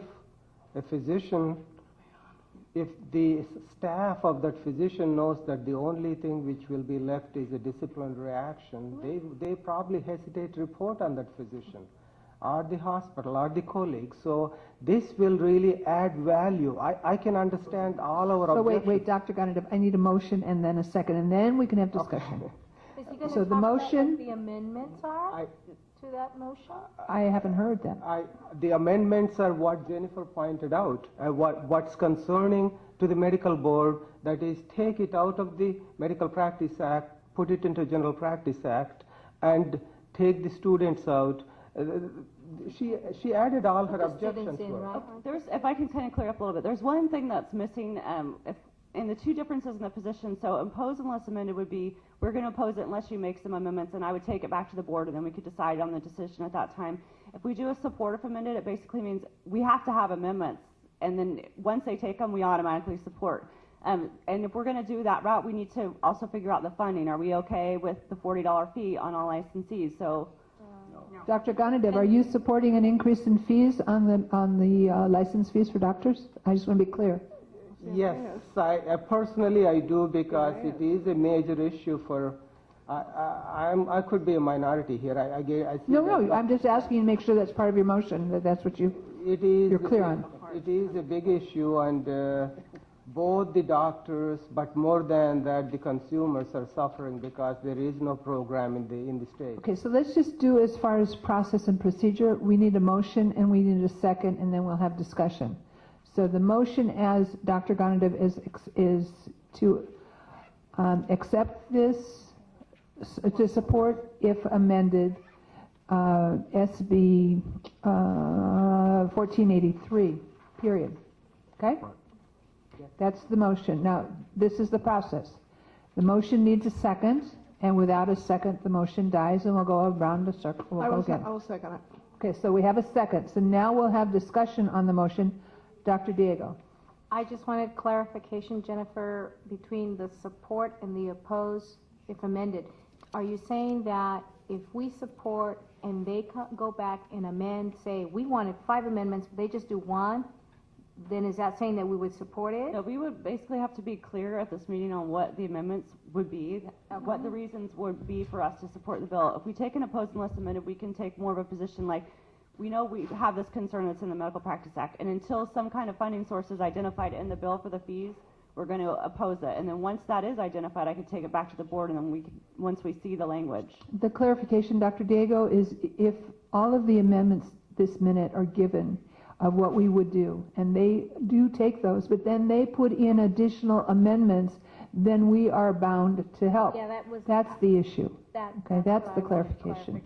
Okay, so be very. Unless we clarify specifically. Well, or we can always change our mind too. So let's go around and here on this motion, Dr. Salmonson, you had your hand raised. I'm sorry I didn't call you earlier. You. I have concerns about supporting it without having the amendments. I mean, I think in concept but it's still such a work in progress. So I would like us to strategically be in the position of greatest flexibility. The other thing is the money, and it honestly is not the $40 over a 2-year period. That's really not it. It's really more what that implies, that somehow that we're going to be in the same scenario we were with diversion, that somehow, whatever the language is, somehow we will be perceived as sort of warranting the quality of that program. And again, the confidentiality aspect is what did us in with diversion.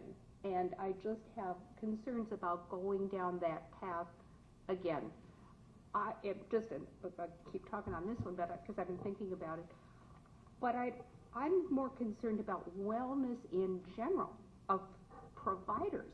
And rather, since it's under Department of Consumer Affairs, DCA, it would make sense to me to take away that perception, not have it just be MDs, but have it MDs, DOs, mid-level practitioners, PA, everybody, because they could all benefit from wellness. If it's under DCA, then it would be clear all providers could participate, and frankly, the funding then could be dispersed over all of them, and it's not just us warranting a program over which we really don't have control, but could be perceived to have control. Right now, it doesn't really have any state oversight, state agency oversight, so it creates a 14-member committee, and that's basically would act as an entity that has oversight of the physician health program. So it's not a state agency that would have oversight, although DCA would be helping on the contract a little bit. This committee would really be acting as the entity that has oversight over the physician health program. So it's not, DCA has no oversight really other than helping out with some of the contracting and maybe helping out with some of the regulations. Okay, my understanding is that it's going to set up another board bureau with a 10-member appointed by the governor entity, one assembly and one state senate appointee, and it would go forward. So I want to make sure that that's clear, that we're setting up another entity. What I thought Dr. Salmonson's point was interesting, and I wonder if there was any discussion when you discussed with the author, and that is that all healthcare providers be engaged in a group effort of wellness, so that the non-board of nursing, that all of the practitioners that provide health services to people would be under, since there was that big group that met before when we got rid of diversion as to what was best practices, why wouldn't they keep them in there now? DCA did bring that up in our meeting, but I don't know if the sponsors want to go there. Well, okay. Why not? Well, you have to look at who the sponsors are of this. The California Medical Association brought this forward, as well as the California Hospital Association, California Psychiatric Association, and California Society of Addiction Medicine. So, but all of these organizations are very concerned about this particular issue, not that anyone else isn't, but I think this is why the focus is coming in this direction, because of the co-sponsors. And I think we shouldn't say something like, well, do you want to put a fee on doctors to do this? At this point, that's not our decision. And also, obviously, if CMA and others involved with physicians have come forward and are in support of this, they know that eventually there's going to have to be a funding mechanism or it's not going to work. So, for those points, if we can get some cleanup on the bill, I think it's something that we need to go ahead and support. I think in concept, this board does support this. I think maybe has some, you'd like to expand it. I think there's some other concerns, but that would be my argument in favor of it, is that if you look at the co-sponsors who brought this forward, these are the interested parties who really are supportive of this, and it's the physician community. Well, I think we discussed this about support and with unless amendment and oppose an amendment last board meeting on the physician technician thing. So I guess the question is whether the board wanted to have some real input into this.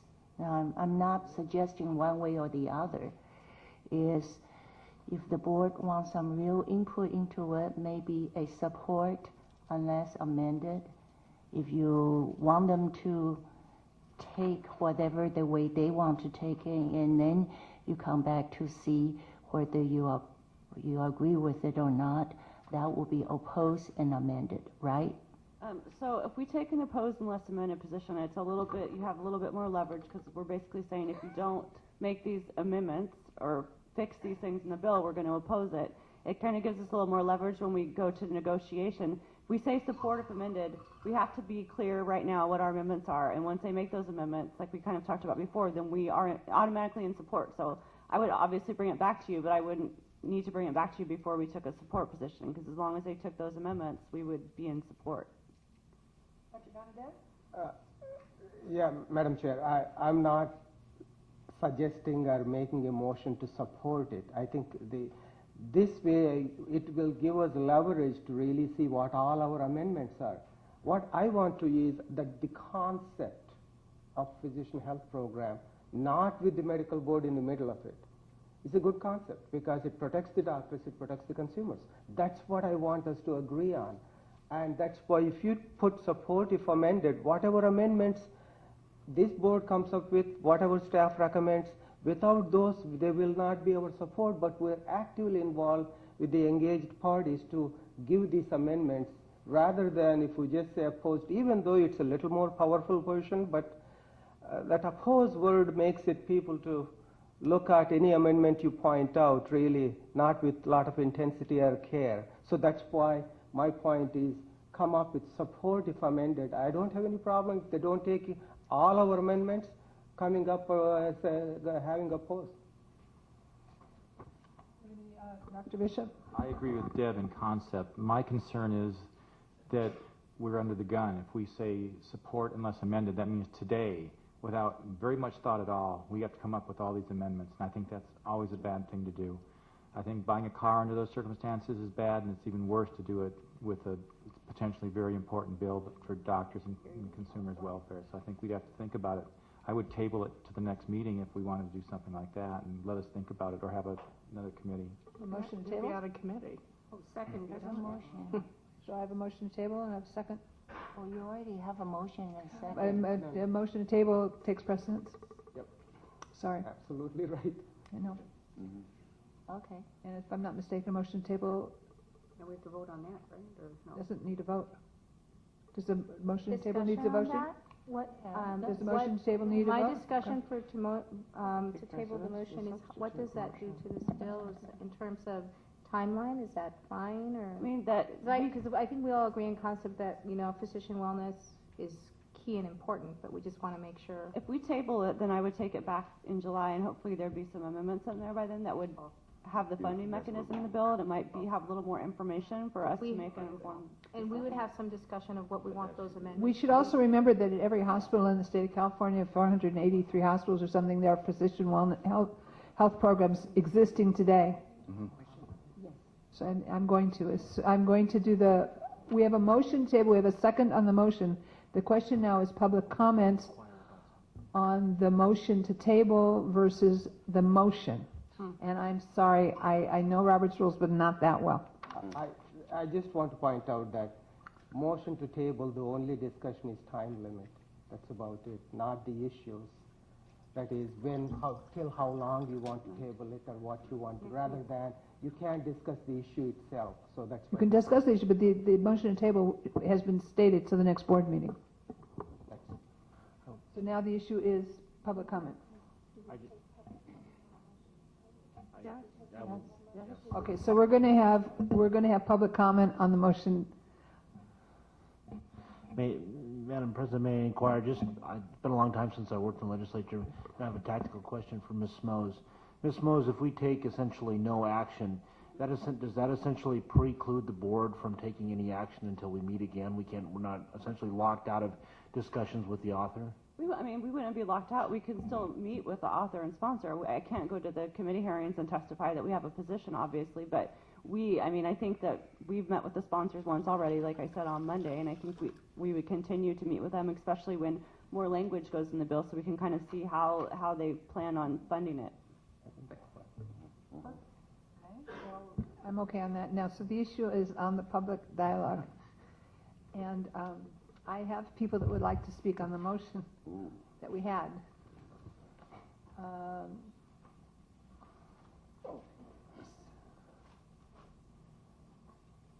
Well, James Conway.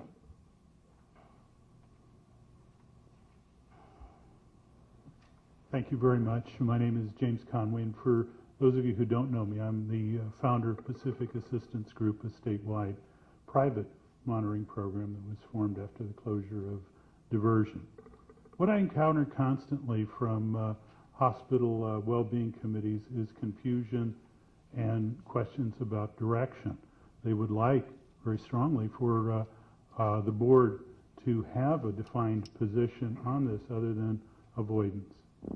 I would hope that you all would take this into consideration and support the creation of a viable California early intervention program called a physician health program.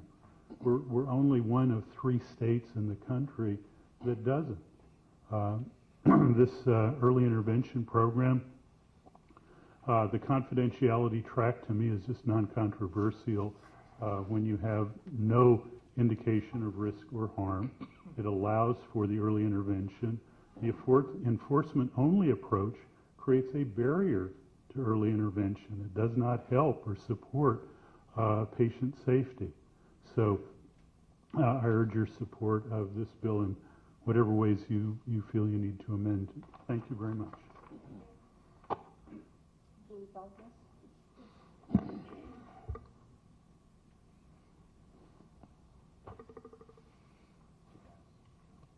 Good afternoon. Julie D'Angelo Felmuth from the Center for Public Interest Law. I support the motion to table. This bill is half-baked. It's not there yet. There's not enough meat to it. I know it's a work in progress. I know the sponsors will be amending it many times over the summer, but it's just not there yet. I'm happy to hear that they agreed to take it out of the Medical Practice Act, because that does make it appear that the medical board would have control over it, and the medical board would have no control over it as it is currently written. Another thing is it purports to create a referral program to refer substance abusing physicians to certified monitoring programs, but there is no certification process or mechanism in the bill as of yet that I can locate. I could be wrong. And as Ms. Samos pointed out, it has no funding source. And just for this board's information, a $40 surcharge every 2 years on physician licensing fees is about double what the old failed diversion program cost. And there has been no fiscal analysis of this program either this year with this particular bill or in 2008, 2009 when CMA sponsored similar bills. I support tabling this motion now, taking a position on this bill. We have no position on this bill, but I will say for the record that there's three things about the bill that I'd like to just point out. It does not create a diversion program, and it does not prevent the medical board from continuing to investigate and take disciplinary actions against substance abusing doctors, even if they go into the program that eventually gets created by this bill. That's a good thing. We support that. The author has said he does not intend to recreate a diversion program, and that's a good thing. The second thing that's important to us is that we feel strongly that any program created by this bill must adhere to the uniform standards that were developed by the Substance Abuse Coordination Committee of the Department of Consumer Affairs pursuant to Senate Bill 1441. And so far, this bill does clearly require any program that gets created by this bill to adhere to those standards.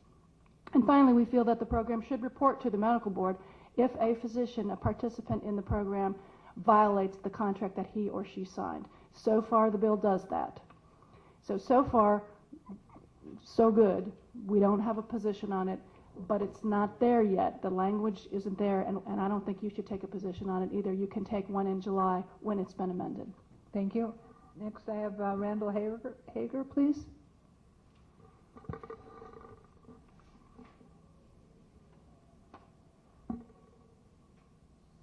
Oh, Yvonne, I'm sorry. Your name is at the bottom, not at the top. I apologize.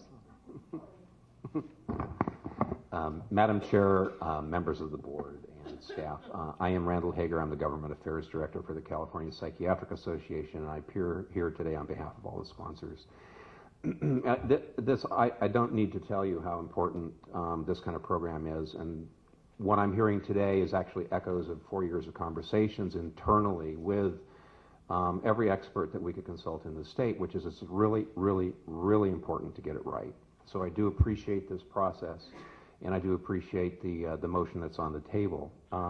I'd be happy to answer any questions that you have, but before I do that, I'd like to thank Linda and her staff for working with us. We did have a very productive meeting on Monday, and we do agree that if it's up to us, and it may not be, if it's up to us, we will take it out of the Medical Practice Act. The reason I say it completely that way is that this is a complicated, many-sided conversation that has to do with whether or not we can get legislative counsel to go along with this, whether or not we're going to get agreement from the Appropriations Committee staff about the funding and other issues, and it all becomes very tangled when you have 4 groups who are co-sponsoring, you have the author staff, you have yourselves, you have various pieces of the legislative process that all those pieces need to be kind of combined and integrated. So if it were up to me today, we would do it. You would see the language tomorrow. That is really not a problem for the sponsors. And I'm very glad to hear that there is perhaps support for this going forward, because I do think that it would be really unfortunate if the Medical Board of California did not get behind a program of this sort that's as important as it is to both doctors and to patients particularly. So I think at that point I will just stop and see if Yvonne would like to say anything, and then we could answer any questions you have. Good afternoon, Yvonne Chung with the California Medical Association. We'd like to thank the board for their consideration of this item. In listening to the discussion that's been going forward, I'd actually like to suggest that the board might consider either supporting in concept, which I know that you have done on other bills in the past, or being neutral, because so many of the issues that you discussed in terms of the details, as Randall said, we've worked through them as well, and we're in the process of negotiating those with the author. So it is a work in progress. Obviously, we don't intend to put a bill through that has no funding structure. There are a lot of issues that came up, regarding language that, in discussions with the medical board staff and other stakeholders that we agree that we would like change. For example, on the issue of certification, we're probably not going to want to use the word certified. What we meant to say was programs that we have reviewed for quality, that meet certain quality standards, perhaps not necessarily certification.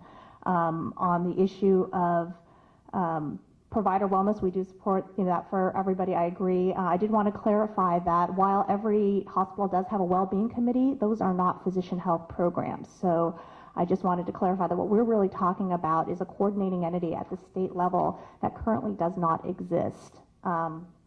We're envisioning an entity that would help to coordinate all of the many aspects that are involved in somebody's recovery, the treatment, the monitoring, not directly delivering those services, but making sure they are delivered appropriately. And there is some central point of contact, both for the medical board and for employers and hospitals, to know that, when a physician says that, they're, quote, in recovery, that they are getting their services from reputable sources, and that somebody who can follow up, and where you have this stick of being reported to the medical board if you fail to adhere to the terms of your contract. So we appreciate your support. Thank you.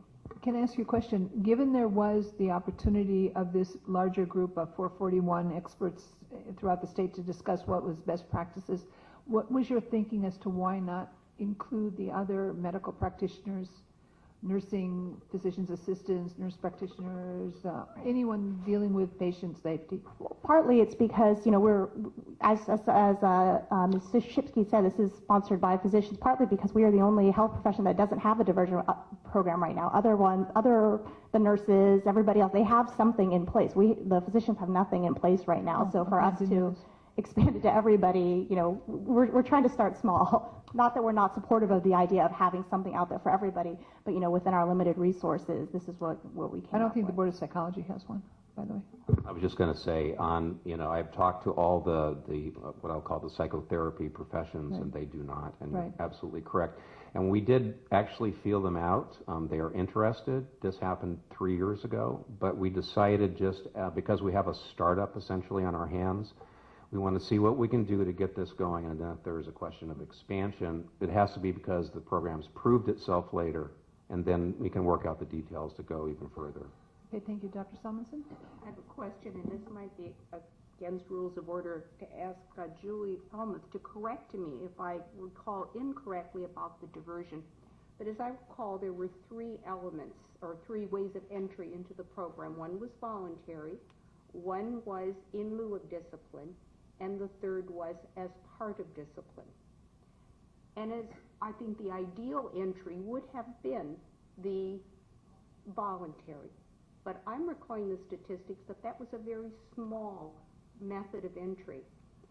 And I'm wondering how this program would have a higher capture of that voluntary component as opposed to what diversion did, which quite honestly sounded wonderful, and yet I don't think was successful. Am I correct on those statistics? Yes. Yeah.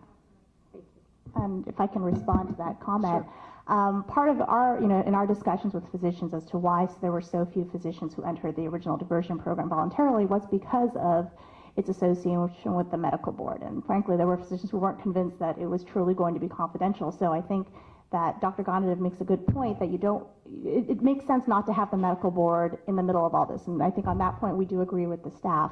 And yet, am I not understanding that if they enter this program, which would be voluntary, they would still agree that if they fail, now they will draw attention to themselves because now they would be reported to the medical board? Yes, that's correct. So I'm still a little, I don't know how this is going to be different and how we're going to get greater capture.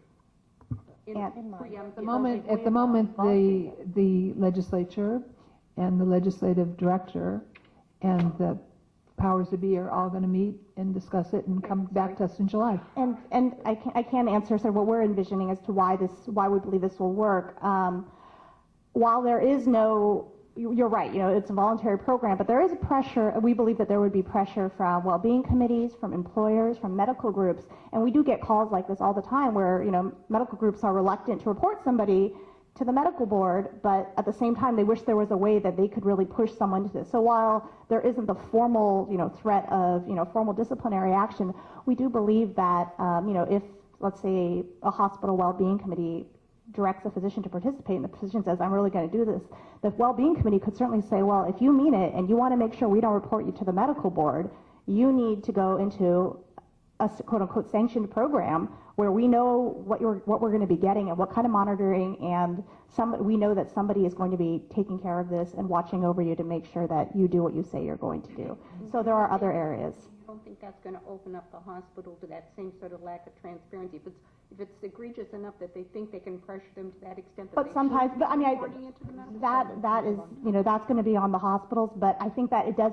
The professional pressure is going to play a role because a lot of times these physicians, they may not have done anything to warrant. They haven't. It's not a patient care issue, but people just notice. You're just acting a little erratic. We feel like you need to get taken care of. Look into this.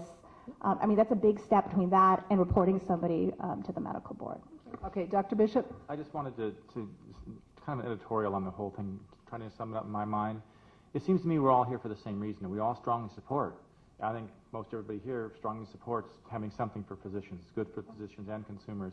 But I think what we're all alluding to is we have a sick patient, and we don't really know how to fix them yet. So we need to do some more diagnosis. I think we need more meat, we need more diagnostic tests, we need more answers as to what's wrong with the patient before we can craft a treatment that's going to be working. That's what I'm concerned about, committing myself to anything right now. I just don't know what's wrong with the patient yet. And so I'm hoping as you folks go forward, we can get some more information about how you anticipate what your diagnosis is, what you think we're going to need to fix this, because I strongly agree with it needs fixing. And we intend to continue to discuss this with the medical board and its staff. So what I'd like to do is bring this, thank you very much for your presentation. Do you have questions for them directly? Yes, I do. I'm sorry. My understanding is the reason this was brought forward and for the benefits of the new members is that there has been a vacuum since the diversion program was eliminated, and there is a serious concern among the stakeholders as well as the legislature that somebody's got to do something. And so they've brought this forward. This is the patient's been diagnosed as being very ill for a long time. The difficulty is that no one has moved forward to do anything. And so I would just hope that we do support in concept so that we can move it along to get the answers that are needed. Otherwise, I think it sends a strong message publicly. And those of us who were here when the articles hit the LA Times, if we send a message that we oppose this kind of effort, I just think it doesn't send a good message. I just think we should not make a decision today. Thank you. Ms. Chang? Well, I think you were talking about you will eventually find out where the funding source is. What do you have in mind? Right. We don't have the language in the bill yet. So what we've sort of been informally discussing is that it would be a licensing fee increase, And we estimated about $40, so it'll be rough in that neighborhood. The reason that we picked $40 is we figured out, what we need in terms of case management, and how much money it would take to really run it appropriately. Because as a previous commenter said, the previous fee of $25 was woefully inadequate to support the program and really provide the oversight that we believe was needed. Okay, so that would be medical board collecting that money? No? Well, it would come through the license fee, and then that portion of it would be passed through into another And then we'll fund. have a pass-through? Yeah. So, but medical board had nothing to do with the program? No. Other than to receive reports, if there's. Okay, Dr. Gunnar, did you have a question of the people? I just Okay. wanted to comment. So thank you very much. Thank you. My comment is, I'm okay with tabling. I don't have any problem with it. I just didn't want us to oppose. Right, I understand, That but I word still is have more public common comment. for me. Thank you. So I still have public comment from Michelle Montersat Ramos.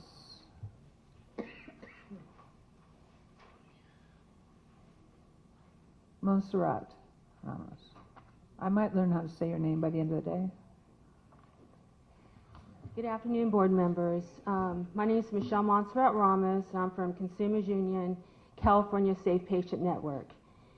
I agree with Dr. Salmonson that confidentiality was an issue, and it still is an issue with this program. I became involved with the board because of this issue.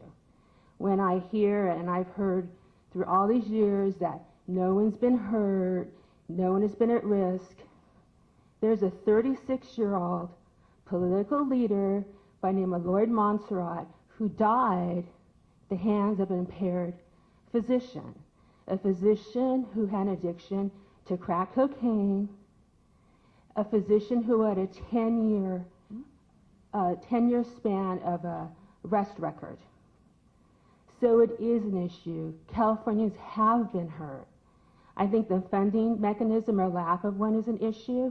And I also think that you need to recall or know that during the committee on April 23rd, it was stated that they would agree on the committee's recommendations that if a participant failed to meet their contract, that the participant should be referred to the board.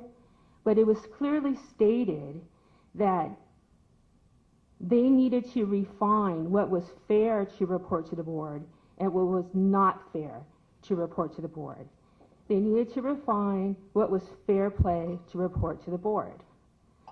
I don't believe this is fair to the board, and it's certainly not fair to consumers. And unless the board opposes, I think the message that is being sent is that you're not protecting consumers. So I really wish you would oppose SB 1483. Thank you. I have a public comment request from Bernard Carmetz.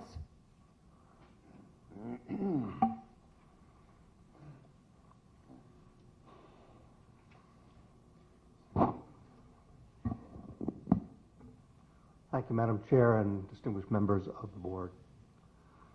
I have some prepared comments, and then I also have comments in relation to the discussion that we have been hearing to this point. I do concur with many of the comments of Dr. Hagar and Ms. Chung, Jim Conway.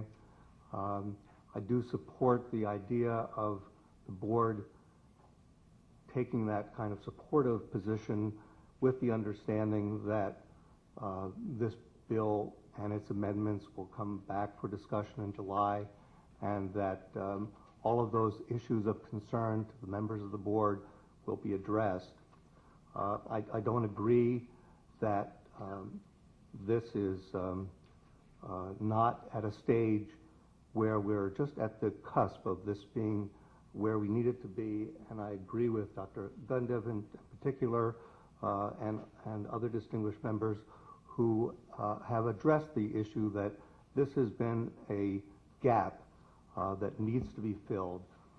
It is in the interest of the public, it is in the interest of physicians and with constituents across the state that the board assert that this is a bill that they support in concept, and that we should go forward with those amendments, make those amendments, and conclude in July, hopefully, that this bill will go forward and we can be recognized once again as a state in the union that has a distinguished record of participation of physicians.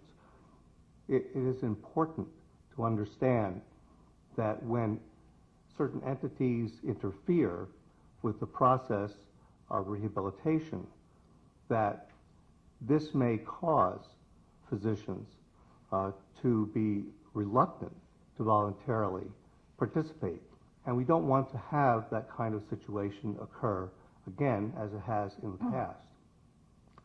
I want to explain a little bit more about my background so that you understand where some of these impressions, concepts, and comments are coming from. I've worked with addicted populations since 1972, and I have served the state of California as a peace officer and as an investigator. I have previously worked as a case manager for the Medical Board Diversion Program until it was allowed to sunset in June 2008, as was alluded to today. I'm a licensed marriage and family therapist since 1982, and I'm a licensed private investigator since 1984. I have come from the Inland Empire today to address my concerns regarding the establishment, again, of a physician health program for California, not in the same form that it was previously. Since the sunset of the diversion program, I have provided services to physicians and other healthcare professionals in my private clinical practice, and I have been an active legislative advocate toward the objective of reestablishing a physician health program in California, which will bring our state into alignment nationally with all the other states who continue to provide these services. As a legislative advocate, I have met with a number of legislators over all these years since the program was sunsetted to provide the background and need for a physician health program to be reestablished in California. Many legislators I have spoken with were supportive and appreciative of being more informed regarding this issue affecting their constituents. I am appreciative of the efforts of the medical board, and certainly in hearing the comments today, to cooperate with all these organizations who have been diligently working toward this mutually beneficial objective. The establishment of the physician health program will now provide a balance between opportunities for rehabilitation and the services provided by the Enforcement Division. This includes probation supervision of healthcare providers, which helps to establish readiness to be fully engaged in safe practices with patients. Physicians and other licensed healthcare providers should have this opportunity to engage in rehabilitation when it is indicated. As a clinician in private practice, including work in community hospital emergency rooms, as a psychological evaluator in psychiatric treatment facilities, along with my work as a case manager for the diversion program, and in my placements of individuals in programs nationwide, I have observed many cases in which this rehabilitation process has been successful. This has included healthcare providers who are not addicts, but were in need of medical management for prescribed medications for psychiatric conditions, which does allow for the provision of safe medical practices. So again, I conclude by saying that it is important for the board to take a supportive position with the understanding that these amendments are just at the brink of being brought forward, and that all of these issues of concern to the board will be addressed. Thank you for the opportunity to make these comments, and I will take any questions if you have any. Thank you. Thank you. I don't have any other public comments, so you want to, there's a motion to table on the table, and there's a second. We've had the public comment, and the process is this, that we will vote on that motion to table, and whatever that vote is, if it doesn't pass, then we'll have another motion. Okay, so all those in favor of the motion to table as it is stated, please say aye. Aye. Any opposed? Any abstentions? Okay, so the motion carries. Thank you. Ms. Simoes, you want to continue, please? Yes. The next bill is SB 1488. This one is also included in your update packet. This bill would define traditional Chinese medicine traumatology and would establish the Traditional Chinese Medicine Traumatology Council as a nonprofit organization for the purpose of developing standards for and certifying the practice of TCM traumatology, or Traditional Chinese Medicine Traumatology. The council will consist of 7 members, including a member from the Medical Board of California. The council would be required to determine the certification standards, including the level of experience and training needed to qualify for TCM traumatology certification. The council would issue certificates for certified TCM traumatology to individuals who apply and meet specified training and clinical experience as set forth in the standards that the council would be required to establish. This bill would limit the time frame for new applications from January 1st, 2013 to December 16th, 2013. After December 16th, 2013, the council would only issue renewals, and this bill would sunset on January 1st, 2017.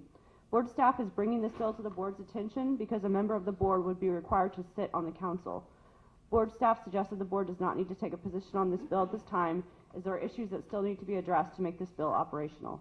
Okay, is any questions for Ms. Simoes? Any public comment? Okay, let's continue. Dr. Ganido?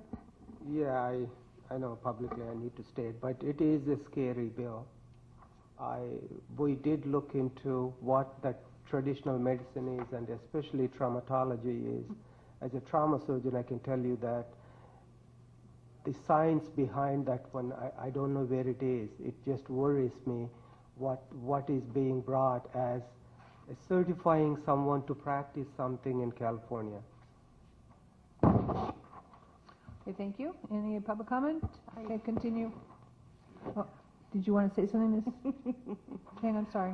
I guess I'm being Chinese. I'm trying to figure out what is a Chinese traumatology, and I read it. And I would venture to say it belongs like in the naturopaths group, but anyway.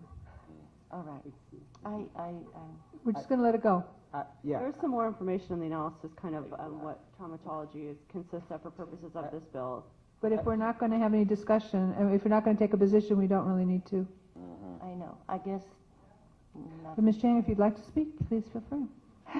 Far be it for me to quote public I guess comment. I have to say out loud. I had so many knee problem or ankle problems, but in my surrounding of Chinese medicine and everything, I won't even try it. So I am sorry I have to be so negative about Okay, I don't think that this is, okay, let's continue. Thank you. Okay, the next and last bill is Senate Concurrent Resolution 69. PAVLI, this bill would designate April 2012 as California Autism Awareness Month. This resolution would make legislative findings and would affirm the legislature's commitment to autism spectrum disorders issues, and would emphasize that every individual is a valued member of society, would commend individuals contributing, and would stress the need to identify children with ASD to begin early intervention, integrated, seamless, comprehensive, and competent services and support for individuals with ASDs and their families. Board staff suggested the board take a support position on this bill. Okay, may I have a motion? So moved. Second. Any public comment? I want to commend Mr. Wood with his collaboration with the help group and promoting the Autism Awareness Month for this newsletter. It was very well done, very well received, and thank you very much. And all those in favor, please say Aye.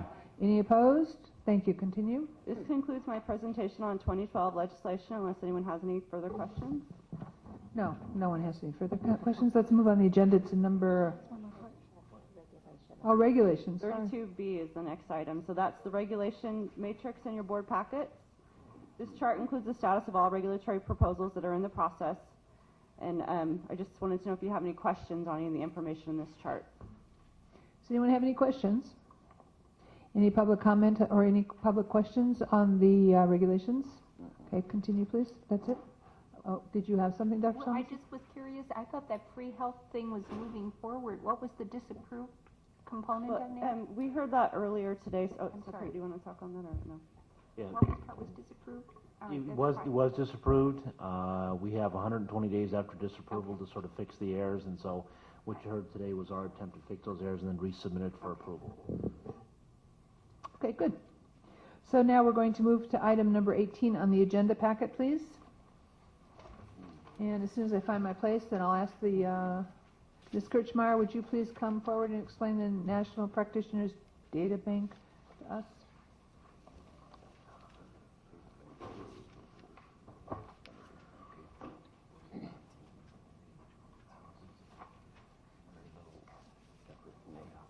Okay, if you would please turn in your packet to tab 18 on page 142.1.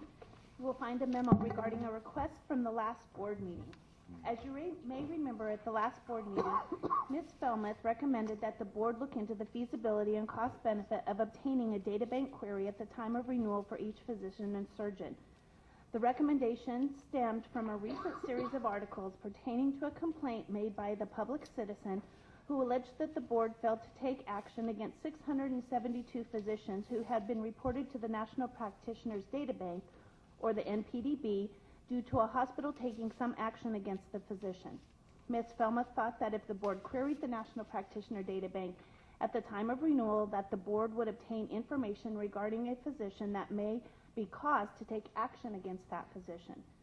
Board staff reviewed the information from the National Practitioner Data Bank and determined that approximately 20 reports had not been received over a 19-year time frame. Board staff looked into the feasibility of the querying of the National Practitioner Data Bank and also into the Health Integrity and Protection Data Bank, or the HIPDB is what they call it, to see how much it would cost to perform these searches. There are two methods in which the board could query the National Practitioner Data Bank and the HIPDB. The first method, at time of renewal, would cost $9.50 per query per physician. The other, continuous method, as pointed out in the documentation, would cost $6.50 per physician per year. And if you'll turn to pages 142.2 and 142.3, you can see the costs which would be incurred by the board for these two types of queries. The queries at time of renewal would cost the board $890,000 per year. The continuous type of query would cost the board about $1.5 million the first year and about $929,000 ongoing years. The board currently receives the same reports the data banks are currently receiving. Based upon the public citizen report, the board took a proactive approach in 2011. The board requested that the National Practitioner Data Bank annually send all reports received by the National Practitioner Data Bank per year on the hospital reporting. The board will continue to do this in the future as well. Board staff will ensure that the report is received by the board and take appropriate action as needed. Based upon the cost of the query and the insignificant number of hospital reports not received by the board, board staff recommends that this not be pursued because we have already implemented an alternative. Are there any questions on that? I think. How then was that article, having such erroneous data, and can we somehow get the good news out that we're not missing a lot of this data?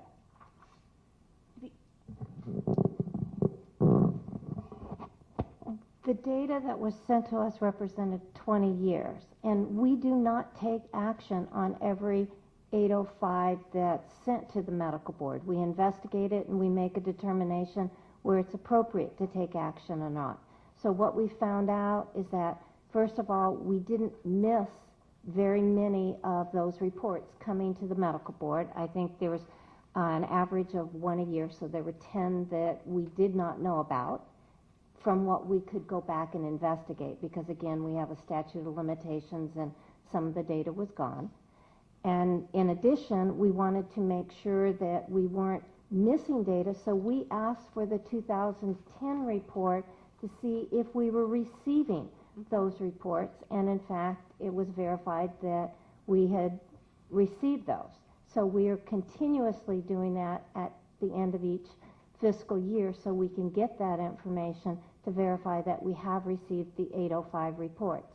Unfortunately, they sound bad, but not all of them rise to the level of taking disciplinary action, and that's just the real world based upon our standard of enforcement. No, I mean, So as it part just sounds two almost to Dr. Salmonson, part two of Dr. Salmonson's remarks were, what are we going to do about getting that information out into the public domain so that the real information is I mean, released? this audit, I think it's great. And So you heard the question. Let's hear the answer. At this time, I mean, we haven't, it's hard because some of the data that we've received, as Ms. Whitney said, is past the statute of limitations in the past. So we don't have the information to fully support the entire listing that was provided. I guess we could look at possibly releasing some of the information that we have, but a lot of it is very confidential as far as identifying the certain position. Yeah. And we can look at taking this information to the Education Committee to see how we can best address some of this information back to the consumers. In terms of the physician population, we do have information on our website. We have provided to the board a couple of times the analysis of the information that came from Dr. Wolf, and we will continue to do so. So we can do better reporting in our annual report of what happens to 805 reports. Maybe that's what we need.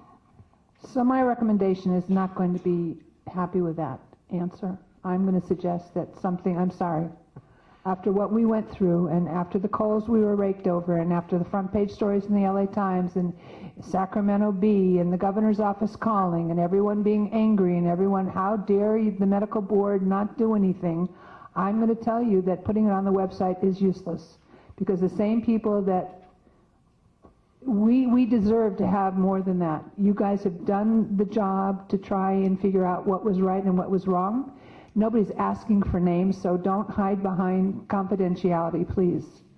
What we have to do is we have to make a statement, and there has to be a strong public statement that the medical board basically thanks the powers that be, the media, for bringing this to our attention, that Dr. Wolf, right or wrong, brought it forward. We have investigated. The information we have received has been over a 20-year period, whatever it's been, that we do or don't have information based on not term limits, what do you call it? Statute of limitations. And that as we go forward, this is going to be on our radar. I can't sit here and accept that we're going to just say, oh well. So I'm sorry. I would direct staff and with the support of the board to do a little bit more than that. Dr. Ganadev? I totally agree with you. I think we took enough bad reputation on the media. We do need to answer. Silence is not the answer. I think we did all the work, so it's time that we put out what we did and what we're doing going forward. Exactly, ongoing monitoring. Right. With that, I make a motion to support staff recommendation. Second. Okay, any public comment? Yeah, Julie? I'm sorry, I turned in a slip yesterday. So did I. I don't know what slip it was. No, I mean a speaker slip. Oh, I apologize. I didn't see it.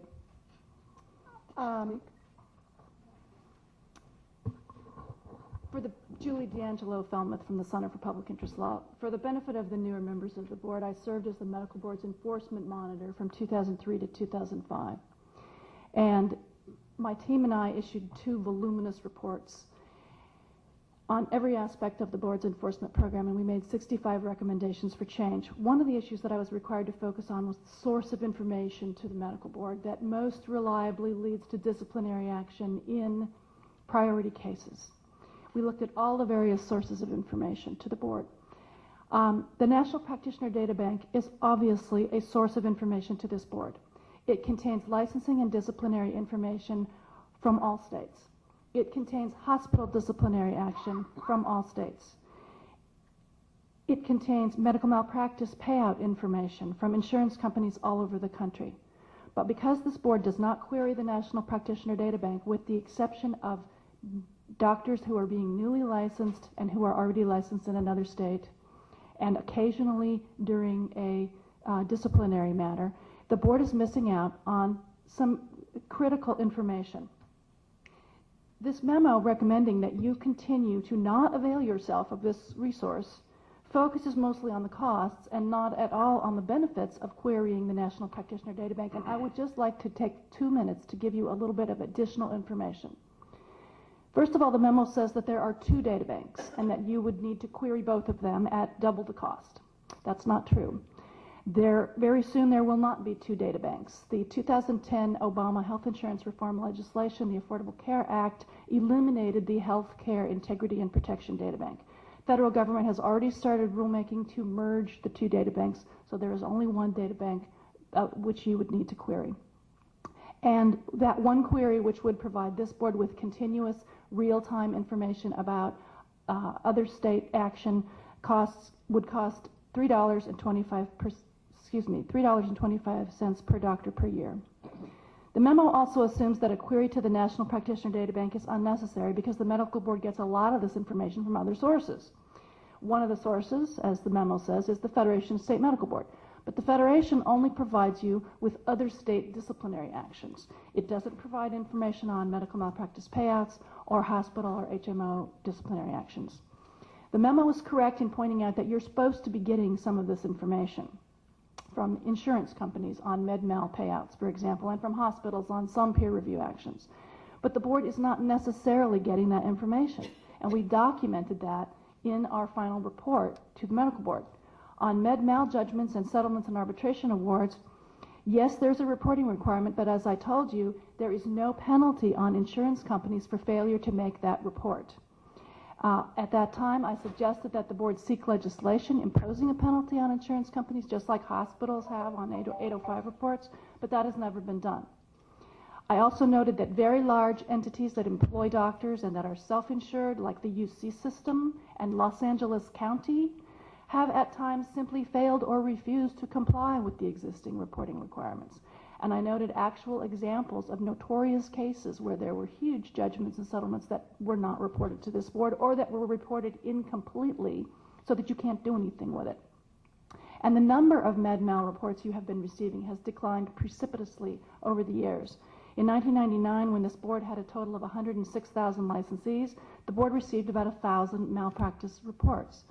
Last year, with now 124,000 licensees, the number of malpractice reports was only 700. So you have more licensees, a third fewer reports. These insurers are not reporting to you when they're supposed to. You are not getting the information you need in order to detect bad doctors.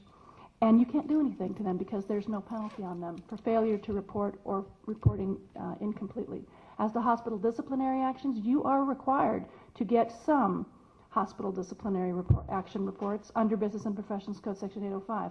But you only get them, if you get them at all, from California hospitals and HMOs. You do not get them from hospitals in other states. The only place that information is available is at the National Practitioner Databank. Of your total number of 124,000 licensees, 24,000 of them reside outside the state of California. A large number of those practice medicine and could return here at any time because they have an unrestricted license to practice medicine here. Shouldn't you know about other state hospital disciplinary actions on your licensees? And again, the number of peer review actions that is reported to you is way down. And you know that, and you are taking action to explore the reasons for that. That's in your strategic plan of this year. And hospital peer review reports, remember, we had to do an evaluation of the most reliable source of information to this board in taking disciplinary action against, in high priority cases. 805 reports were at the top of the list. I just think that you should rethink this in light of the fact that it's not $10, it's $3 per year, and that some of this information is only available from the National Practitioner Databank. I guess according to this last paragraph in this memo, you are doing an annual query of hospital disciplinary actions. But you're cutting a year off your own statute of limitations by doing that, if I understand the paragraph correctly. And you're still not getting other state medical malpractice payouts. And I think that with this additional information, you should reconsider this decision. Thank you. Dr. Lowe? I have a question. Why is it that the National Practitioner Databank gets better information from our own state medical malpractice carriers than we do at the medical board? different information is required to be reported to the National Practitioner Data Bank than to the state of California. Is there a penalty to the insurance companies if they don't report? I honestly don't know the answer to that question, Dr. Lowe. I know that you are correct, that they are more vigilant in reporting to the practitioner data bank as opposed to the medical board. I believe also that you're absolutely correct that even though we have the ability to levy penalties against hospitals that don't report 805s, that I don't think we often penalize them. No, you don't. And I think that we probably need to send out something in one of our newsletters reminding the hospitals of their responsibility. At the time before the current enforcement team was in place, our enforcement officer, John Jerzak, in fact, did go around and made meetings with all of the reporting entities that I remember within a specific, she did it as a test area. She did do it in LA County, if I'm not mistaken, and met with all the powers of B to make sure that mandatory reporting was understood. What she did outside of LA County, I don't know, but mandatory reporting is something that we need to be vigilant about, and I think that we need some answers. On the National Practitioners Data Bank, what I don't understand is why, if the Federation, does the Federation get their information from that entity? And if so, they don't. The Federation of State Medical Boards gets it from the medical boards that report to them when they take action, and then they send out alerts to the boards that those are but only the ones they know about. So as far as the National Practitioners Data Bank goes, where would it be appropriate for what entity within the board to take a look at whether this is something that we need to start thinking about following up with, and if there's going to be an increase in licensing fees or increase in the ability to take money out of our fund to do it, to do a pros and cons and an analysis, a benefits analysis on a go-forward basis. We can bring back more information to you if that's what you choose to do. I would like to answer Dr. Lowe's question, though, about malpractice, and that the National Practitioner Data Bank actually gets all settlements, as to where the Medical Board of California only gets those over $30,000. So that is one difference in the reporting. But what I would like to bring back to the next meeting is the statistics that were provided for the National Practitioner Data Bank at a meeting that they provided to us. They have seen exactly the same decline that California has seen in the numbers reported, not only by hospitals, but by malpractice carriers. If you look at their numbers compared to ours, they are very similar in the reports that they have received from California. So I would state that the statement that they're getting more information than we are is not necessarily accurate. So I could bring that information back if that's what the board chooses to do, and then I can show you how their numbers compare to ours. Well, on the reporting of under 30,000, does that imply that any settlement under 30,000 means that it's just money to keep the attorney happy, or is there some real valid issue? There was an issue with the $30,000. No, there was a real issue, and that was to do the level of compensation. It put a ceiling on the amount of no, it did. No, 30,000 is... That is what the legislature actually chose as the definitive item that the board would receive. That is in statute. I believe that the legislature made its decision that anything under 30,000 essentially was nuisance value. Exactly. Right. So Madam it's Chair? 2999. Madam Chair, in answer to Dr. Lowe's question, actually I just looked it up, there is an $11,000 penalty for malpractice payers who do not report to the National Data Practitioner Bank, and also state licensing boards are required to report disciplinary actions to the board as well. So I would hope that, again, that the gap between what we've needed to do for a while and what we're doing needs to be closed, and I would ask that, in an additional meeting, that we bring up this issue about how we can in fact get hooked into this, get the data, and make sure that we are doing the same as many other states are doing.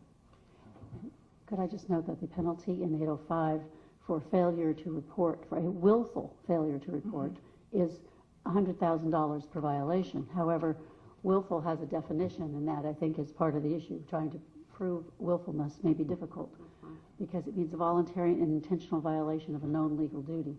So I think that's part of the thing that ties folks' hands is trying to prove willfulness. And on the federal level, they don't have the willful language. It's just if you don't report, you get fined, period. And they find Are the out. hospitals fine, Jerry, when you were looking it up? Do you? Yeah, there's mandatory reporting in here. And they have to query every 2 years as well. Every 2 years or every year, if they are in fact, if they have a reason to suspect that they've got to look into a doctor. May I make one last comment and then I'll leave you alone? If the National Practitioner Data Bank were open to the public, I would not be sitting here asking you to do this. It is not. It is only available to you, state medical boards, and to hospitals. So we consumers depend on you to make sure you are getting all the information that it has. That's why I'm here. Thank you very much, Ms. Feldman. I'm going to recommend that you need to bring some information back in July, please. Okay, Madam President, if I could, just a matter of parliamentary procedure. Like you love hearing those, we are kind of at the crossroads of a motion and a second to that motion to adopt a staff recommendation, which was, it was implicitly inferred here that we not do the query. So in order to bring the matter back, I think we'll have to dispense with the motion in a second. You can vote down the motion, too. Or the maker of the motion could withdraw the motion. The maker of the motion, okay, that's good. Who is the maker of the motion? The maker of the motion is sitting here. Staff is willing to bring it back, so I'll withdraw the motion. Okay, thank you. Okay, thank you. So moving on, I have another public comment from Michelle Montserrat Ramos, please. Try and keep it brief. I mean, it's the...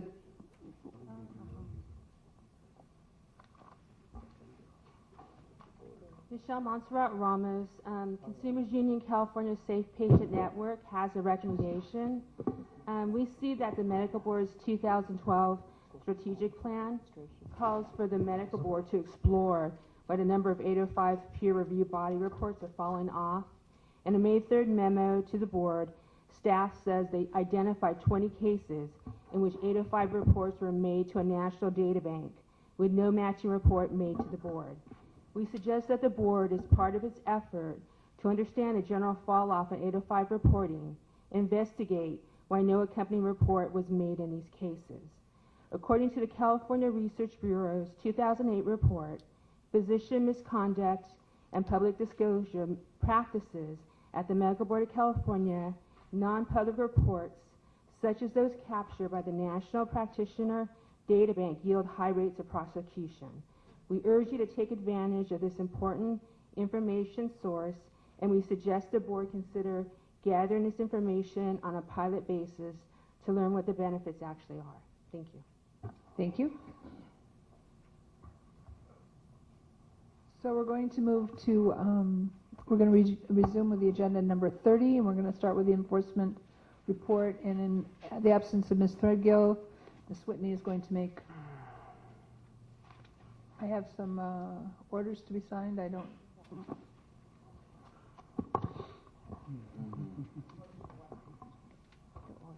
To approve the orders. Thank you. Agenda item 30A, may I have a motion to approve the orders following completion of probation and orders for license surrender during probation? So moved. Second. Those were handed out to you, I believe.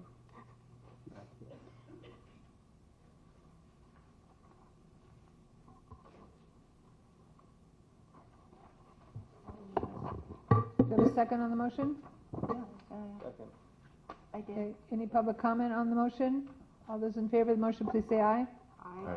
Any opposed? Motion carries. Thank you. If you'll please turn to pages 188 through 191 of your packet, the enforcement program expert portion. The enforcement program used 117 experts in the first quarter of 2012.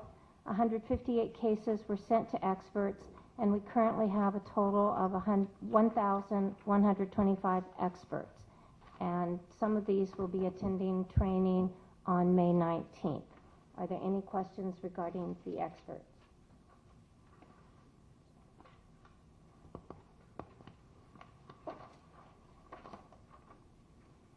Moving on to item 30C. I would like to announce some staff that we have here for the enforcement program. First of all, we have the supervising two areas, Southern Area Supervisor Kathleen Nichols, here with us today. With her is Supervising Investigator 1 Russell Chi. He's one of our new supervisors in the Tustin office. And we have some investigators with us today, including some new ones. Mark Smith from Tustin, Robert Wagner from San Dimas, not the Robert Wagner most of us would recognize, and John Janess from Glendale. Janess. Right. Thank you very much for attending today. We hope you've learned quite a bit. The enforcement program has 16 vacancies, but most of these investigator positions have an individual in-background process. There are 2 supervisor vacancies, one in Fresno and one in Pleasant Hill, due to the promotion of Terry Bennett, who was the Supervisor 1. She's now been promoted to the Northern Area Supervisor 2 position. We hope that most of the backgrounds will be completed by June 30th, and we are moving forward with trying to fill the supervisor in Pleasant Hill. At this point in time, we have not been successful finding a supervisor for the Fresno office, but we will continue to work on that. On April 12th, the HQE supervising DAGs met via a teleconference with the NBC regional supervisors and management for a quarterly meeting sharing ideas and resolutions. It was a productive meeting and some research assignments were made. The next meeting is scheduled in June. If you will please refer to pages 192 through 194, those are the statistics. Page 194 actually represents the strategic planning goal in reducing our timelines and processing by 50% or by having 50% or more of our complaints completed within 50 days. We are not there yet, but we will continue to strive to meet this goal. The reduction of the CPEI, or the Consumer Protection Enforcement Initiative positions, will hurt in us moving forward as fast as we had wanted to, but we will still strive to meet this goal for this strategic plan. Another way to look at our timelines is in the handout. The time frame for the board to process complaints, that is the last item. Oops. I'm sorry, it's a handout. Okay. What we've done is we've taken the average number of days it takes to complete a complaint investigation and added those up. This is all from the annual report with the exception of the 11-12 data. Looking at that, we decided that to help evaluate some of this data, we would divide it by 365 so you could see it in terms of years it took to complete the process. So if you're looking at this enforcement timeline handout, the average if you look at 2010-11, the average number of days that it took in the medical board to complete a complaint was 1.6 years. So that equates to a little over 365 to 386 days. If you look at where we are currently in the 11-12 fiscal year, we are at just under a year, so 363 days. In terms of the administrative process, you can see that the administrative process for those 2 years takes 1.4 on average years, and that's going down just a touch, 1.41 for 11-12. So the overall average in terms of years, we were at 2.49 and we're now at 2.40. We're striving to work on reducing this number. The main area that we're working on in the complaint processing is that we have reduced the number of days that we are asking the experts to review, do the upfront triage review of cases. We're asking them to turn it around in 2 weeks instead of 30 days. So that means that we will be contacting them after those 2 weeks to find out what the status of the expert review is instead of waiting for those 30 days, which we had done in the past. In terms of the investigation, we actually, as of this report, had 6 offices that were under the 180-day average, which is excellent. That is the average that is in statute. And so we're really excited about that. As soon as we fill our vacancies, we should be able to get most of the offices within the 180, and then moving forward, we'll all be under 180, hopefully in the next year. Are there any questions regarding the statistics? Yeah.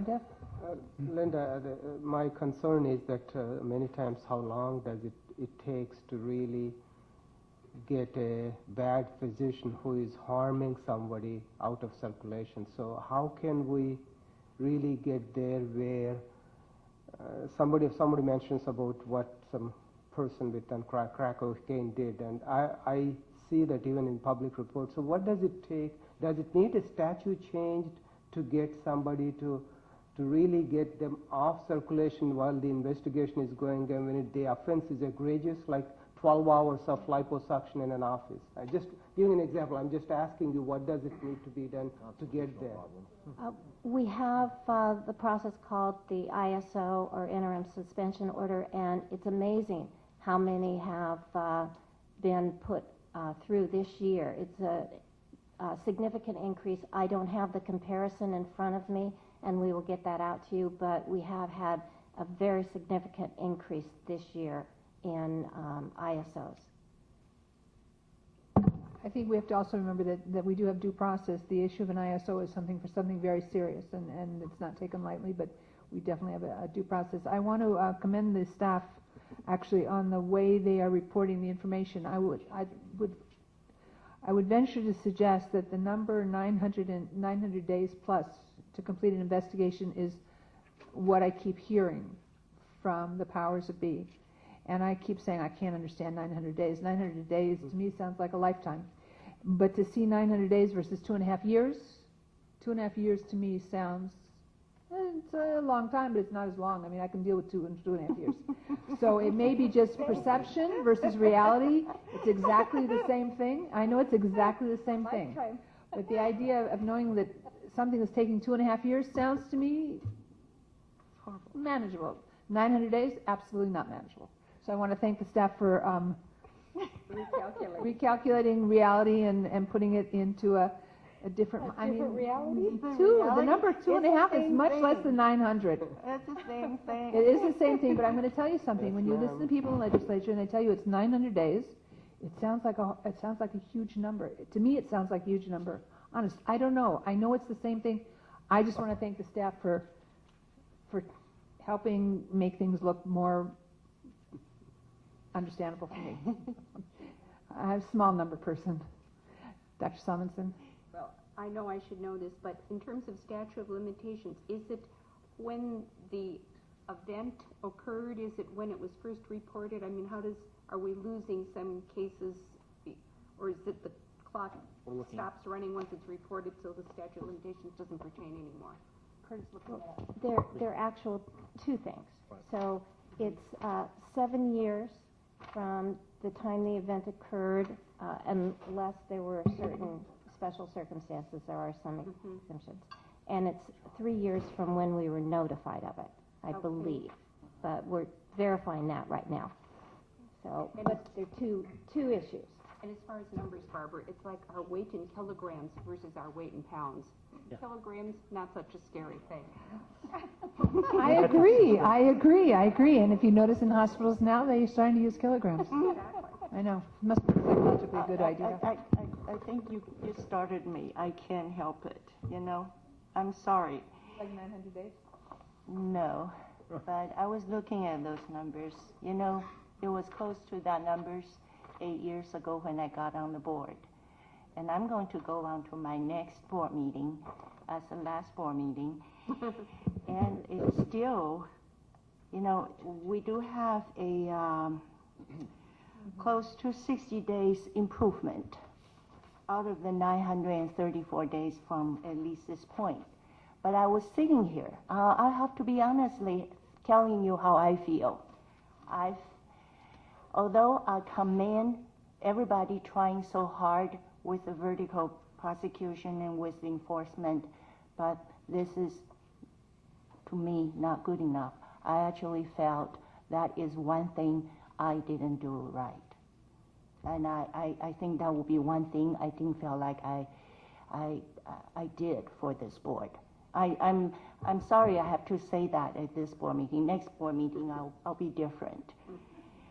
Because 900 days is 900 days, whether it's 2.5 years or 2.40, it is 900 days. You cannot change that, and you cannot sugarcoat it. And I am, in a lot of ways, disappointed with that. I'm hoping, I'm not, you know, I know everybody tried their best. I'm hoping, I'm hoping as you guys continue going on, please, you know, this is a real goal. I feel sorry for the doctors. Hetty, we've been focused on trying to make enforcement more efficient for a very long time, and I think that what really got the board awake about timelines was the licensing problem. But unlike the licensing problem, which is an easy fix, the legal system is not an easy fix.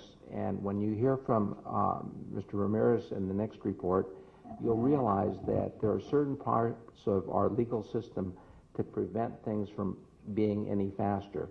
It's conflicts with scheduling from the Office of Administrative Hearing to conflicts of the attorneys that are representing these different physicians and their own schedules that have conflicts.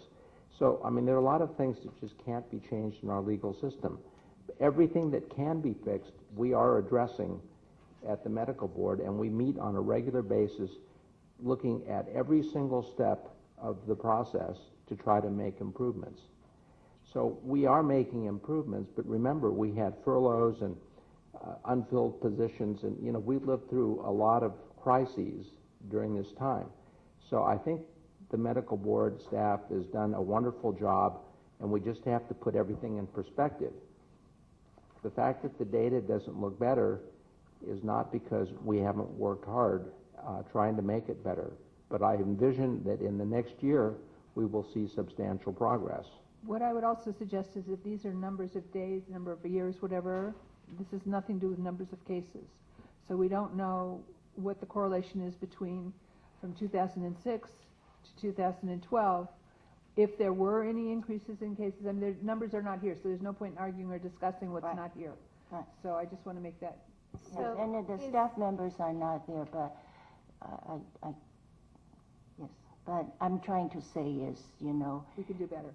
We can do better. Well, and can we point out that there's the 3 tiers, right? Which one belongs to the medical board that we can take a look at, and then Hetty can say, wow, we really made a big difference in that one, which is the one that we have control of? Is it the one on the top? If I may, if you look at the line regarding investigation, and you start in 2006-07 with the average at 307, we're now at an average of 278. And that is with staff vacancies, furloughs. They have done an admirable job.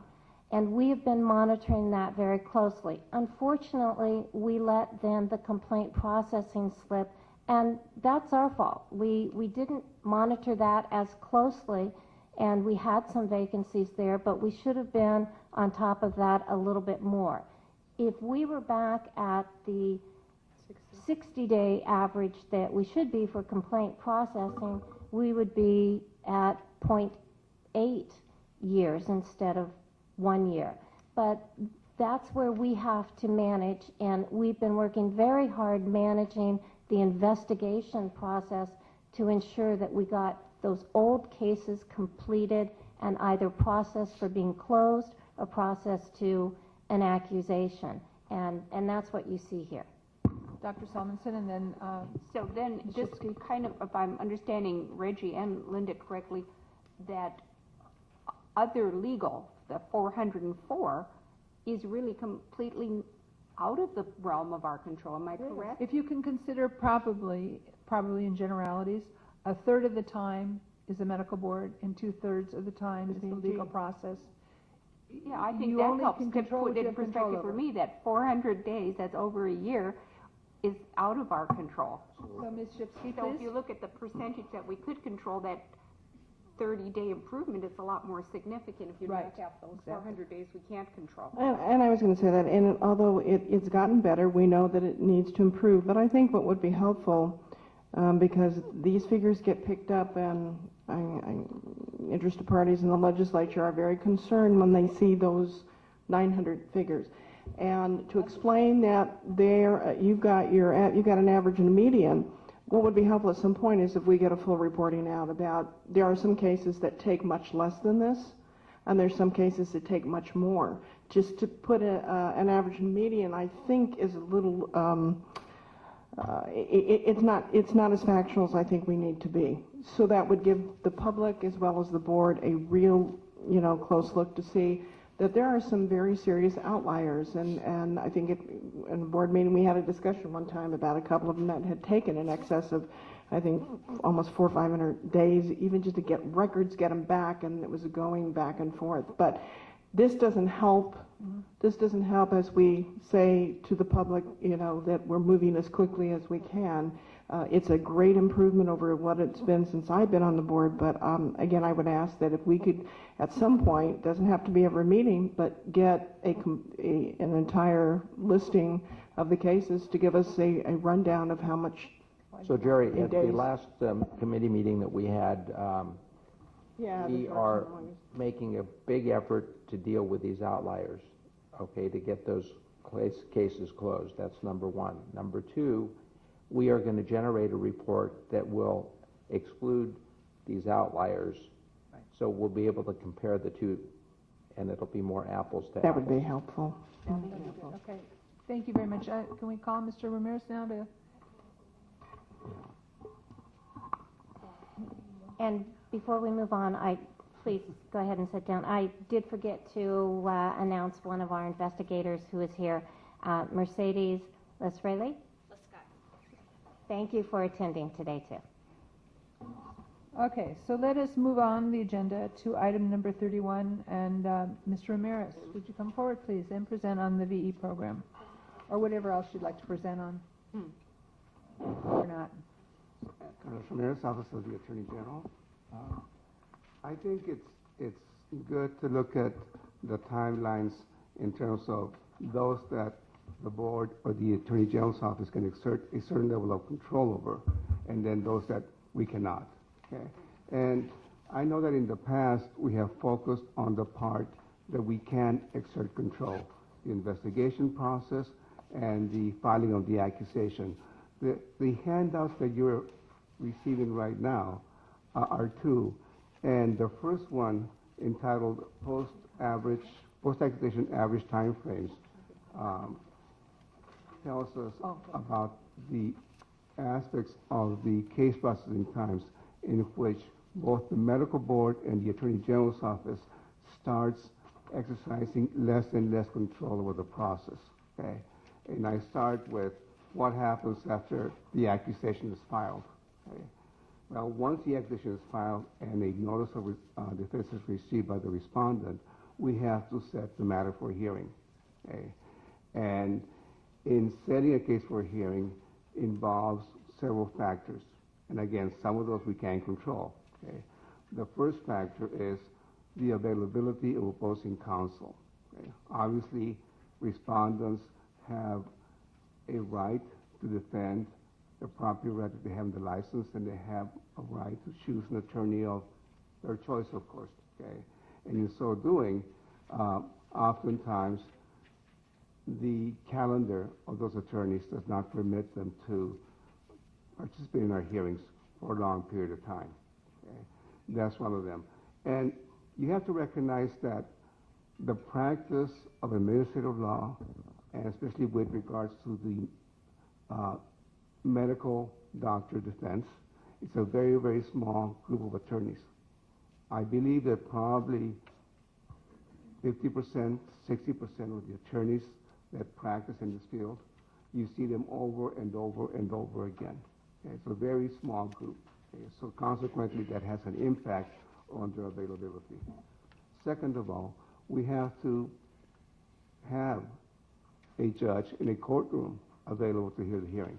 At the present time, it's taken approximately from 6 to 8 months for a courtroom or an administrative law judge to be available to hear our hearings. Okay. So if we were to request a hearing today, more than likely the case will not be heard for another 8 months. Okay. So that's, of course, another factor. The availability of witnesses, that's a factor not as great as the other ones, because by the time that we get notice as to when the hearing is going to take place, we notify the experts immediately, and they usually clear their calendar. Amendments to pleadings sometimes are a factor, and this occurs when we have filed an accusation against a physician, and while we're waiting for that hearing to take place, we find out about another case that was recently investigated. So oftentimes we amend the pleading, and that, of course, prolongs the resolution of that case, because then the case has to be rescheduled. Okay. To a lesser extent, the availability of deputies.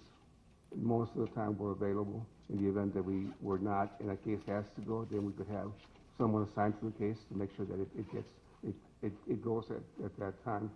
So again, these are factors that we don't have a lot of control of. I have a recommendation that I've also included in another handout, and I can address that later. The second part of this deals with basically statutory deadlines. The first one involves how much time does an AOJ have to prepare a decision after the hearing? Well, according to Government Code Section 11517, he has 30 days. And he usually takes 30 days, maybe a little bit more. Most of the time, it is around 30 days. Okay. Following that, you have 100 days to issue a final decision. Okay. And again, that's also by statute.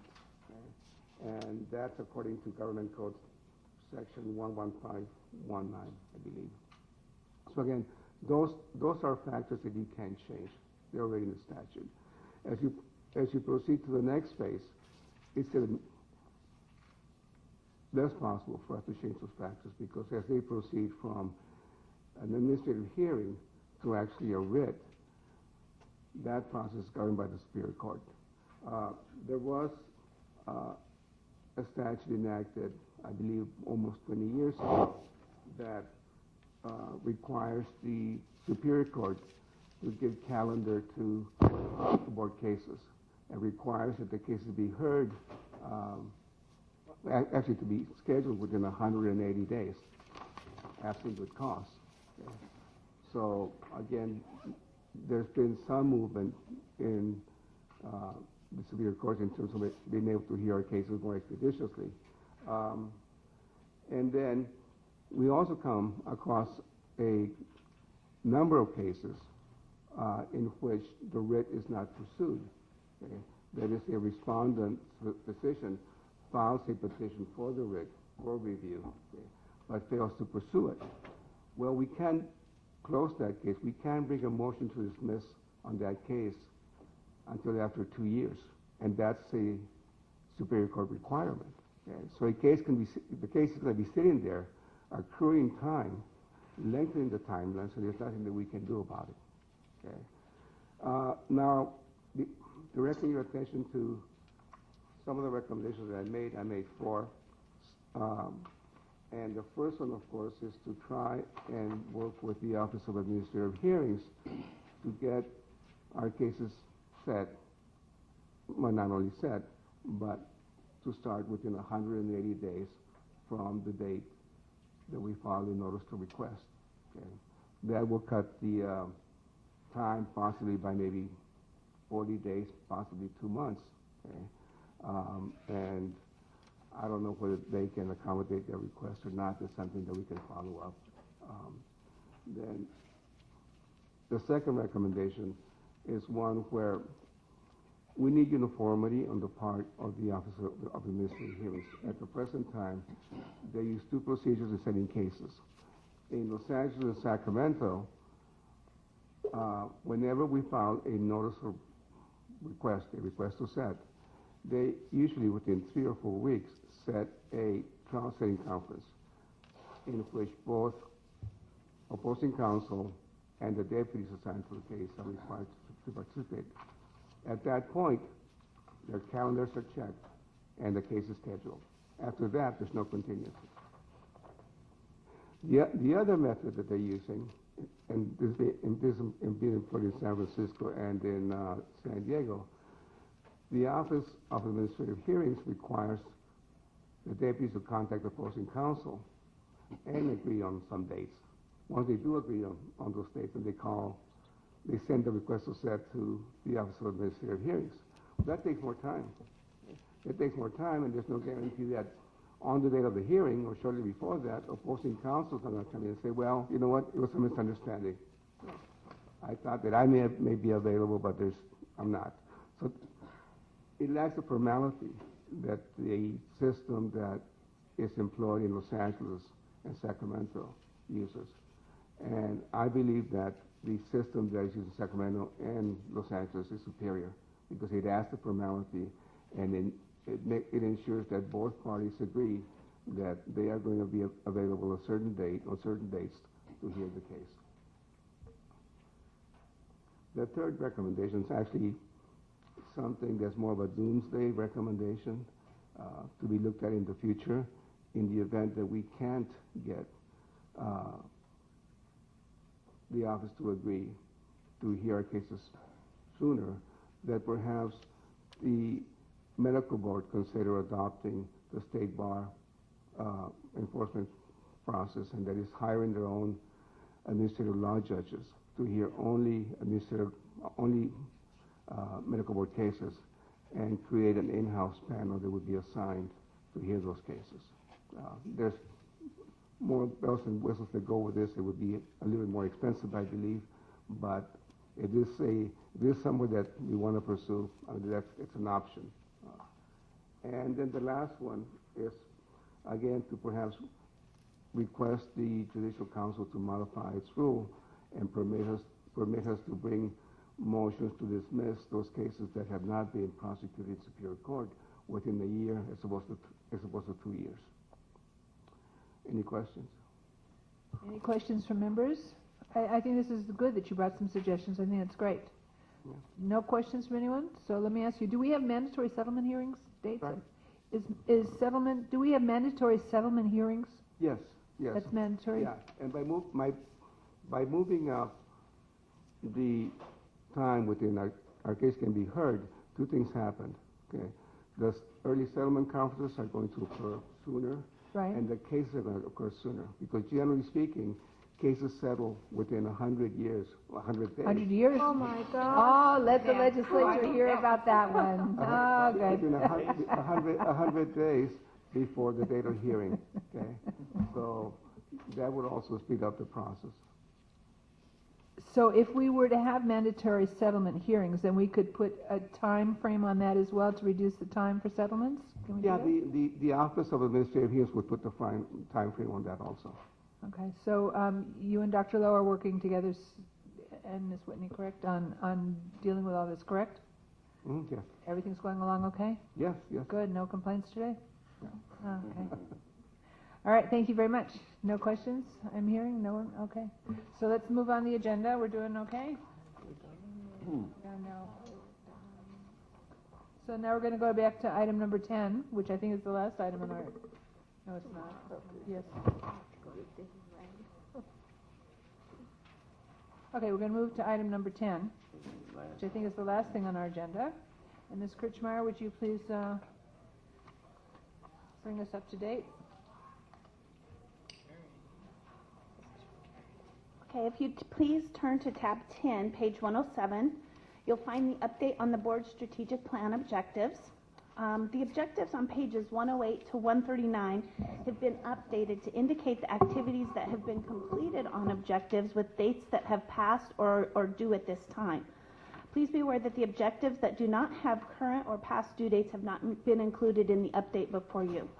They will be included in the update in the future when they are due. I would like to first ask if anyone has any specific questions on any of the objectives. If not, then I would just like to point out a couple where we are going to be extending the due dates.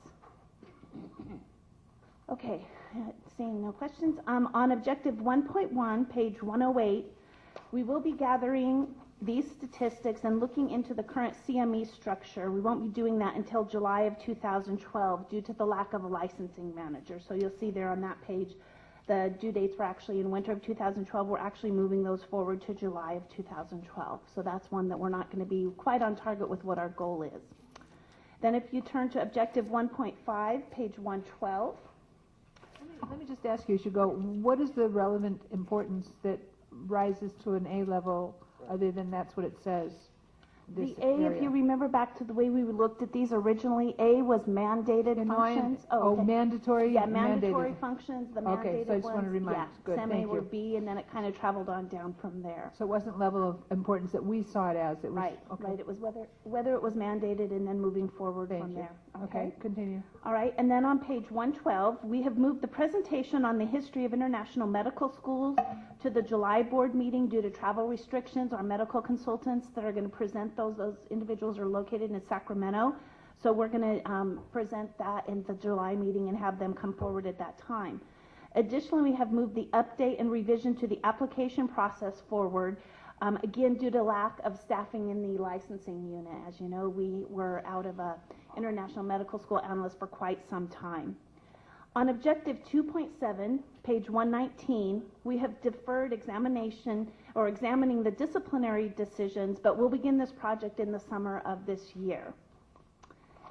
And then moving on, goal 3, which is on pages 123 to 129, several of these objectives are actually updated, but we're going to move forward on those, and it's going to be before the Education Committee. We're going to present Mr. Wood, the Public Information Officer, is going to be putting together a complete plan that will be reviewed and discussed at the upcoming Education Committee, which will be prior to the next board meeting. So these objectives on those will be updated after that plan has been approved by the Education Committee. So although there are some information in here, it's going to be more thorough at that time after that. That means we're going to have an Education Committee meeting? Yes. Hopefully between either at the end of May or June. We're looking right now. That will probably be established, obviously, with you as the chair within the next couple weeks after Mr. Wood meets with Ms. Whitney and Ms. Simoes. And then all other objectives in this plan are on target for completion or have been completed as indicated in the status column. So we're going to continue to provide an update at each meeting on the progress of these objectives so the board knows how it's meeting its goals and objectives. So that's how we're developing that. Are there any questions on any of them? And you're okay with that format of presenting them? Okay. Anything else? That's it.